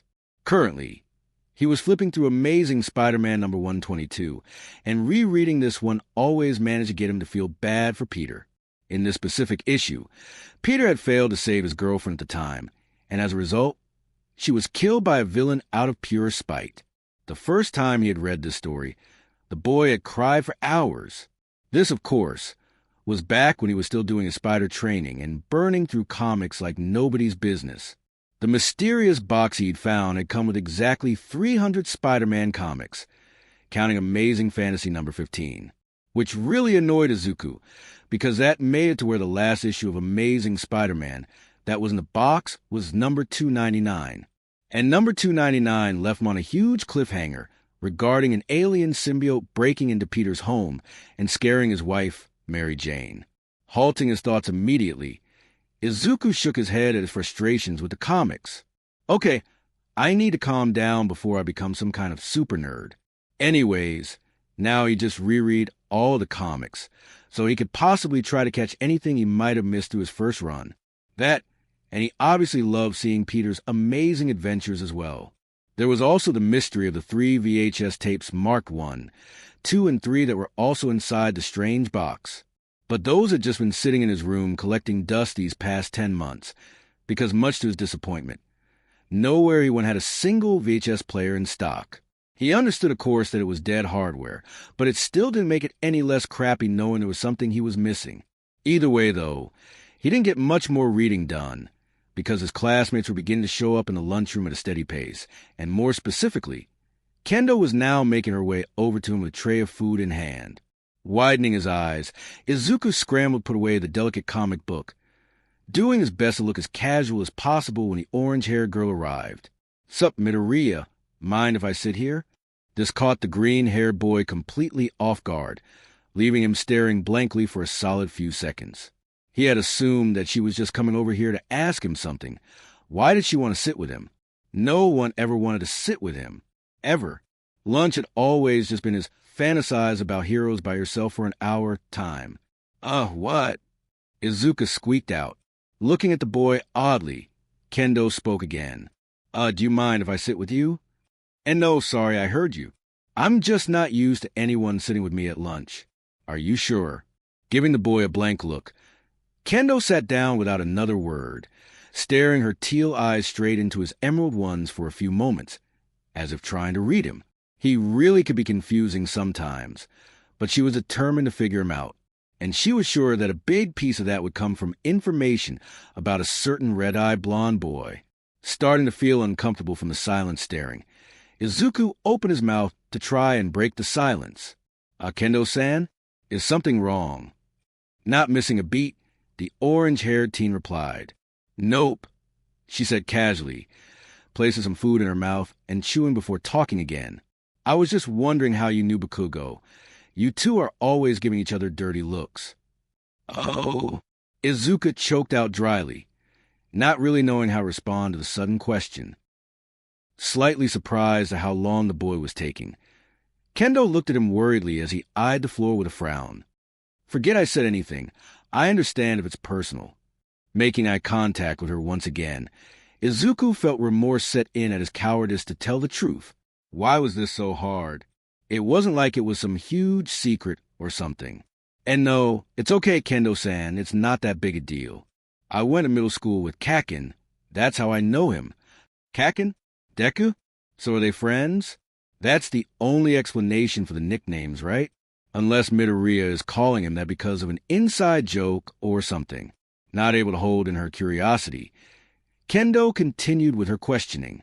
Okay, but then why does he call you Deku? He seems way too angry when he says it for it to just be a cute little nickname. This time, Izuku saw the question coming, pausing for a moment before scratching the back of his head to try and play things off. Oh, that? Heh, it's not a big deal. He's always called me that since we were kids. He just says it to make fun of me and call me useless. This revelation made the orange-haired teen stop everything for a moment, widening her eyes and putting her food down at the thought. Wait, what? He meant that as an insult? He was just messing around with you, though, right? Aren't you friends? When Izuku just stared down at his empty bowl in utter silence, Kendo slowly matched his expression, a frown making its way onto her lips. She understood now, loud and clear, but the big unanswered question now was how. How did someone as strong as Izuku let himself get bullied? She was very much on the verge of asking him and satisfying her curiosity, but she thought better of it. She had already asked enough about his private life, and she didn't want to dig up any more bad memories for the boy. Okay, good. Izuku began again after a long pause, this time sporting a big smile and a thumbs up as the green-haired boy looked back up at her. Because he seems like a massive asshole, she finished with a hefty laugh.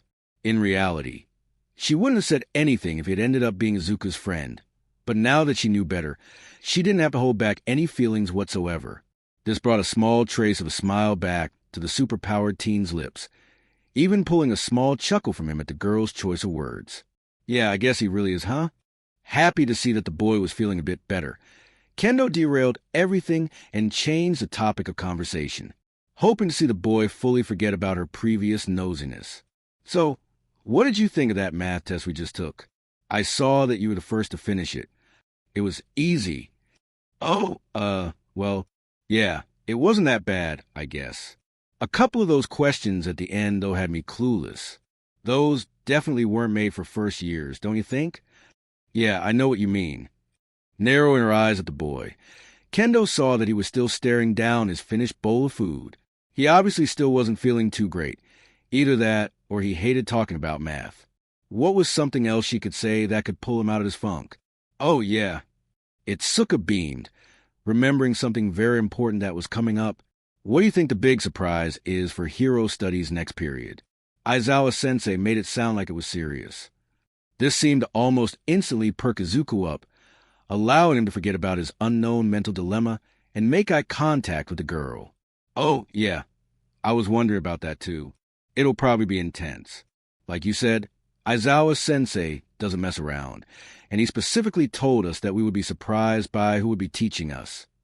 Yeah, but don't get caught up on that too much, Kendo warned, stopping the boy's train of thought in its tracks. Aizawa-sensei could just be lying to us like yesterday.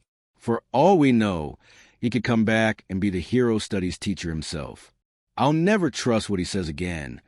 This made him bust out completely in laughter, earning a beaming smile from the redhead across from him. Yeah, that's a good point. I guess we'll see what happens. We just have to be ready for anything. Sure, they were ready. Ready for an unknown teacher to come through the door and start ruffling some feathers. Ready for the most unexpected of scenarios that Yudere could throw at them. Hell, they were even ready for Aizawa to come trudging in and declaring that what he said before was another rational deception. But what they weren't ready for was exactly what ended up happening. I am here, a large and flashy man yelled as he burst through the class doors with an even flashier costume to boot.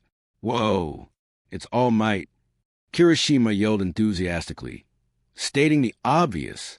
No way, All Might is a teacher at this school. I knew it, so the rumors were true. This is going to be so cool. A year ago, Izuku would have been just as, if not more excited than his classmates around him to see the symbol of peace. But now, he wasn't feeling the excitement at all, even with the man wearing his iconic Silver Age costume. In fact, the green-haired teen was feeling something more along the lines of dread at having to face All Might again. He's my Hero Studies teacher. What are the odds? I hope he doesn't recognize me. That would be an awkward conversation. Who was he kidding? All Might probably saw hundreds of faces a day. There was no way he would remember some kid who claimed to be his biggest fan. That's probably what every kid told him.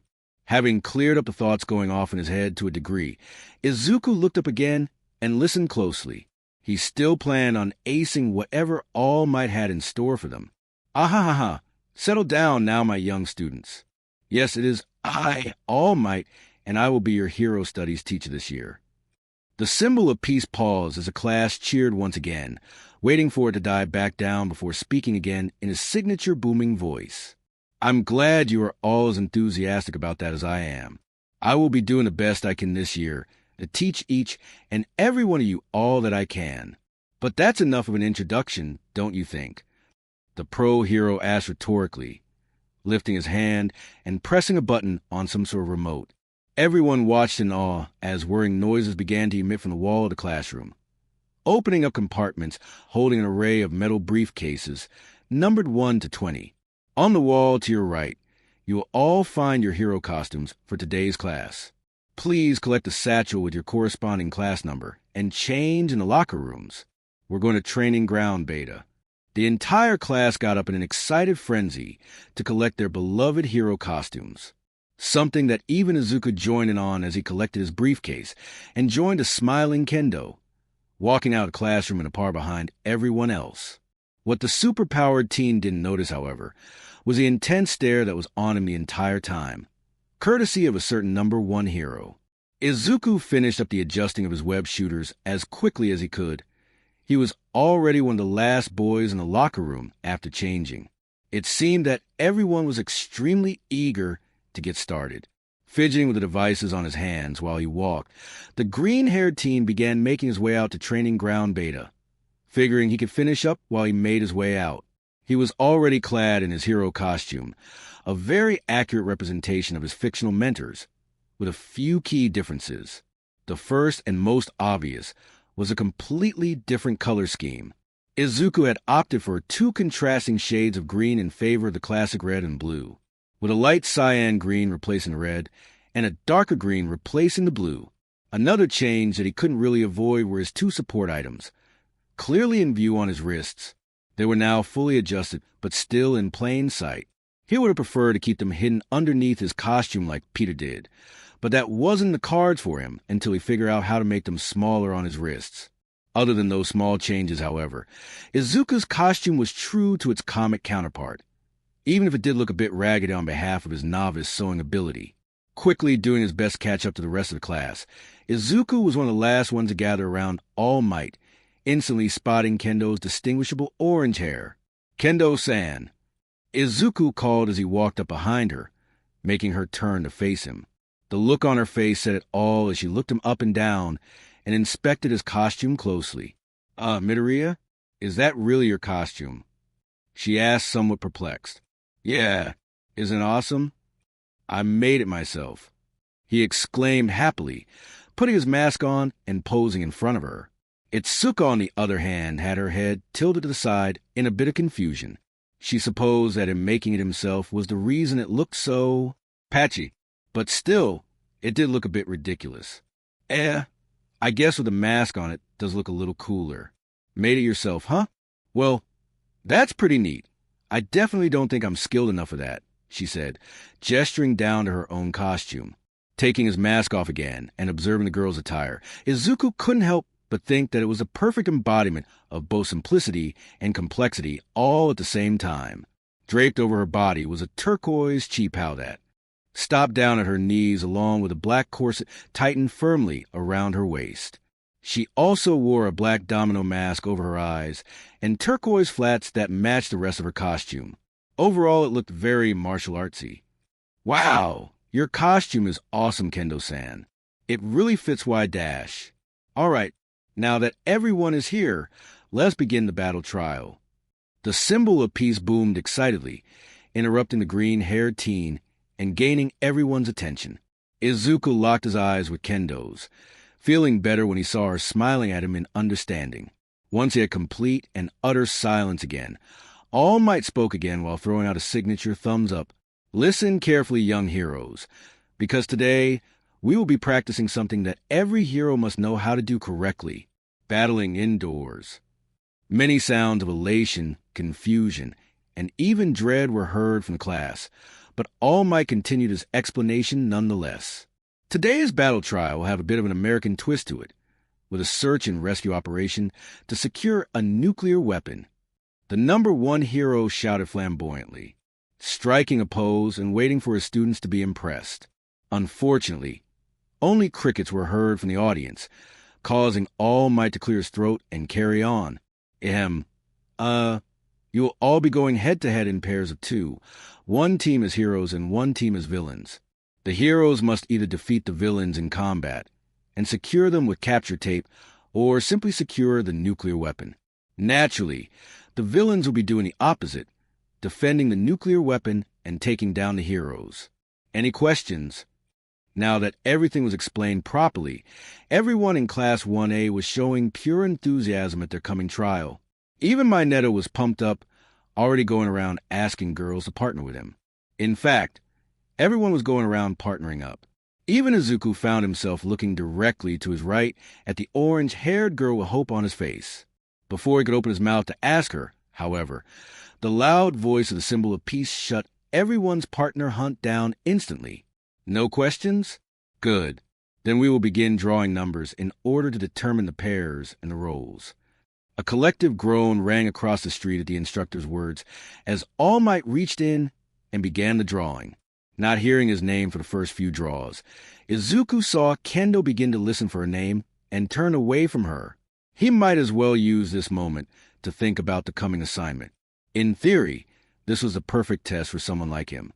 His powers weren't all that destructive to an indoor environment, and his well-roundedness gave him the option to be both sneaky and loud when faced with the task of securing an objective. As a matter of fact, if he didn't know any better, this could have been a scenario right out of Peter's adventures. This was tailor-made for him.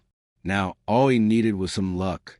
He preferred to be on the hero team for obvious reasons, and he was confident that he could work with anyone in the class barring Bakugo. But since that was only a 1 in 20 chance, the green-haired teen felt pretty good about his odds. His timing was impeccable as well, because right as he finished wrapping up his thoughts, he heard his name boom from the symbol of peace. Next up is Team E, consisting of Izuku Midoriya and Itsuka Kendo. You two will be the hero team. Hearing this, Izuku's neutral face immediately jumped up into a smile as he met her eyes. It looked like luck was finally going his way. And the villain team going up against them will be Katsuki Bakugo and Nito Monoma. And just like that, the superpowered teen's smile faltered. Seriously, I'm going up against Kakin already? Quickly diving back into his head, Izuku took this new development in stride, calming his nerves and taking a deep breath. Realistically, he should be okay now. He already laid everything out to his former friend, and he had even beaten him yesterday several times in the quirk apprehension test. So why would this be any different? Oh, who was he kidding? That answer was obvious. This time he'd have 10 months of pent-up rage coming at him in actual combat. Can I beat Kakin in a direct fight? I handled him in that little skirmish in front of our middle school a few days back. But this is different. He didn't use his quirk back then. What if I... Izuku was shaking out his thoughts by a hand touching his shoulder. Looking up, he saw the familiar teal eyes of his orange-haired classmate right as she began speaking. Come on, Midoriya. Didn't you hear All Might? We're up first. Let's go kick some ass. She said enthusiastically without a care in the world. Yeah, let's do it. Izuku replied softly, following her to the entrance of the building. All right, what's the plan, Midoriya? I know you've got something. Izuku once again shook out his thoughts and tried to get his head in the game. Why was this bugging him so much? Come on, stop thinking so much. I thought I was over this. Midoriya, are you okay? Kendo asked with some concern after his elongated silence. Huh? Oh, yeah, I'm fine. Let's get to planning. We don't have much time left. The orange-haired teen narrowed her eyes at him suspiciously at his poor attempt to change the subject. But seeing as he was right about them having a limited amount of planning time, she let it slide. All right, let's hear it. Right. Izuku began, bringing a finger up to his chin in thought. Okay, well, let's look at the obvious first. We're going up against Kakin and Monoma-san, so this already isn't going to be easy. Do you know if Monoma-san has already touched anyone? Going deep in thought for a moment, Kendo shook her head after a while. No, I don't. He wasn't next to us when the teams were being picked. Well, that's okay. That doesn't change much, because regardless of who Kakin has as a teammate, I'm pretty confident he's going to come down after me right away. This got the girls' attention instantly. You really think he would risk his mission like that just to settle the score with you? Ha, are you kidding? He probably won't even think about the mission at all. I can almost guarantee we'll see him within 5 minutes of entering the building. This made Izuku pause for a moment while she digested the surprising information. What was up with these two? So, what's the plan? I'm sure we can take him down together pretty easily, don't you think? Kendo asked, breaking the silence. I don't know about that. Kaken is really strong. We shouldn't underestimate him. Can you give me a full rundown of your quirk? The orange-haired teen smiled at something familiar being asked of her and responded without hesitation. Of course. It's called Big Fist. It's pretty much exactly what you've already seen. I can grow my hands and increase my strength with them a lot. Really straightforward and boring. Heh. Izuku, on the other hand, was thinking the opposite as he analyzed and brainstormed ideas involving her abilities. All right then. So I'm guessing you prioritize fighting over everything? Yep, exactly. I'm even a black belt in karate, so I work at my best in close range. Izuku nodded, happy with that response as he formed a plan in his head. Seeing as she was a battle hero, he dismissed the idea of splitting up and sending her for the nuclear weapon alone. She could be a valuable asset against Bakugo if they double-teamed him. This was perfect. All right, I've got something. Here's what we're going to do. All right, you shitty extra. Listen up, because I'm only going to say this once. I'm going down there and taking down that shitty Deku once and for all. Got it? I don't give a shit what you do. Just don't get in the way. Bakugo yelled with his back turned to his teammate. He was almost the whole way to the exit of the room when he felt a hand on his shoulder stop him momentarily. Relax, tough guy. You misunderstand me completely. What do you say I join you? I've got a bone to pick with Midoriya as well. We can crush him together. Despite not wanting any help at all in his personal endeavor, Katsuki couldn't help but smile a bit at the slyness in the boy's voice. Back with Kendo and Izuku, the pair were both sitting in silence as the last of the 15-minute preparation period drained away. They were both already aware of what the plan was, having just gone over it twice to make sure they were ready. Now they just had to wait. But while Izuku was waiting calmly and eagerly, Izuku was a slightly different story, and the orange-haired teen couldn't help but worry when the boys started mumbling incoherently again. Okay, just calm down. I've gotten past this already. I'm not scared of Kaken. I'm stronger than him now. There's no reason to be thinking about this so much. Everything is going to go exactly according to plan, just like I told him. Before I'm done being his punching bag. Looking like he had gotten his mind in order, Izuku looked forward with fire in his emerald eyes, ready for the battle ahead. However, the quick change in demeanor was not enough to stop Kendo from voicing her concerns. All right, Midoriya, what's wrong? I know something's up. You've been mumbling to yourself this whole time. Izuku barely caught what she said before she kept going. Is this about facing Bakugo? You can tell me. I'll understand if you're nervous. Well, kinda, but I think I'm okay now. I just need to get my head straight. I thought I was done with this crap after I beat him in all those tests yesterday, but it looks like there's still some doubt there still. Izuku broke into a small smile at the boy's words, happy that he was finally venting this stuff to her. She was expert on this type of stuff thanks to a certain third year, so she already had the perfect encouragement on deck for him. Good. Just remember to believe in yourself, okay? He's just an asshole. Who see dash. Who cares what someone else thinks? Yeah, I remember. Thanks, Kendo-san. Izuku finished for her and looked forward with brand new hunger. It was as if he had just been reminded of something important. So important, in fact, that he didn't even realize what he said until it was too late. After the girl stayed silent for a while, Izuku slowly crept his wide eyes over her, only to see an emotion that he hoped he was reading wrong. Realization. How did you know I was going to say that? Izuku scrambled as he looked back and forth between the starting line and the orange-haired girl. Crap. Suddenly, though, the loudspeaker came to life and the familiar voice of All Might sounded through them. Izuku turned back to Kendo, not knowing what to expect from her. Her expression was completely unreadable to him, but after a few seconds of blankly staring, she finally locked eyes with him, and he could have sworn he saw a hint of anger in her teal eyes. "Let's go. We're sticking to the plan. But you and I are going to have a talk later, got it?" Izuku gulped at the tone she used. She obviously wasn't asking. So with that, he had seen enough, cutting off eye contact and putting on his mask. All right, of C-Course.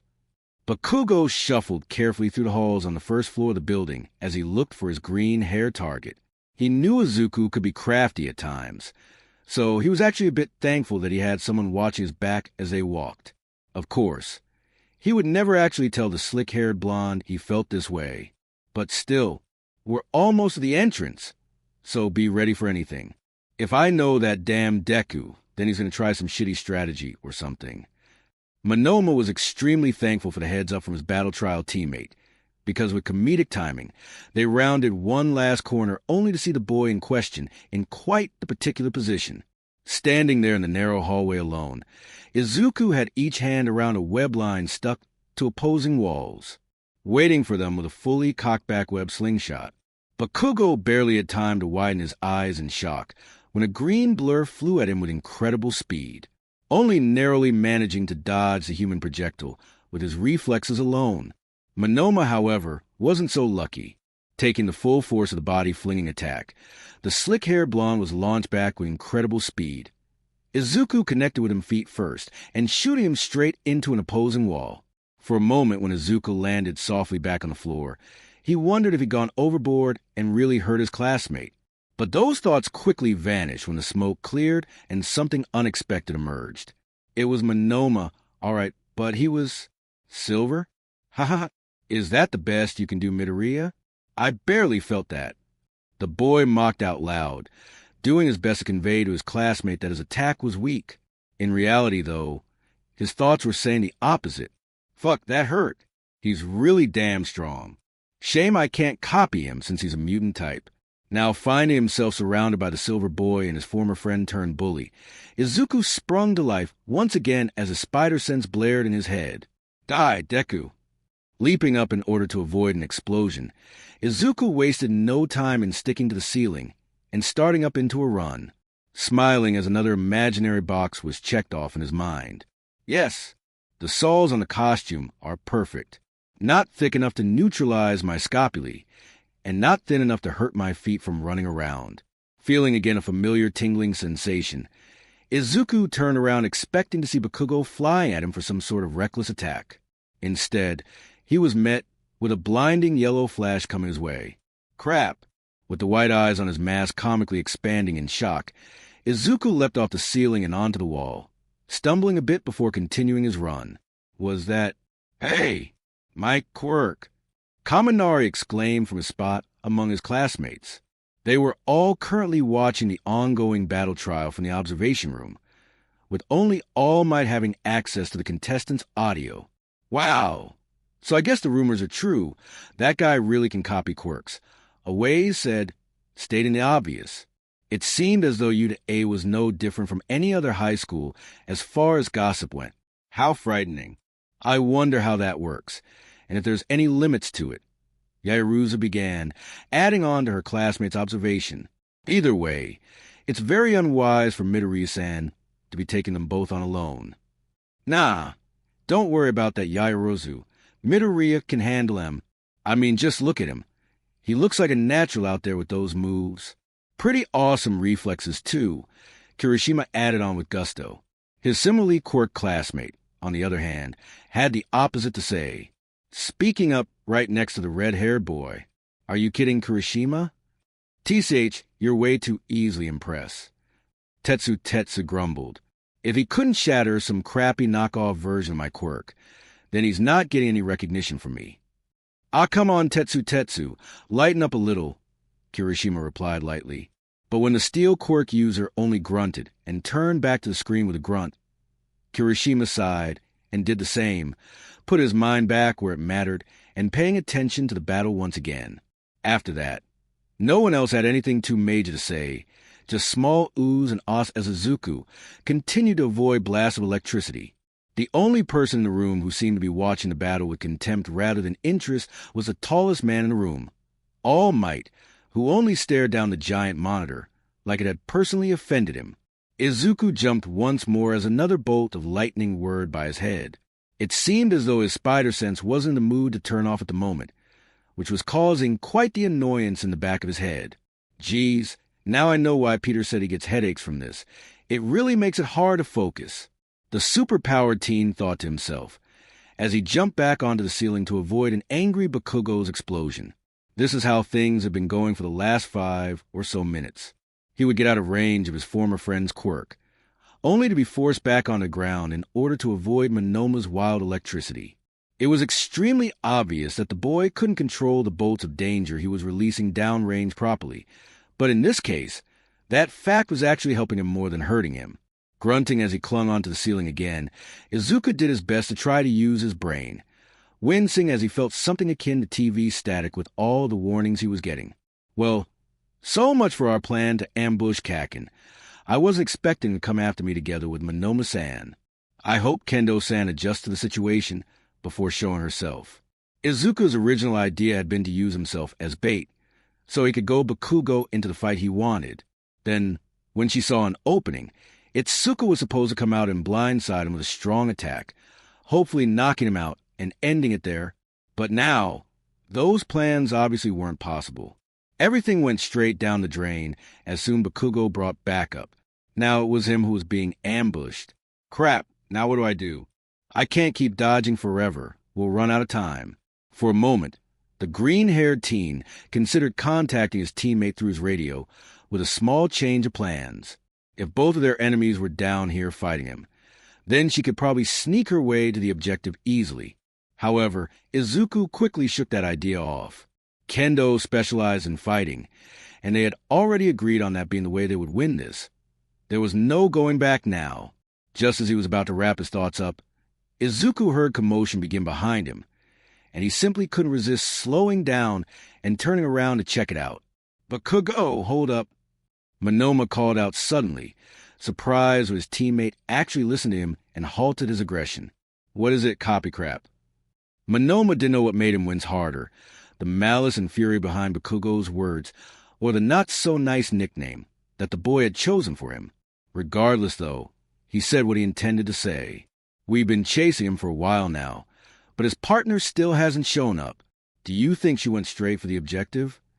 Bakugo's red eyes pretty much tripled in size when he heard his teammate's words. It was obvious that this particular scenario hadn't even crossed his mind, but it was definitely very possible, especially when Izuku was involved. And speaking of the green-haired boy, he was perched curiously on the ceiling while his enemies had their little strategy meeting, a small smile growing on his face as an idea came to mind. "Welp, you got us." "Good job, Monoma-san. If my calculations are on point, Kendo-san should be securing the objective any second now." "TCH, no way. You're bluffing." Bakugo snarled. Izuku did his best not to smile as he fell into his act a little more. He really shouldn't be enjoying this, but messing with his former friend was too fun when there was no threat of eating an explosion. "I'm not bluffing. Catch on. Sorry to say it so soon, but it looks like I beat you again." This clearly only poured gasoline on the raging flame that the red-eyed teen was becoming, because soon he was glowering with rage. "Come on, Kendo-san. They think you're long gone. Now's your chance." Izuku pleaded in his mind, hoping his partner would make her move soon. But he wasn't so lucky this time, because before long, Bakugo's rage poured over completely. "Copycrap, stand back." "W what?" "But what about the objective? We need to dash. We need to get rid of the shitty Deku as fast as possible. So stand the fuck back. I'm gonna annihilate this whole damn hallway." The slick-haired blonde quickly shut his mouth and obeyed, turning tail and running back a good distance right as Izuku's spider sense went into overdrive. "What the hell?" Now it's almost as strong as when I stopped the robot foot. Luckily or unluckily, the boy wasn't left in the dark about this new feeling for long, because as soon as he looked back up at his former friend, he saw that his arm was raised and aimed directly at him. And it didn't take genius to figure out that the pin the blonde was holding with his opposite hand was threatening a special kind of explosion. The superpowered teen was extremely quick to put all the pieces together, once again widening the white lenses on his costume when realization hit him. Those gauntlets must be filled with his sweat. and with all of it concentrated in one area. The explosion it creates is going to be massive. Without wasting another second, Izuku sprung off the ceiling and began web-swinging away from his opponent as fast as his arms would carry him. If he didn't find an exit to this hallway fast, he was going to be toast. Literally, the boy had just spotted an adjacent hallway and was rushing towards it when he heard a familiar voice cry out. Turning around momentarily to face the battle cry, Izuku smiled when he saw Kendo's athletic form jump around a corner and slam Monoma into a wall. He couldn't tell if the boy had hardened to defend himself, but he didn't care. All of his senses were currently flooded with the happiness of his teammate showing up to help him, until he realized a very important fact. She had only ambushed Monoma, and Bakugo was too far in front of her. She wouldn't get to him in time. Crap. Die. Shitty Deku. Boom. Itsuka turned around in a heartbeat at the ear-piercing explosion that rang through the hallway, and the only way she could describe it was a giant orange wave of destruction consuming everything in front of her. It was only after she shook off her initial shock that she realized her teammate had been completely enveloped in the enormous blast. Midoriya, she yelled, spotting a sadistically grinning Bakugo and staring up towards him. She didn't get the chance to get very far, though, because suddenly a cold metal hand wrapped around her wrist, and it wasn't being gentle whatsoever. Kendo turned wide-eyed to see a shining Monoma with a nasty smirk on his face. She had seen him display his stolen quirks while she was waiting and watching, but she didn't think he could activate one in time to nullify her punches. Where do you think you're going? Gritting her teeth, Itsuka enlarged her other hand and delivered precise karate chop to the top of the boy's head, or at least she would have if he hadn't let her go and jumped back. Now that they were back into a neutral standoff, Itsuka narrowed her eyes as the silver shine dissipated from her opponent's body. What was he up to? Why is he lowering his guard? And why didn't he shock me when he was holding my wrist? Can he only use one stolen quirk at a time? Falling back into a perfect fighting stance, the orange-haired teen allowed herself to smile with some new information on her side. With her new theory in mind, Kendo jumped up at the boy with quick feet, easily getting into her range of comfort. However, Monoma saw this coming and was ready with both a cocky smirk and a secret weapon. Try to get in close, are you? So predictable, he almost yawned as he dodged a quick jab from the girl. I can see the logic in your thinking. Not only is this the perfect range for you to fight in, but it almost puts my long-range lightning at a disadvantage, doesn't it? Itsuka gritted her teeth as he dodged another one of her normal jabs, his carefree and sarcastic attitude only annoying her even further. What's wrong?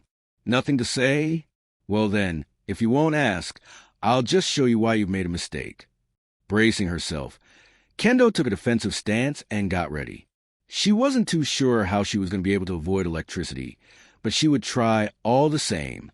Suddenly, though, instead of raising both arms like she had seen him do before, the slick-haired blonde only raised an open palm before jumping at her with a flash of familiar orange light. Boom! Just like that, before she could even comprehend what was happening, Kendo was eating an explosion and slamming back against the corridor wall. Monoma wasted no time in taking advantage of her broken stance, hardening up again into metal and pinning her in place forcefully. In all reality, this is where it should have ended for his orange-haired opponent. His capture tape was only a flick of his wrist away, and this would all be over. But naturally, he at least needed to give her some parting words, right? It was only right after such an amazing victory. Ha ha ha, I bet you didn't expect that explosion, huh? You didn't think I would leave myself without close range offense, did you? Ah ha ha. When the boy noticed that his opponent was beginning to recover and stir, he leisurely reached for the capture tape on his belt with a grin like no other. Heh, finally, now I can go help Bakugo-san pulverize Midoriya. This is going to be so much fun. With the tape now in his hands, Monoma took one last smug glance at Itsuka, expecting her sweet anger that would only fuel his own confidence.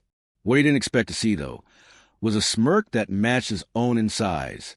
What the hell are you, Dash? In the blink of an eye, Itsuka's hands enlarged to their full size, quickly enveloping the boy in front of her, squeezing. Hard. Ag. Monoma cried out as she squeezed his hardened body. Heh, not so tough now, are ya? Itsuka grinned, spitting some soot out onto the floor and lifting the boy higher. "I'll admit it, you got me good with that third quirk trick, but it doesn't change your biggest weakness. You can't use your copied quirk simultaneously, can you?" When the boy's eyes widened in total shock, Izuku smiled wider and squeezed him again. "Yep, I knew it. I was wondering why you turned off your metal body when you want to attack me, but now it makes perfect sense. It also makes what I'm about to do a lot more fun." All of a sudden, Izuku narrowed her eyes and focused, gritting her teeth as she began squeezing with all of her strength. "Gah!" Monoma cried out in pain at the immense pressure surrounding his body. The metal was blocking a lot of the damage that would destroy his body, but it still hurt like hell. "Hey, what's the matter? Just drop the metal and shock me." "Oh, wait. Then getting squeezed wouldn't just hurt, would it?" Kendo muttered out sarcastically. It seemed she was the one making the jokes now, and they were a lot funnier now, too. Soon, small but very visible cracks were beginning to appear all over Monoma's body, and judging by the way he was screaming, it didn't feel very pleasant. That was when Izuku let up and held him normally, releasing most of the pressure, but still keeping him restrained in her hands. She wasn't completely cruel. After all, no matter how much Monoma deserved in her eyes. She was about to open her mouth and tell him to surrender to save her the trouble of pulling out her capture tape. But suddenly, a very familiar and furious yell reached her ears, causing her to look towards Katsuki and Izuku for the first time. Izuku's eyes widened as the enormous explosion flew down the hallway towards him. He had been so caught up in seeing Kendo's surprise attack on Monoma that he completely abandoned his earlier plan of reaching the cover of a safer hallway. Shit! With the full power of one of Bakugo's gauntlets enveloping everything around him, Izuku dove the rest of the way towards the same adjacent hallway that he'd stopped short of, hissing in pain when he couldn't get away unscathed. Tumbling to the ground in the new passage, Izuku took a moment to assess both the situation and himself, immediately noticing that his costume was now completely ruined. "Ah, crap. It took me weeks to make this thing," he thought hastily, annoyed with both himself and his opponent as he inspected the threads more closely. He may as well have been shirtless now with the new adjustments Bakugo had made involuntarily, because as far as his upper body went, the only fabric left covering it was a tattered left sleeve and both of his web shooters. He also decided to do away with the mask and toss it aside, since both of the lenses were tattered as well, leaving just a green rag with eye holes. Wincing again, the green-haired teen also noticed a moderate to severe burns completely covering his right arm and parts of his chest, leaving the areas a sickly-looking red color. Hell, even the web shooter on his right hand was singed black, and he guessed it was only functional still on account of its extra protective size. Damn, that burned me more than I thought. Shaking off his pain thoughts, Izuku focused on the task at hand once again, now finally being able to see into the action-packed hallway as the smoke cleared. He had somewhat expected some sort of announcement from All Might now that half the building was totally trashed, but nothing came, only dead silence, forcing the superpowered teen to focus up and get ready again. Creeping up the corner, he tried doing his best to listen for his former friend, trying to find any sort of indication of where he could be. "Ah, trying to get in closer, you?" Izuku shuddered as the voice passed through his ears. That was unmistakably Monoma, and by the sound of it, it looked like he and Kendo were engaged in battle. "I have to help her," Izuku muttered to himself, cautiously turning the corner and looking toward the pair in the hallway. He spotted them both quickly. They were squared up and definitely ready to begin fighting, just as he expected. What he didn't expect, however, was for them to be the only two people in the destroyed hallway. With perfect timing, Izuku's spider sense blared in his head with impeccable precision. "Worry about yourself, Deku." Bakugo snarled from behind him, pressing his palms into the boy's back and sending twin explosions into him. Izuku winced again, and he jumped away as fast as he could. But once again, it wasn't fast enough to get away completely unharmed, and he could already feel more burns flaring up on his backside. "What's the matter, Deku? You were so confident a few days ago. So fight back. Stop running and fight me." Facing his former friend with fire in his eyes, Izuku prepared himself, not surprised in the slightest when Bakugo instantly made a move for him. "Die!" The blonde screamed again, lunging at the superpowered teen, with a signature open palm. Izuku read it perfectly, though, quickly sidestepping and grabbing the boy's gauntlet right before his hand could reach his face. Ironically, this was the same exact position they had found themselves in back at their little scuffle in front of Aldera. This time, however, Bakugo wasn't going to give up so easily, rapidly mimicking the attack with the opposite arm when he failed to escape his opponent's grip. This didn't seem to faze Izuku at all, taking his former friend's actions in stride and swiftly catching his other wrist. "Stop this, Kakin. You're not stronger than me." There was some unknown dread behind his words, which he still couldn't shake off for some reason. As far as Bakugo went, though, there was definitely no such remorse. Pure and raw aggravation would better describe the kind of energy he was giving off, some low growls even escaping his gritted teeth as he leered distastefully at the boy in front of him. After a while of staring down Bakugo, Izuku came to the conclusion that the boy wasn't going to back down from the standoff. He was going to have to make a move if he wanted this to end, because there was no way he was going to get overpowered. The green-haired teen was just about to push back against his former friend when his spider sense began ringing suddenly. Looking around at his current situation, Izuku couldn't tell where the danger was. He had both of Bakugo's arms secured firmly, so what could he do? When the blaring in his head didn't let up after a moment, Izuku adjusted his view downwards, figuring the incoming attack had to be coming from the blonde's legs, since his hands were useless.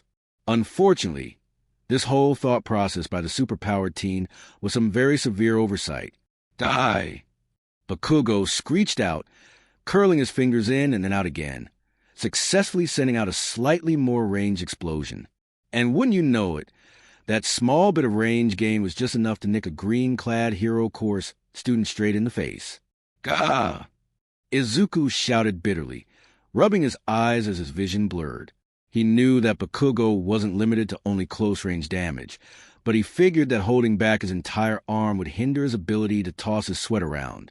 Taking advantage of his enemy stumbling backwards, Bakugo jumped forward with another hand raised offensively. Now was his chance to do some damage. Meanwhile, Izuku was having a full sensory overload, and it wasn't pleasant. Not only was a spider sense piercing his already aching head, but now his vision was blurry and his ears were ringing. So as far as mental suffering went, things couldn't get much worse, which was why he felt his body move all on its own, as if acting in a final act of self-defense. Right as Bakugo was coming down on him, he swiftly pushed the dangerous open palm out of the way and grabbed his opponent by the collar of his shirt.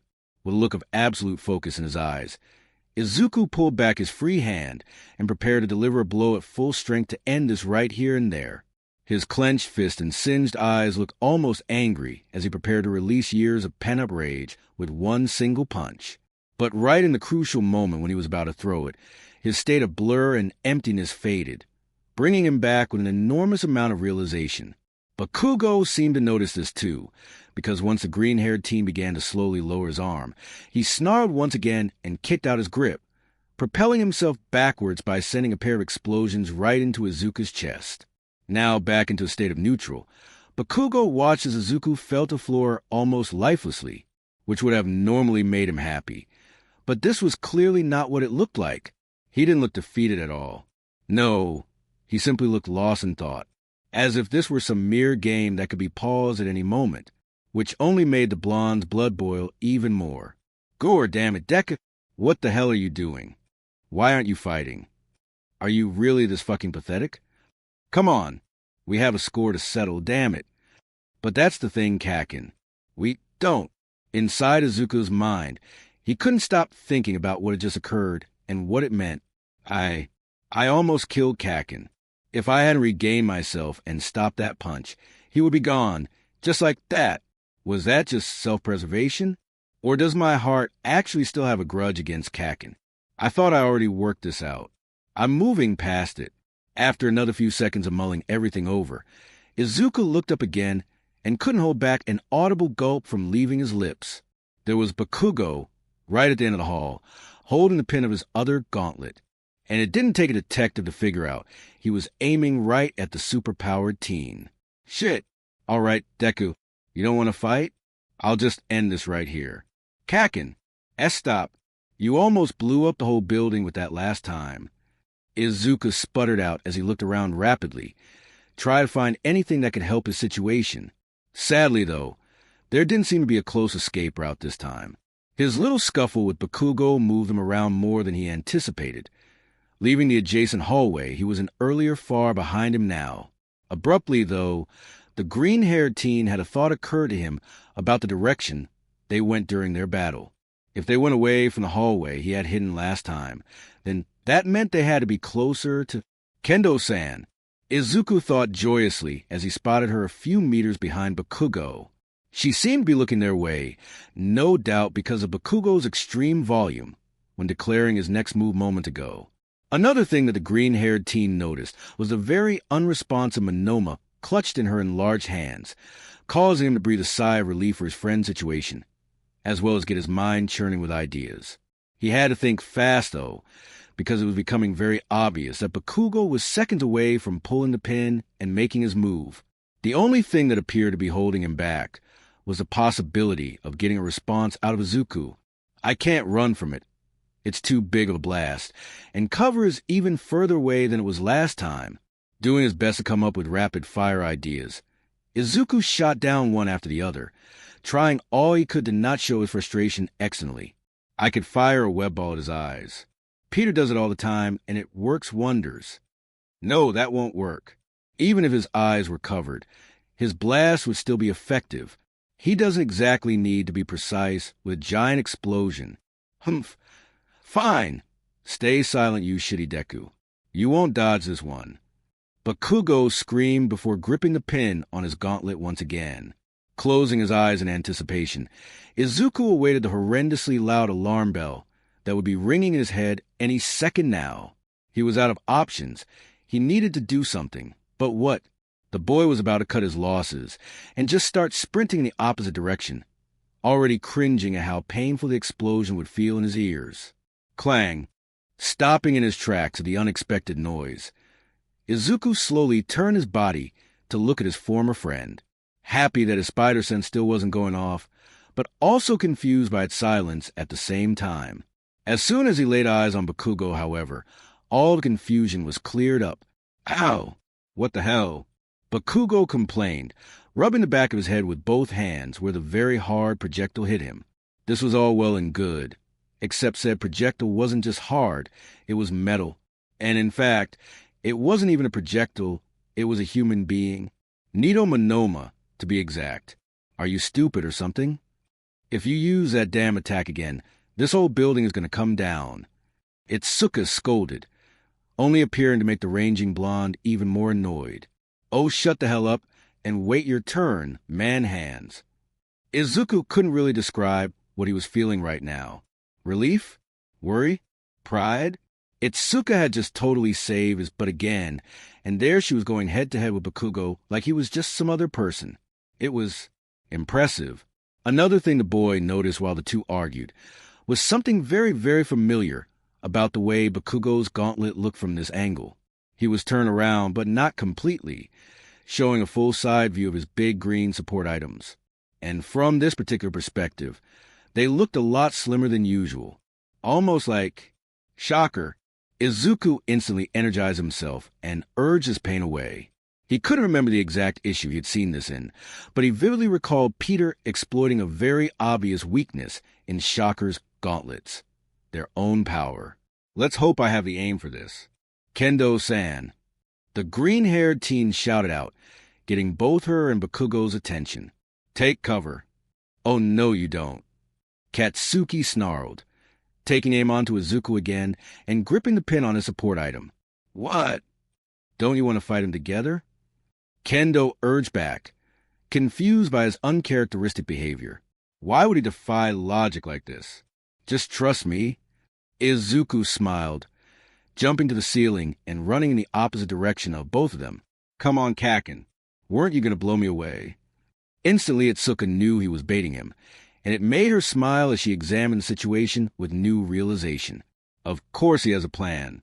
For a second, I thought he was just trying to show off or something. Happy at the new turn of events, Itsuka turned and ran away as well.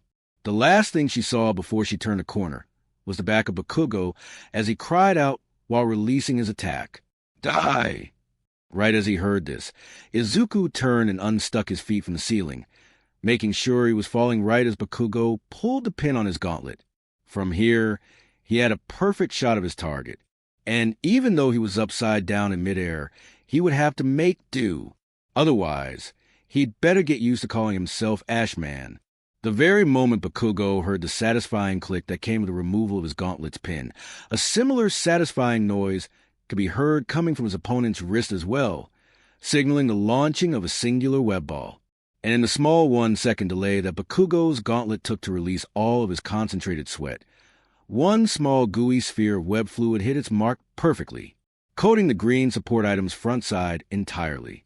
Widening his eyes, Bakugo couldn't even let out an entire sentence before everything went white. Ofu dash! Boom! Swinging as fast as he could the random hallways, Izuku looked around for any signs of his partner. They needed to regroup, and while his little shocker trick had worked perfectly as far as stopping the blast from going outwards, he knew Bakugo wouldn't be defeated that easily, not by a long shot. That explosion was massive, and instead of going forward where he aimed it, it all imploded on him. All that work, for though, was getting away. I know for a fact that Kakin's skin is resistant to explosions. His mind was running a mile a minute right now, and he couldn't seem to slow it down. At the very least, his actions seemed to have saved the building from being completely ripped apart. He had no doubt that what Kendo had told Bakugo would have absolutely happened if his blast was fired off at full power. And speaking of Kendo, he just about jumped out of his skin when he turned a corner and almost crashed straight into her. "Kendo-san, there you are!" Izuku exclaimed breathlessly, starting to feel a bit of exhaustion creep in. "Midoriya, that was epic. I'm glad you got out of there in time," she said with a large grin, not noticing the burns covering his body until she got closer. "Oh, wow, are you gonna be all right?" she asked as she reached out to touch his shoulder before deciding against it. It would probably hurt more than help him. Wincing one more time, Izuku nodded, putting his game face back on since the battle wasn't over yet. "I'm fine. Thanks for worrying, Kendo-san. And thanks especially for distracting him at the last second. I wouldn't have gotten that idea without a few more seconds of concentration." It's no big deal. I just threw the closest thing to me. Haha. Itsuka muttered sheepishly, scratching the back of her head in embarrassment. "Well, thanks anyways. But now we still have to figure out how to beat Kakin." This caught the orange-haired teen's attention, shooting him a small puzzled look. "You think he's still up?" After a huge explosion like that backfired right at his face, Izuku nodded. "Yeah. Kakin's quirk doesn't just allow him to create explosive sweat. It also makes his skin heavily resist his explosions. Otherwise, he would hurt himself really often with how destructive he is." After hearing the detailed explanation, it dawned on Itsuka again that Izuku grew up with Bakugo, so he most likely knew everything about him, as well as the best way to approach the situation, considering his active mind. "All right then, go over everything you know about him and let's make another plan. My quirk is completely at your disposal, Midoriya," Itsuka said encouragingly with a small wink. Surely this would be easier than their first plan, since it was 2 against 1 now. "All right," Izuku stammered. He was still new to positive encounters from other people his age. He briefly wondered if he had built enough trust with Kendo to earn her as a friend, but he quickly discarded that thought. He didn't even know what having a real friend even felt like. Plus, there were bigger things going on right now. "Okay, I've got an idea on how to take advantage of his grudge with me, but you're going to have to do most of the heavy lifting. Is that okay?" Not hesitating for a moment, Itsuka smirked. "Lay it on me." Bakugo couldn't grow more furious if he tried, and it didn't help soothe his anger when he heard his teammate groan in unconsciousness from the floor once the smoke cleared. And now, the topping on the cake, the very best part, was that Deku was gone. This was going to drive him insane. The only redeeming thought that kept him from snapping was the solid fact that he would absolutely run into Deku before the exercise was up. His team was on offense, so they would have to come back and finish him off if they wanted to win. That was certain. There had to only be a few minutes left in the battle trial. It only dawned on the spiky-haired blonde a few moments later that Izuku and his partner had a very easy and very accessible alternative to winning this thing. Shit! The bomb! Katsuki remembered as he turned around to begin sprinting, only to be stopped by an array of web balls. After nearly getting hit with one, Bakugo dodged the others relatively easily, though he had a feeling that they were never truly trying to hit him. TCH, so you decided to come back, Deku, and you brought man hands with you too. Bakugo growled, bending his knees a bit and getting into a defensive stance. He wouldn't be caught flat-footed this time. He was ready for any kind of teamwork bullshit they would come up with. Sorry to keep you waiting, Kakin. Don't worry, though. I'm finally ready to kick your ass. Izuku said somewhat darkly, getting a wide-eyed response from not just Bakugo, but from his teammate as well. Oh, and don't worry about Kendo-san. She's just here to watch. I'm going to do this alone, and I'm going to enjoy every second of it. Bakugo growled again as he processed what he was hearing. What had gotten into Deku? He sounded almost sadistic. Midoriya, what are you doing? This wasn't part of the plan. Kendo reminded him, trying and failing to not lose her cool. I don't care about the plan anymore, Kendo-san. All I want right now is to get my revenge on this scumbag. So make yourself useful and just throw me at him as hard as you can. I'll handle the rest. Hell yeah, Deku. Now you're speaking my language. Bring it on. Bakugo cried out passionately, taking off into a sprint with his right palm charged up.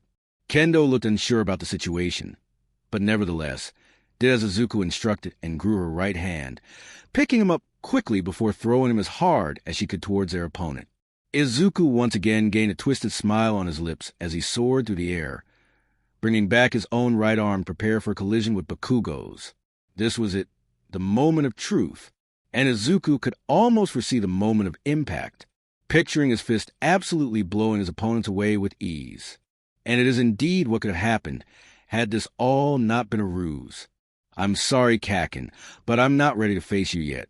I could seriously hurt you if my pent-up anger were to get the best of me, and that's the last thing I want. I hope I can control my emotions enough to be able to fight you for real one day.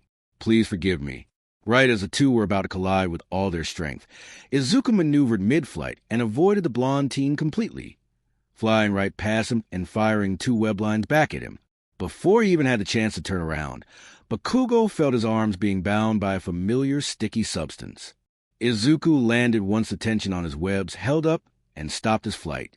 He wasted no time in planting his feet firmly and pulling back on his webs, successfully holding his former friend back by the two web lines connected to his hands. Not being able to turn around in his current position, Bakugo attempted to struggle out his restraints, but was no use. He was no match for Izuku's raw strength. His only option now was to try and burn the webs off his hands, but he didn't even get the chance. Kendo-san, now! Izuku cried out, sounding urgent despite not struggling holding on to the blonde teen whatsoever. Widening his eyes, Bakugo snapped his head forward, his head churning with realization as everything began making sense. Fucking Deku. This was a part of his plan. Fuck. No wonder he was so aggressive.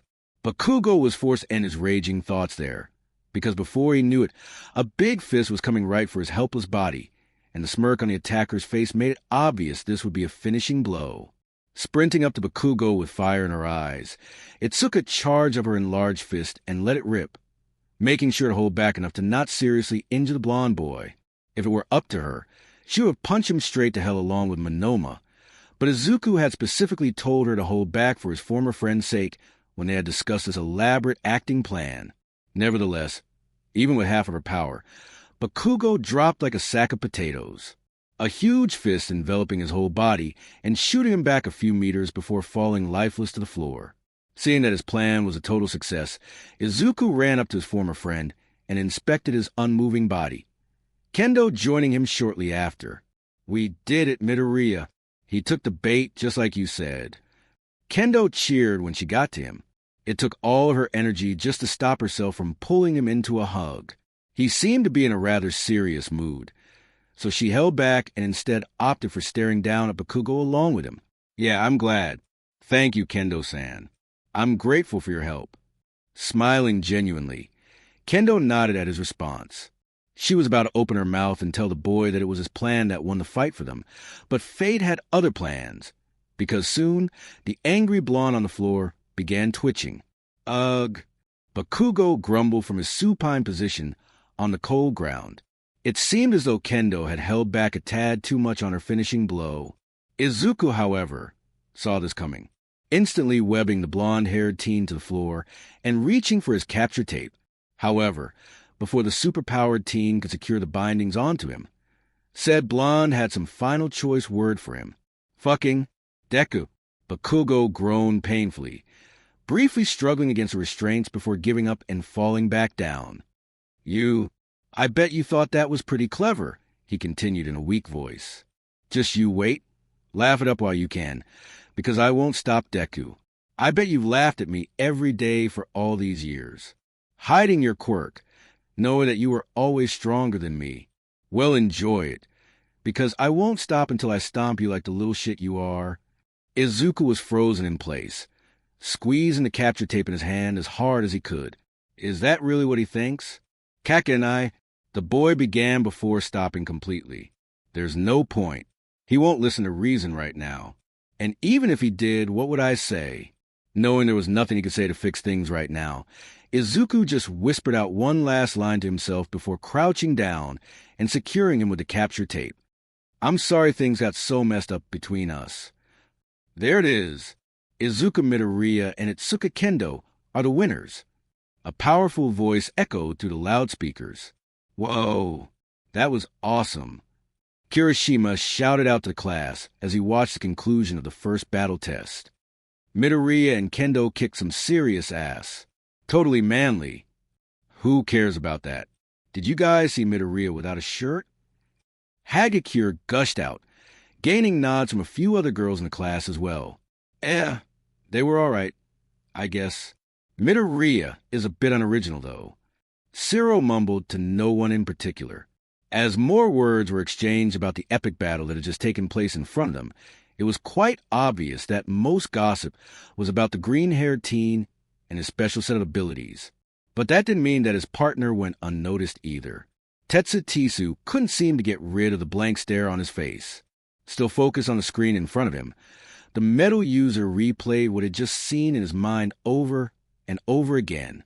Not only had that girl shattered through his quirk with nothing but her bare hands, but she also knew how to throw one hell of a punch. As weird as it was to tell himself, there was something that really appealed to him about some rather manly traits that the girl had demonstrated. One thing was for sure, he needed to talk to her when he got the chance. The class went by relatively quickly after that, with most battles not taking anywhere near as long as Izuku and Itsuka's. Although one thing they did have to endure, though, was an extra aggressive all might when he and the class pointed out all of their mistakes. Luckily, though, the teacher couldn't focus on the negatives for very long, because many classmates were quick to point out just how well the two had performed together. And of course, Izuku was the first to shrug off all the compliments and give the credit to his partner, who he claimed did most of the heavy lifting. Kendo obviously denied this, saying that he was the one who came up with both plans that allowed her to take down both of their opponents. Either way, though, everyone was well beyond exhausted now. The school day was over, and a warm, gentle sunset had made its way comfortably onto the horizon. All was peaceful in the world at UA. In fact, most students had already gone home hours ago. Only one particular attendee was without peace as he slowly walked out of the enormous building. His name was Izuku Midoriya, and he was nervous as hell right now. See, now that the stress of the battle trial had passed, a certain set of words that escaped his lips in the presence of someone very particular were crossing his mind again, and it was really eating him up. He knew Kendo would want answers on what he had let slip earlier. So to put it simply, he had waited back in the support department after school and waited for her to go home without him. She would have no doubt waited for him and confronted him, but now that a few hours had passed, Izuku felt a little more at ease as he walked out of the school building, which seemed to be a major miscalculation on his part. Humph! So much for your promise earlier. I guess you were avoiding me. Izuku felt a jolt go up his spine at the familiar voice coming from his right, pausing for a moment before turning in her direction shamefully. And shame wasn't the only thing he was feeling either. Severe regret and sadness also panged in his heart when he saw that her face displayed a look of actual hurt. Kendo-san, I dash. Why didn't you tell me that you hadn't met me already? Did I read things wrong or something? Did you not want to be friends? She asked with a face that multiplied his guilt tenfold. Izuku could feel it in his heart that a moment of truth was coming up. In front of him was an opportunity that he had to take if he didn't want to lose his first potential friend in a long time. Maybe that wouldn't be so bad. Why would she want to be friends with me anyways? There's way cooler guys in our class. Why doesn't she hang out with them? Stop that brain. I'm confident now. I know who I am, and I want to be happy. She's the one who helped me become this way. I can do this. If I can defeat Kakin, then I can do anything. Taking a deep breath before looking the orange-haired teen in her teal eyes, Izuku grew a look of determination and prepared himself. Kendo-san, I'm sorry I hid who I was from you. I owe you an apology as well as an explanation for my actions. Izuku said sincerely and confidently, bowing his head to her and waiting for acknowledgement. Itsuka, however, was taken aback by the level of severity and formality the boy was taking with this. Nonetheless, though, she nodded for him to continue. Taking another deep breath, Izuku began anew. In truth, Kendo-san, I'm not the same person I was when I first met you almost a year ago. See, due to some unusual circumstances, my quirk didn't manifest until last year. Or, to be more specific, 2 days before I met you in front of that dojo. Widening her eyes, Kendo tried to hold back and let him finish, but her curiosity got the best of her, forcing her to at least ask one question. Oh my goodness. Are you serious? Is that why Bakugo was telling the class you were quirkless all week? Izuku nodded solemnly, never breaking eye contact. Yes, like I said, my relationship with Kakin is complicated, and after today, it's going to be even worse. As you saw today, he thinks I've been hiding my quirk from him all of our lives. So now he's even more spiteful. Wait, so you don't actually hate him? You still want to salvage your friendship with him? Why? Why not just kick his ass and get it over with? He's a bully. I understand that, Kendo-san, but I've learned over the past year from someone special I have to be responsible with this power that I've been given. I went most of my life thinking I was quirkless and wishing I could be the best hero in the world. And my morals won't allow me to misuse this gift I've been given. I know it sounds weird, and I can't elaborate too much, but I've seen wisdom in the form of someone else, and I've learned so much from them. So while I may not forgive Kakin for the way he treated me for years, I refuse to hate him. He deserves to know all of this stuff too, but I still haven't worked out how to tell him yet. I doubt I'll ever get the chance now. Wow, that's surprisingly mature Midoriya. I'm impressed, she complimented, bringing out her genuine smile for all the world to see again. And I guess that explains why he was even able to bully you in the first place. I thought you had your quirk the whole time, so it didn't make sense to me. Yeah, exactly. And on the topic of my quirk, how I got the confidence to use, it was all thanks to you, Kendo-san. This again took the orange-haired teen by surprise. Huh? What are you talking about? Izuku chuckled a bit before explaining. It's true. I don't know if you remember, but back when we first met and you told me to join that martial arts dojo, I had, never really spoken to a girl before. Izuku waited for her to get her chuckles out of the way before continuing. Anyways, I was a stuttering mess around you, and I was so nervous that I ran away. It was a confusing time for me. Like I told you, I had just got my quirk 2 days before that, and I didn't really know what to do. I wanted to use it to become a hero, obviously, but I didn't have the confidence at all. Everyone around me was doubting me. Hell, even my mom was doubting me. I had no one to believe in me, so I guess I just got lost in all of that negativity. It wasn't until I decided to go back and apologize to you for running off that everything changed. I saw that you were talking to that a student you were with and jumped up onto a building to listen. I know it's messed up in an invasion of privacy, but I'm so glad I did it, because everything you told that guy was everything I needed to desperately hear. widening her eyes more and more as he went on. Itsuka recalled the exact conversation that she had with Tamaki that day. It was still very fresh on her mind. And while the blue-haired third year hasn't changed much since that little talk, she was glad to know that it at least had its intended effect on someone.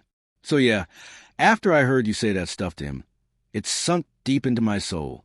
And ever since then, I've had a much better support system, and I actually believe in myself more and more now. It was just like you said, I needed to be there for myself, because that's who I would always be with at the end of the day. Or at least, that's how I interpreted it. This was so much for Kendo to take in. Had he really been holding all of this back from everyone? She was about to open her mouth to at least say something. But Izuku was dead set on closing his statement first. And so that's it. After that, I started to train myself with my powers. And it's all thanks to you. I eventually intended to go back to that dojo, to find you, so I could apologize and thank you. But I guess I was still too shy. And when I found you again at the entrance exam, and you didn't remember me, I took it as a perfect opportunity to get a fresh start without you thinking I was a loser. Again, I'm truly sorry for deceiving you, Kendo-san. I hope that despite what I did, you can forgive me and we can be friends. After a few moments of silence, Itsuka smiled genuinely once again, seemingly growing tired of looking at the top of Izuku's head.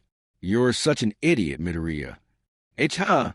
The super-powered teen sputtered out, raising his head to meet her eyes once more. Though I guess that does explain why your fighting style looks so crappy and all over the place.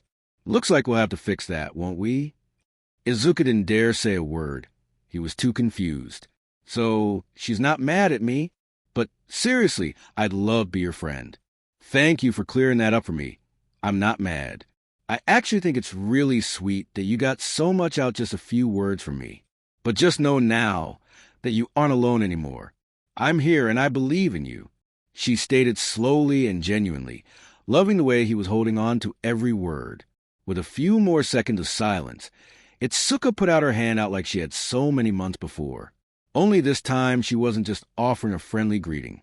No. This time she was offering something that the green-haired teen in question had only felt once before in his life. Friendship. With a heavy amount of tears falling down his face, Izuku took the hand eagerly. She believes? Wait, are you serious? That sounds so dangerous. Kendo screeched out to Izuku in the middle of his story. She was dangerously close to bursting out into laughter, but she held back with a hand in her mouth as they continued their walk to school. Yep, it's true. And it worked wonders too, Izuku said somewhat smugly, placing his hand behind his head and looking up to see the approaching you dot a building. I mean, I guess so, but still, that's totally stupid. Paying random kids to throw rocks at you is the best you could come up with a practice dodging. Yeah. Believe me, once you eat a few rock sandwiches, you'll be dodging everything. It's a good motivator.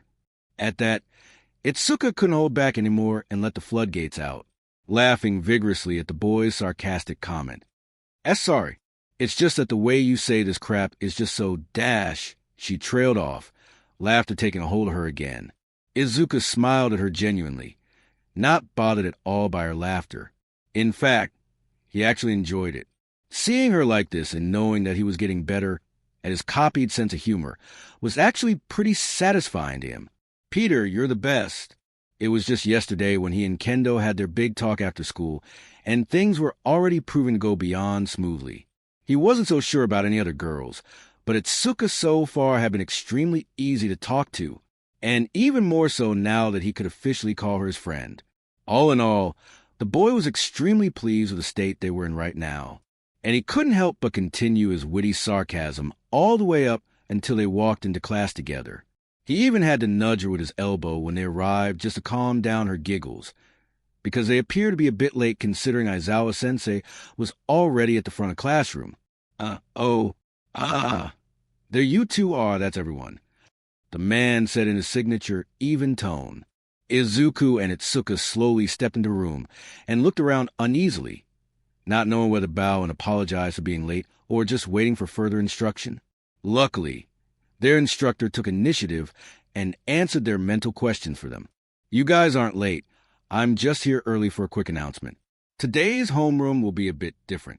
Both teens went wide-eyed for a moment before sighing in relief. However, before they could even make a move for their seats, Aizawa-sensei surprisingly began his so-called announcement right away. "I'll make this quick, so I can get out of your hair. Good job on the battle trial yesterday. You all took the big reveal in stride, and performed quite well for the most part. I'll be going over the footage myself later to see what we need to work on, but for now, you all did well." Before anyone could get excited about the praise, the bandage-wearing man quickly started back up. "Don't get a big head, though. I also heard some rather violent rumors about one match in particular," Aizawa said in a much more serious tone, eyeing Katsuki and Midoriya readily. "Seems you two got pretty passionate, huh?" Bakugo seemed like he couldn't care less about the situation right now, only grunting and looking away from the baggy-eyed man. But when the instructor's hard, Quirk-erasing gaze shifted to Izuku, the teen looked much more uneasy. Aizawa watched the boy gulp as he looked him up and down. There was still a very obvious patch of red skin on his cheek. So the rumors are true, that match did take things too far. "Damn it, All Might, what were you thinking? If I find out this has anything to do with that crazy theory..." After a pregnant pause, Izuku was just about ready to bow repeatedly in apology, but once again, his sensei was too quick to speak. "Regardless, you all did your best, and I can't ask any more from that, especially since you're all okay." A heavy sigh could almost be heard across the room as the tension fizzled out. "But now, as for the reason I'm here early," Aizawa said before clearing his throat, easily capturing the class's attention once more. "Today I will be leaving you all alone so you could decide on class representatives." The eraser hero could obviously tell that the class was speechless by his unexpected reveal, so he simply took this opportunity to give his final parting words. "I don't really care what you guys do to decide. Just try to get it done by the end of the day. I'll need a main representative and a vice representative. That is all." With that, the bored-looking man made straight for the door, only pausing his walk when he was right beside Midoriya and Kendo. "That burn looks pretty serious, Midoriya," he half-whispered to the boy. "You should go and let Recovery Girl have a look." "All right, Aizawa-sensei." "Thank you." Izuku stuttered out, bowing immediately, not moving an inch until he felt his teacher walk by. Itsuka, on the other hand, watched the scene with both amusement and mild worry. She had also suggested he go and see the healing quirk nurse yesterday after their big fight had ended, but he simply shrugged it off then too. Of course, she now knew the reason, being in on some more private information. He had taken the time to explain this odd decision to her yesterday as well. "These injuries are the first ones I've gotten that are actually somewhat serious. I want to see how my healing factor reacts to them. I'm sure it has a limit, and I want to get a good idea of where it is sooner rather than later." Did she like him using his body, like a rag doll in search of scientific analysis? No, but he did have a point, and now that he had gone through with it, she was actually rather impressed at how much he ended up healing overnight. She hadn't seen under his shirt, of course, but the red marking on his face looked like a mere fraction of what it was yesterday. Maybe he made the right call after all. Itsuka would have loved to continue bouncing these ideas around in her mind some more, but now that Aizawa-sensei was gone, the entire class had erupted into pandemonium over new available positions, easily sweeping away her deep train of thought. "I would make an amazing class representative." Monoma sounded out with a bit more cockiness than he intended. "Like hell, I want it. It would fit me perfectly." A ways bit back, standing up as well. "Pardon me, but I have to disagree with both of you. I believe I'm the one best suited for this position of responsibility." Yaoyorozu spoke up, throwing her own hat into the ring in the process. It wasn't long after this that everyone else who wanted the job began standing up to make their voices heard, some much louder than others. Kendo-san, should we do something about TH-? Everyone shut up." The orange-haired teen roared, taking charge and getting everyone's attention. "Well, that's one way to do it. I was going to suggest something a bit more subtle, but this works too." Izuku thought sheepishly before he heard his friend talk again. "Geez, you guys don't have to scream for this kind of thing. Why don't we all just vote or something? If we get this done quickly, we can just relax the rest of class." Itsuka grumbled out, walking back to her seat and sitting down. After another small moment of silence, one person spoke up to rebuke the big fist user's idea. And he wasn't trying to be polite about it at all. That's so dumb. Everyone is just going to vote for themselves. Monoma yelled, instantly getting the girl's attention again. Izuku didn't know why or how, but the tone in the slick-haired blonde's voice always irked her in the worst way possible. And she hated it. It was like the opposite effect of what Izuku's voice had on her. It just always managed to piss her off. And now was no exception, because as soon as the words crossed her ears, a forehead vein made its presence known, and she jumped up out her seat and gave him a hearty leer. How about instead of complaining like a little girl, you just shut up and try it? Or is that too hard for you? If you want, I could knock you out like I did yesterday, and we could vote without you. That's always an option. Monoma couldn't help but let out a large gulp as a prolonged ooh was heard around the classroom. He tried his best to come up with some sort of comeback, but one of his fellow classmates began speaking first. Well, I like the idea. Anyone else? Kirishima said with his easygoing smile, looking around the classroom for his answer. I love it. It makes everything nice and fair, Ashido agreed. Heck yeah, I already know who I'm voting for too. Tetsu proclaimed. Who cares what we do? Let's just get this over with, Kaibara said nonchalantly, kicking his feet up on his desk. With that, everyone got to work on voting with little slips of paper and collecting them. And at the end of all the counting, one could say that the winner took it all by an absolute landslide. Oh, wow. Hagakure breathed as she finished counting up all the votes in the box. She and Ashido had volunteered to collect and count them all in order to present the results, but now she wasn't sure if she could gather herself in time to speak. Toru-chan, what's wrong? Ashido asked awkwardly, seeing that the whole class was staring up at them waiting for the results. Huh? Oh, sorry. The winner just got way more votes than everyone else. So, with a total tally of 5 votes, the winner of the class representative is Kendo-chan. What? Me? Kendo asked oddly, standing up from her seat. Her? Monoma yelled incredulously at the exact same time. Sparing a moment to glare at Monoma, Kendo focused back toward the front of the class, voicing the biggest question in her head at the moment. How did I get 5 votes? I didn't even vote for myself. She finished, shooting a hidden glance at her new green-haired friend. Tetsu, whose seat was right next to hers, was about to open his mouth to express his confidence in her, but his similarly quirked classmate beat him to it. Are you kidding? Kirishima began with a chuckle. I'm surprised you didn't get more votes, Kendo. You're awesome. Turning to him in confusion, Itsuka craned her neck. Huh? What did I do? I've barely spoken to half of you.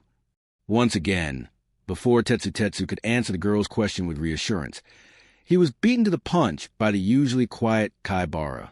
Who cares about that crap? The fact that you could shut that cocky dumbass up was good enough for me. Kendo turned to the brooding boy with somewhat widened eyes. She never thought it like that, but it made sense. Monoma probably wasn't the most liked guy in class because of his attitude, and while what she did to keep him at bay moments ago felt normal to her, it probably felt like a big deal to everyone else. Hell, she wouldn't be surprised if those actions won the election on their own. Hey, what do you mean cocky? Monoma glared at the spiky-haired boy. Everyone ignored him, though as Hagakure spoke up once more. Oh, wow, it gets even weirder. We have a tie for second place. Both Midoriya and Yaoyorozu got 2 votes, meaning we need some sort of tiebreaker for second place. While Yaoyorozu looked somewhat deflated that she didn't get more votes, Izuku appeared completely terrified. What? 2 votes? Why would anyone vote for me? Ha ha, good one, Midoriya. You and Kendo sure are funny sometimes. Kirishima joked again. Wait, that makes perfect sense, Midoriya. Kendo looked towards him. I voted for you, so then with yours that makes 2. Why is that a surprise? Huh? You voted for me, Kendo-san? I voted for you. Oh. Itsuka tensed out awkwardly, not knowing whether or not to be flattered or confused by the situation. Across the room, a particular amphibian quirk girl looked on at the situation. She didn't regret her vote, not one bit. There was always something oddly familiar that came with watching Izuku move around and talk. She couldn't pinpoint what it was exactly, but she was definitely intrigued. Well, I guess we have to come up with something then. How about rock, paper, scissors? Ashido suggested with a shrug. Nah, that's lame. They should fight or something. Now that would be cool. Away spoke up. Don't be foolish. How are we supposed to fight in a classroom? Yaoyorozu argued, clearly looking more than a little nervous at going head-to-head with the green-haired boy. Meanwhile, Bakugo was doing his best to not blow a gasket at the commotion around him, muttering hushed swears under his breath from only getting one vote. Finally, though, after what seemed like far too much bickering, Itsuka stood up to take charge, only to be stopped by the hard gaze of her spider-quirked friend. Nodding to her, Izuku stood up and approached Yaoyorozu, the class going silent almost immediately. What kind of challenge had he decided on? Why, Yaoyorozu-san? Izuku stuttered out, clearly still not comfortable talking to the opposite gender, and it wasn't much better on the other end. The female in question not meeting his eyes and looking unsure of herself in every way possible. I would like to concede the position. Izuku finally blurted out. What? Pretty much the entire class yelled. Forgive me? Did I just hear you right? The creation quirk girl responded slowly, not backing down or growing timid. Izuku nodded fiercely. I'm not cut out for this position. I'll just leave it at that. Congratulations. While the girl's mouth was still wide open, Izuku promptly bowed and walked back to his seat, his mind running a mile a minute as he took his seat. The truth was, he really did find the position interesting, as well as a great opportunity. And had he not been as self-aware as he was now, he might have gone for it, especially now since Kendo would be the main representative. But something about it felt wrong. He wasn't too sure what it was, though. Was his confidence begging to fall short again? He was sure that holding a position like that would have required him to talk to everyone more, which he had to admit didn't sound so great. Still, he felt like there was another reason it didn't feel right, something almost instinctual. Perhaps he was even starting to pick up other subconscious traits from Peter, without even knowing, like sticking to the sidelines and out of the spotlight, whenever possible. Oh, well, either way, what's done was done. He couldn't go back anymore, and he didn't regret his decision one bit. It was probably a really boring job anyway. While the newly elected vice representative had her small celebration at her desk, the class's own main representative couldn't seem to stop her jaw from hanging. What the hell? What were you thinking, Midoriya? After coming out of her small daze, Itsuka smacked her forehead promptly, not liking her new friend's decision one bit. Sure, she may be a bit biased, since she wanted a familiar face to be her partner, but still, what the hell? She knew he had some confidence problems, but were they really that bad? She would have to talk to him about it later. Maybe he had some kind of ulterior motive. Yeah, that was probably it. With those last thoughts concerning the green-haired boy fading away, Itsuka stood up to address the class one last time.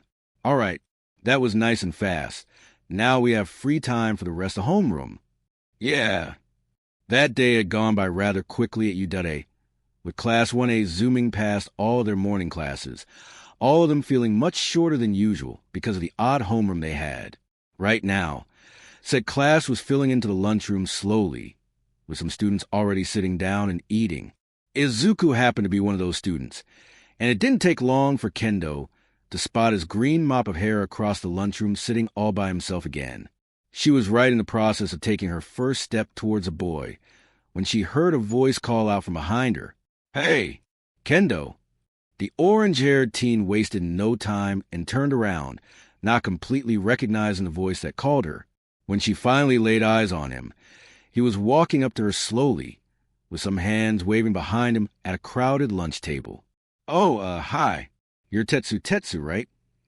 She said rather meekly. The boy just beamed, though, happy that she had remembered his name. That had to count for something, right? Yeah, that's me. Listen, I just want to know if you, wanted to sit with us at our table. You seem to be pretty cool to me. I mean us. You seem pretty cool to us. He finally finished, putting a lot more emphasis on his last statement. Itsuka blinked a few times before processing what she heard. Not only was that a mouthful, but he also didn't really do the best at relaying a clear message to her. Either way, though, she understood clearly. After plenty of practice dealing with Tamaki and a bit with Izuku, she could decipher just about any kind of speech. Oh, I see.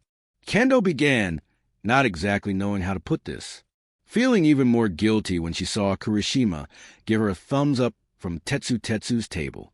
Turning around momentarily, though, her confidence was quickly reinforced when she saw Izuku looking around for her almost worriedly.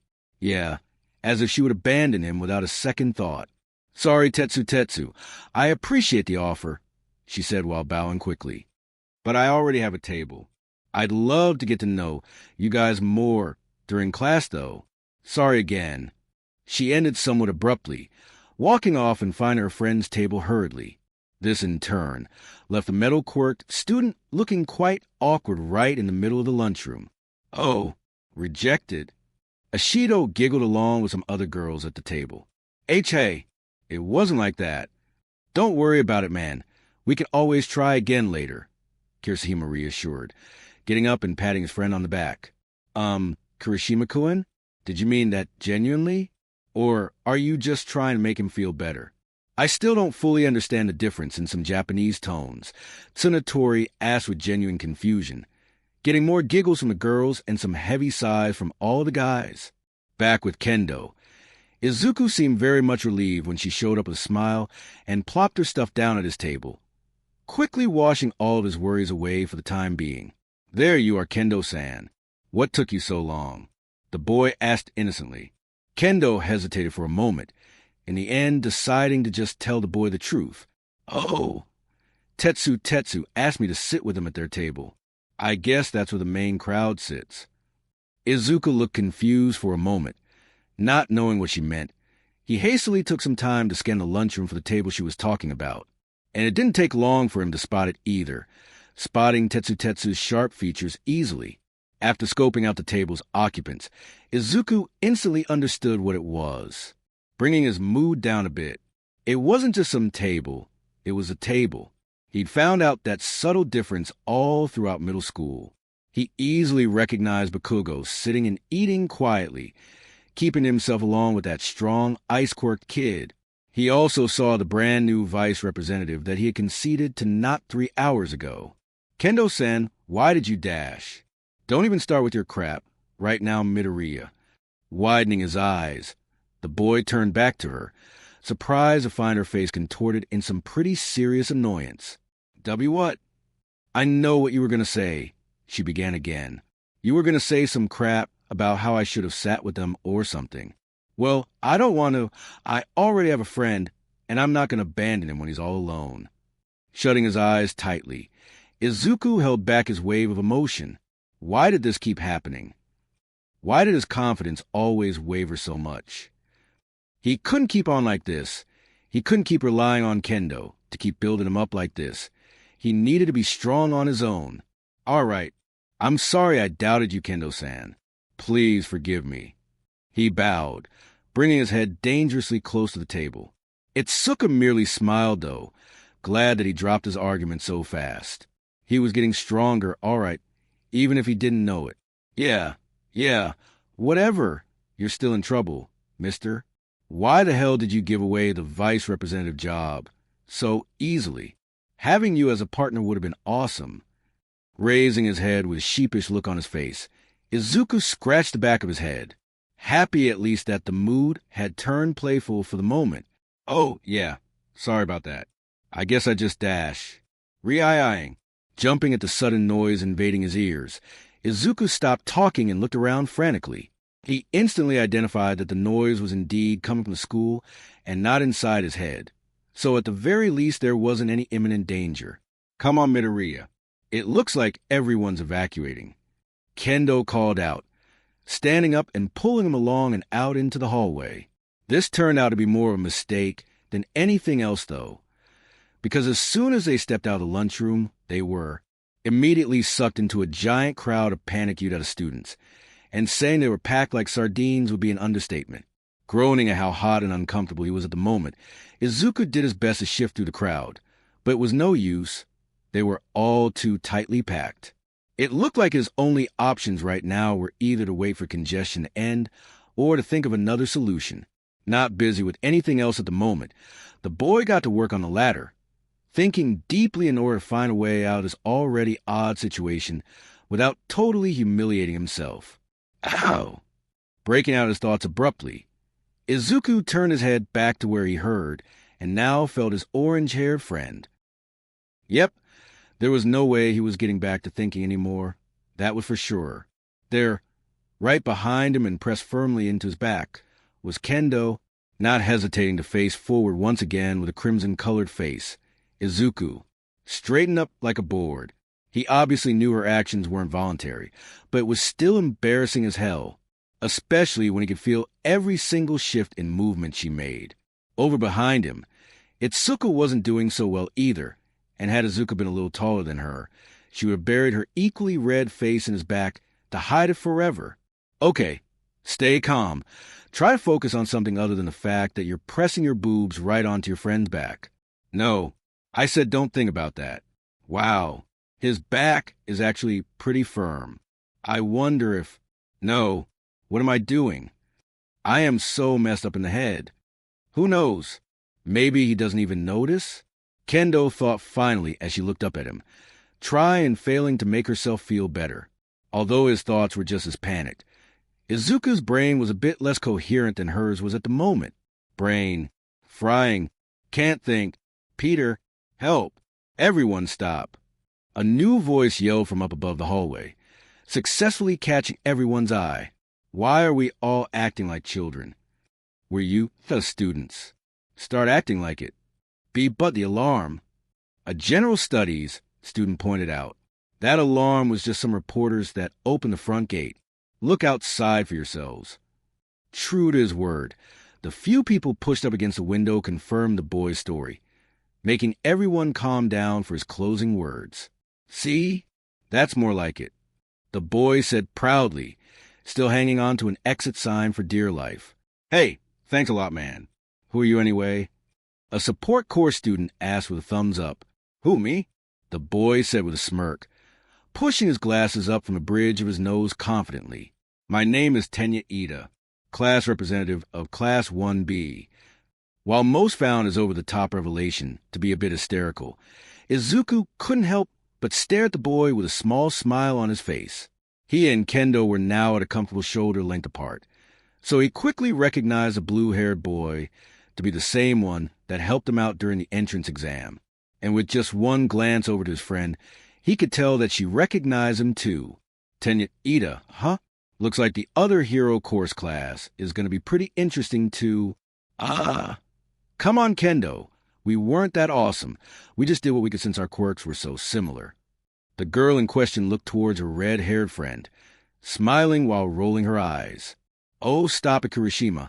You're being too modest. You and Tetsu made an awesome team. Watching you face off against Aways and Mineta was really interesting. It really made me wonder which one out of the two of you can harden their body more. Bringing up this apparently sensitive topic in her last sentence, Kirishima sprouted a fire in his belly, jumping up and preparing to declare how strong his quirk was. Before he could get the chance, however, he was promptly shoved away by his metallic counterpart, taking his seat right next to Kendo and smiling proudly. Well, of course it's me. His body just gets harder, but mine actually turns to steel. Pretty cool, huh? However, the orange-haired girl couldn't help but sweat drop slightly at the boy's actions, shaking her head dismissively as she looked around the bus. Currently, all of Class 1A were on the way to USJ, a training facility that specialized in specific and special rescue scenarios. It was overall quite exciting, and everyone was currently donning their hero costumes for said event. Well, all except for Izuku, who was sporting U.A.'s uniform with his 2 web shooters and utility belt accentuating it. And speaking of the boy, he quickly became the object of Itsuka's attention for the moment. She watched as he sat across from her, his eyes darting around the room awkwardly. It appeared as though he was having trouble getting into the same carefree spirit as the rest of class, his uneasy and shy nature preventing him from starting any conversation himself. She would have moved over to sit with him in a heartbeat, knowing that he was getting more and more outgoing around her, but she kept getting flooded by their classmates with questions about her, and having already denied them at lunch yesterday, she felt she had to at least try to connect with the rest of the class. Sorry, Midoriya. Guess you're on your own for now. Luckily for her, though, the boy looking awkward and worried was just his natural outer appearance, because on the inside, he was thinking up a storm. Ah, man. I was hoping we wouldn't have to use our hero costumes in class for a while. I still need more time to repair mine. While the boy mumbled to himself quietly, he didn't notice one of his classmates move across the bus and take a seat right next to him. Should I even repair it, though? It got completely shredded, but I should still be able to do it. My sewing has gotten better since I first made the costume a few months back. Maybe I should just make a whole new one. It's probably not even worth repairing the old one considering how tattered it is. And maybe this time I can borrow some materials from the support department to make it more durable. Hey, Midoriya-kun. Ah. Izuku jumped, getting startled by the sudden voice pretty much right in his ear. Sorry, I didn't mean to scare you, Jero. Oh no. It's my fault, Azu-san. I just wasn't paying attention to my surroundings. After a very elongated and uncomfortable silence, Izuku cleared his throat and prepared to speak, his nerves only multiplying when he noticed some students were watching his interaction with his Frog Quirk classmate. Is there something you need from me, Azu-san? MMHM, she nodded slowly. First off, please call me Tsu. Okay, and no problem. Izuku croaked awkwardly. In reality, he already knew this would indeed be a problem. He'd never so much as called someone by their first name, so there was no chance in hell he was going to start using nicknames comfortably. And second off, the Frog Quirk girl continued, I have a question about your quirk. Oh! Izuku breathed in relief. Finally, a topic he was actually comfortable talking about. Go ahead, then. Nodding, the girl locked her abnormally large eyes with his green ones. It's been a while since I met another animal species mutant type. Usually you look at least a little bit like the kind of animal your quirk is based on, but you look completely normal to me. What's that about? Rather than panicking, Izuku took a deep breath and gave his classmate an even smile. He'd been getting more and more questions about his powers recently, and he was finally getting used to answering them on the fly. Oh, is that it? The boy asked with a hint of relief in his voice as he brought his hand up and motioned for his classmate to look closer. Jero, she croaked, inspecting the boy's fingertips closely. Are those hairs? Izuku nodded. Yep, the way I see it. I guess I got pretty lucky with how I turned out. I'm sure it would be really horrifying for everyone around me if I looked like a giant spider, the superpowered teen said sheepishly. Wow, that is really lucky, Jero. I hate to admit it, but sometimes I do wish I looked less like a frog and more like a regular girl. Azui stated, voicing her inner thoughts and staring at the ground for a moment. Sensing the girl's demeanor shifting slightly, the green-haired boy quickly began shaking his head. Crap, that sounded horrible. Now she's going to think I'm a jerk or something. Don't worry, Azu-san. You look fine. I didn't mean it like that. Sorry. Your modifications actually look really cool. Yeah, they really suit you. The boy said somewhat frantically. The Frog Quirk girl, however, quickly shifted her demeanor to a sly-looking smile as she responded to the nervous boy. Jero, thanks for the compliment, Midoriya-kun. That's so nice of you. Seeing her complete 180 shift in mood totally flabbergasted poor Izuku. So much so, in fact, that he didn't even know how to respond. What? Why did she turn happy like that so fast? It's like she was never even sad at all to begin with. Was she just faking it and messing with me? Or did she just want me to compliment her? But seriously, Midoriya-kun, call me Tsu. The girl insisted more seriously than before. The superpowered teen just sighed and shook his head, his brain a complete mess from all angles. Why are girls so confusing? It went without saying that all 20 students of Class 1A were more than impressed, as their sensei led them through the enormous compound known as USJ. Most were left utterly speechless at the sheer size of the place, and many ohs and ahs could be heard at every new detail presented to them. Izuku in particular could barely hold in his excitement. Whatever sort of exercise they were in for today was certain to be a memorable one. However, his cheery demeanor was quickly halted into one of surprise when they made it deeper into the facility. The large presence of two famous pro heroes making themselves known to the group of students. Greetings, my young pupils. Are you ready for an exciting day of hero studies? Almost immediately, many cheers and shouts came from the crowd of Class 1A. It appeared as though the novelty of having the symbol of peace as their teacher had not worn off yet. Yes, now that's the enthusiasm I like to hear. The large man beckoned on, managing to somehow rile up the students even more. So much so, in fact, that his presence had completely overshadowed the other popular hero that was teaching today. Although in all fairness, any hero would find themselves in the same position when put next to someone like All Might, wearing a puffy white spacesuit and talking in a signature modulated voice. The Space Rescue Hero 13 chose this moment to speak up. Yes, I second that. It's good to see so much enthusiasm from our youth these days. Wow, it's really 13. An excited Kaminari exclaimed. Being a student here just keeps getting better and better. And for once, much to her surprise, his purple-haired classmate had no reason to disagree with him. You can say that again, Jiro added, smiling along with the boy. Today is going to be fun. You're right about that, you brats. It will be fun. Just not for you. What? All Might grunted, turning around and facing the interruption coming from deeper into the training grounds. Much to his surprise, the symbol of peace had to blink multiple times to make sure his eyes were not deceiving him. But much to his distaste, what was in front of him was no mere illusion. It was reality. There, down at the center of the training grounds, were at least 5 dozen villains, if not more, and they were all surrounded by what looked like purple smoke. TCH, a teleporting quirk. How frustrating. The number 1 hero thought to himself with a scoff. Things were shaping up poorly, and they hadn't even been there 5 minutes. No matter, at the very least, I still have a plethora of time on my hands. It seems that skipping patrol earlier was indeed a wise decision. All right, you brats, prepare to die. After we're done here, no one will be left alive, especially not you all M-. But the towering symbol of peace didn't even give the man a chance to finish, quickly grabbing the situation by the horns and taking action. Eraserhead, 13, protect the students. I will handle this.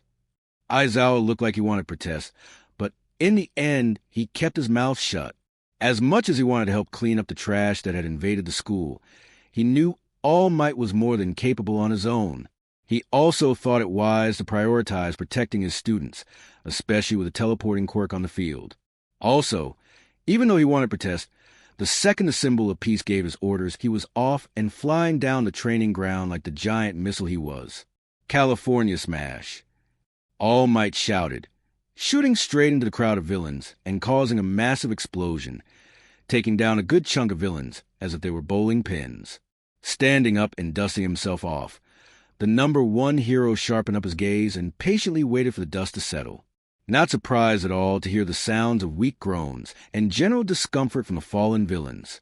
However, he soon found out that his ears could not always be trusted so strictly, because when the dust cloud finally dissipated, he was left looking at only a handful of enemies on the ground and incapacitated, while the rest of the group seemed to have totally vanished. Well, all of them except what seems like their leader and whatever that is.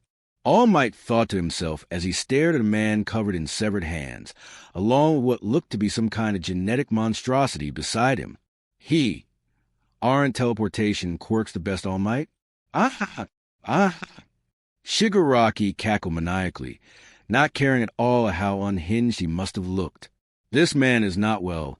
I must stop him and whatever that horror next to him is before this gets out of hand. No matter, not one student will be harmed today, villain, because I am here. What? Is this really happening? Ashido croaked out with a trembling voice. What do we do? Is this some kind of test? Mineta screamed with an even greater level of panic. This is not a test. Aizawa cleared up, bringing the class's attention back to him. Everyone listen up. This is a real villain attack. These aren't the ideal circumstances to learn to keep calm, but the world doesn't care about that, so don't panic. Why, yeah. Calm down, guys. All Might is here. He can totally take all those guys down. Away said somewhat shakily, most likely trying to convince himself more than his classmates.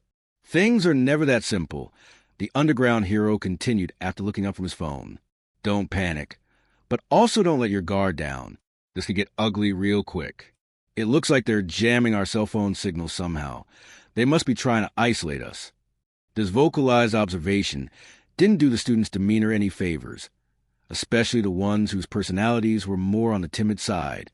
This isn't good, Kendo-san, Izuku muttered under his breath, knowing only the girl right next to him could hear it. Surprisingly, the superpowered teen ended up being one of the few students in his class that wasn't breaking down in fear at the moment. Instead, his mind was moving 100 miles a minute, trying to figure out what was going on. Huh. The orange-haired teen shook her head, breaking out her own stupor at the mention of her name. What do you mean, Midoriya? Is something wrong? Before Izuku could nod at her like he intended, the fruits of the tingling in his head made themselves known. And not even the pro-heroes at the head of the pack were able to react to how quickly the cloud of smoke enveloped around a big clump of students. No, Aizawa thought to himself in frustration as he saw the teleportation quirk manifest around at least 2/3 of his class. I can't use a razor on it. His body must be blocked by this purple mist. Without thinking, Izuku did the only logical thing his brain could think of. Rather than attempt to jump out and risk saving no one, he chose instead to roughly shove the two people closest to him, quickly pushing him out of the mist right before everything went dark. I hope one of them was Kendo-san. The boy thought optimistically as he found himself falling with his spider sense on full blast. What's the matter, All Might? Surprised you can't just mow this one down with one shot like you do with every other villain? Pathetic. Said Symbol of Peace ignored the oddly pale man in favor of focusing on his current situation, which he did have to admit was turning out to be quite a bit more challenging than he anticipated. At the moment, he was locked in a standstill with this creature that the enemy called Nomu, and he was quite curious about how it was going blow for blow with One for All. Does it have some kind of shock absorption quirk? As the two titans continued trading blows, Shigaraki couldn't help but continue to chuckle to himself as he watched Nomu's masterful performance. This is pathetic of me. If I were in my prime, this would be over in no more than 3 blows. He's really doing it, master. He's going toe-to-toe with All Might. Ahaha! Yes! Fight! Scream! Destroy! End him, Nomu! He doesn't know what a real hero is. A real hero is supposed to scratch and claw and struggle. That's what makes him cool. Not some godlike giant that doesn't have any weaknesses. If only you knew, All Might thought as he continued to struggle, doing his best to ignore the ever-so-growing pain in his side. Ah! Shit! Monoma yelled as he found himself falling from the sky out of the dark mist. Looking down below through terrified eyes, he could see that he was about to land on the deck of some kind of cruise ship. And worst of all, he hadn't copied a quirk recently, meaning he was screwed. Monoma-san, over here. Huh? The blonde-haired boy questioned, quickly looking around for a voice until he spotted his frog, quirk classmate falling a few meters above him. The boy was just about to let out a not-so-polite comment about saving him, but it seemed as though Azuri wasn't waiting for any sort of invitation, not wasting any time in stretching out her tongue and wrapping it around the boy. EW, what the foo dash? Could you please not complain? Jero, Azuri stated as she reeled the boy back to her, so they were now falling together. What did you just say? I can't understand you. Unwrapping her tongue from around the boy so that her speech wasn't impeded, the frog quirk girl repeated herself. I said stop complaining, Jero. At least now we're going to land in the water. Looking down and still struggling to open his eyes from the wind in his face, what the blonde-haired boy saw almost brought him to tears. Ah, there's villains in the water. We're still screwed. Jero, Azuri mumbled out as she looked down to the water below. True to his word, there was indeed a circle of about 6 villains forming a circle in the water. What do we do? I don't have a quirk right now, and those guys look like they have water quirks. They're gonna drown us. Or worse, they'll dash. Thwip. Monoma's delirious show of panic was quickly redirected confusion when he felt something latch onto his costume. I got you guys. Hold on. Izuku yelled, pulling his two classmates over to him so that they were all over the ship again, wasting no time listening to Monoma's new complaint about landing on the hard deck. Izuku shifted out of a nosedive and spread his arms and legs, making himself fall slower and rise above his classmates. The ceiling is too high in this place. I won't be able to get a web line up there. The boy thought, his mind moving quickly once again to come up with a solution. Making up his mind, the boy began firing a multitude of web balls down toward the ship below, aiming to get them stuck right under where his classmates were going to land. While not exactly ending up with the result he was imaging, the impromptu web hammock definitely sufficed, easily breaking the fall of two heroes in training. All right, they're safe, but now for me, the green-haired teen thought with a slight bit of uneasiness. He'd trained to practice falling the way Peter did before, but never at a height like this. Note to self, I need to try and implement Peter's web wings into the Mark II costume, keeping his body spread out and open as long as possible. Izuku waited until the ground was only meters away from him before shifting into a tumble roll, wincing as a majority of the impact was absorbed into his back. Midoriya-kun, are you okay?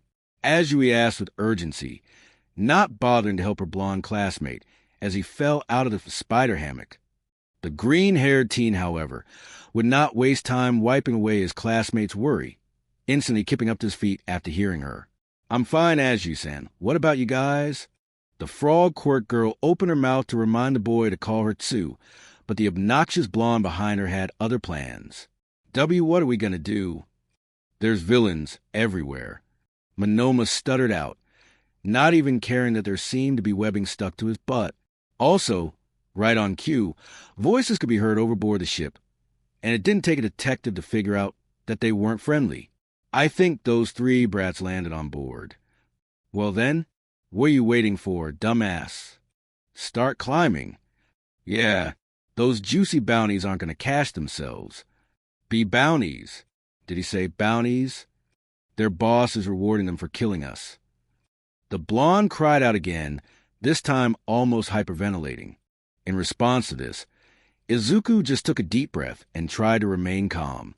By the look on his two classmates' faces, he was going to have to be the calm one here, which surprised him, since usually he was the one ready to rush back into his shell. All right, guys, listen up. We need to fight these guys off and get back to our classmates in trouble. Trust me, I'm freaking out on the inside too, but if you try to just focus on saving class, it helps the nerves go away. Azui simply nodded, her eyes focusing on the boy as she gave him her undivided attention. Monoma, however, looked a little more hesitant, but nevertheless, he too knew the urgency of the situation. So he just gulped and nodded as well. What's the plan, Midoriya? Carolina smash. All Might shouted valiantly, hitting the genetic monstrosity known as Noma with a powerful cross-chop. On the surface, the attack seemed to have no effect, but All Might knew better than that. Shock absorption, no matter how strong, has a limit like every other quirk, and I will eventually find it. Without another moment's notice, All Might doubled down and prepared to launch another series of American-themed attacks, but the opening of a misty portal behind him paused his action. What? As if the portal heard his inner confusion. A split second later, a giant vacuum of air, or lack of it, began sucking in the symbol of peace, almost like a black hole. This is 13's quirk. While the terrifying effects of the space-like quirk had no effect on his strong and thick skin, it also didn't allow him to move forward much, if at all. And even though it was only active for a second, that was all the leverage the Noma needed to land a crushing blow to the hero's abdomen. Gah! All Might grunted painfully as he doubled over and grabbed the creature's fist. It was currently dug in deeply into his weak spot, and if the fresh blood trickling down from his lips were any indicator, he was sure he'd be feeling that one for a while. All right, Monoma-san, please, tell me what quirks do you have access to at the moment? Izuku asked politely, not trying to hide the fact that he was hoping for a quick response. Ugh, that's the shitty part. I haven't touched anyone since before we got on the bus. I'm quirkless right now. And to make it worse, I can't copy either of you two. Why did I get teleported with two mutant types?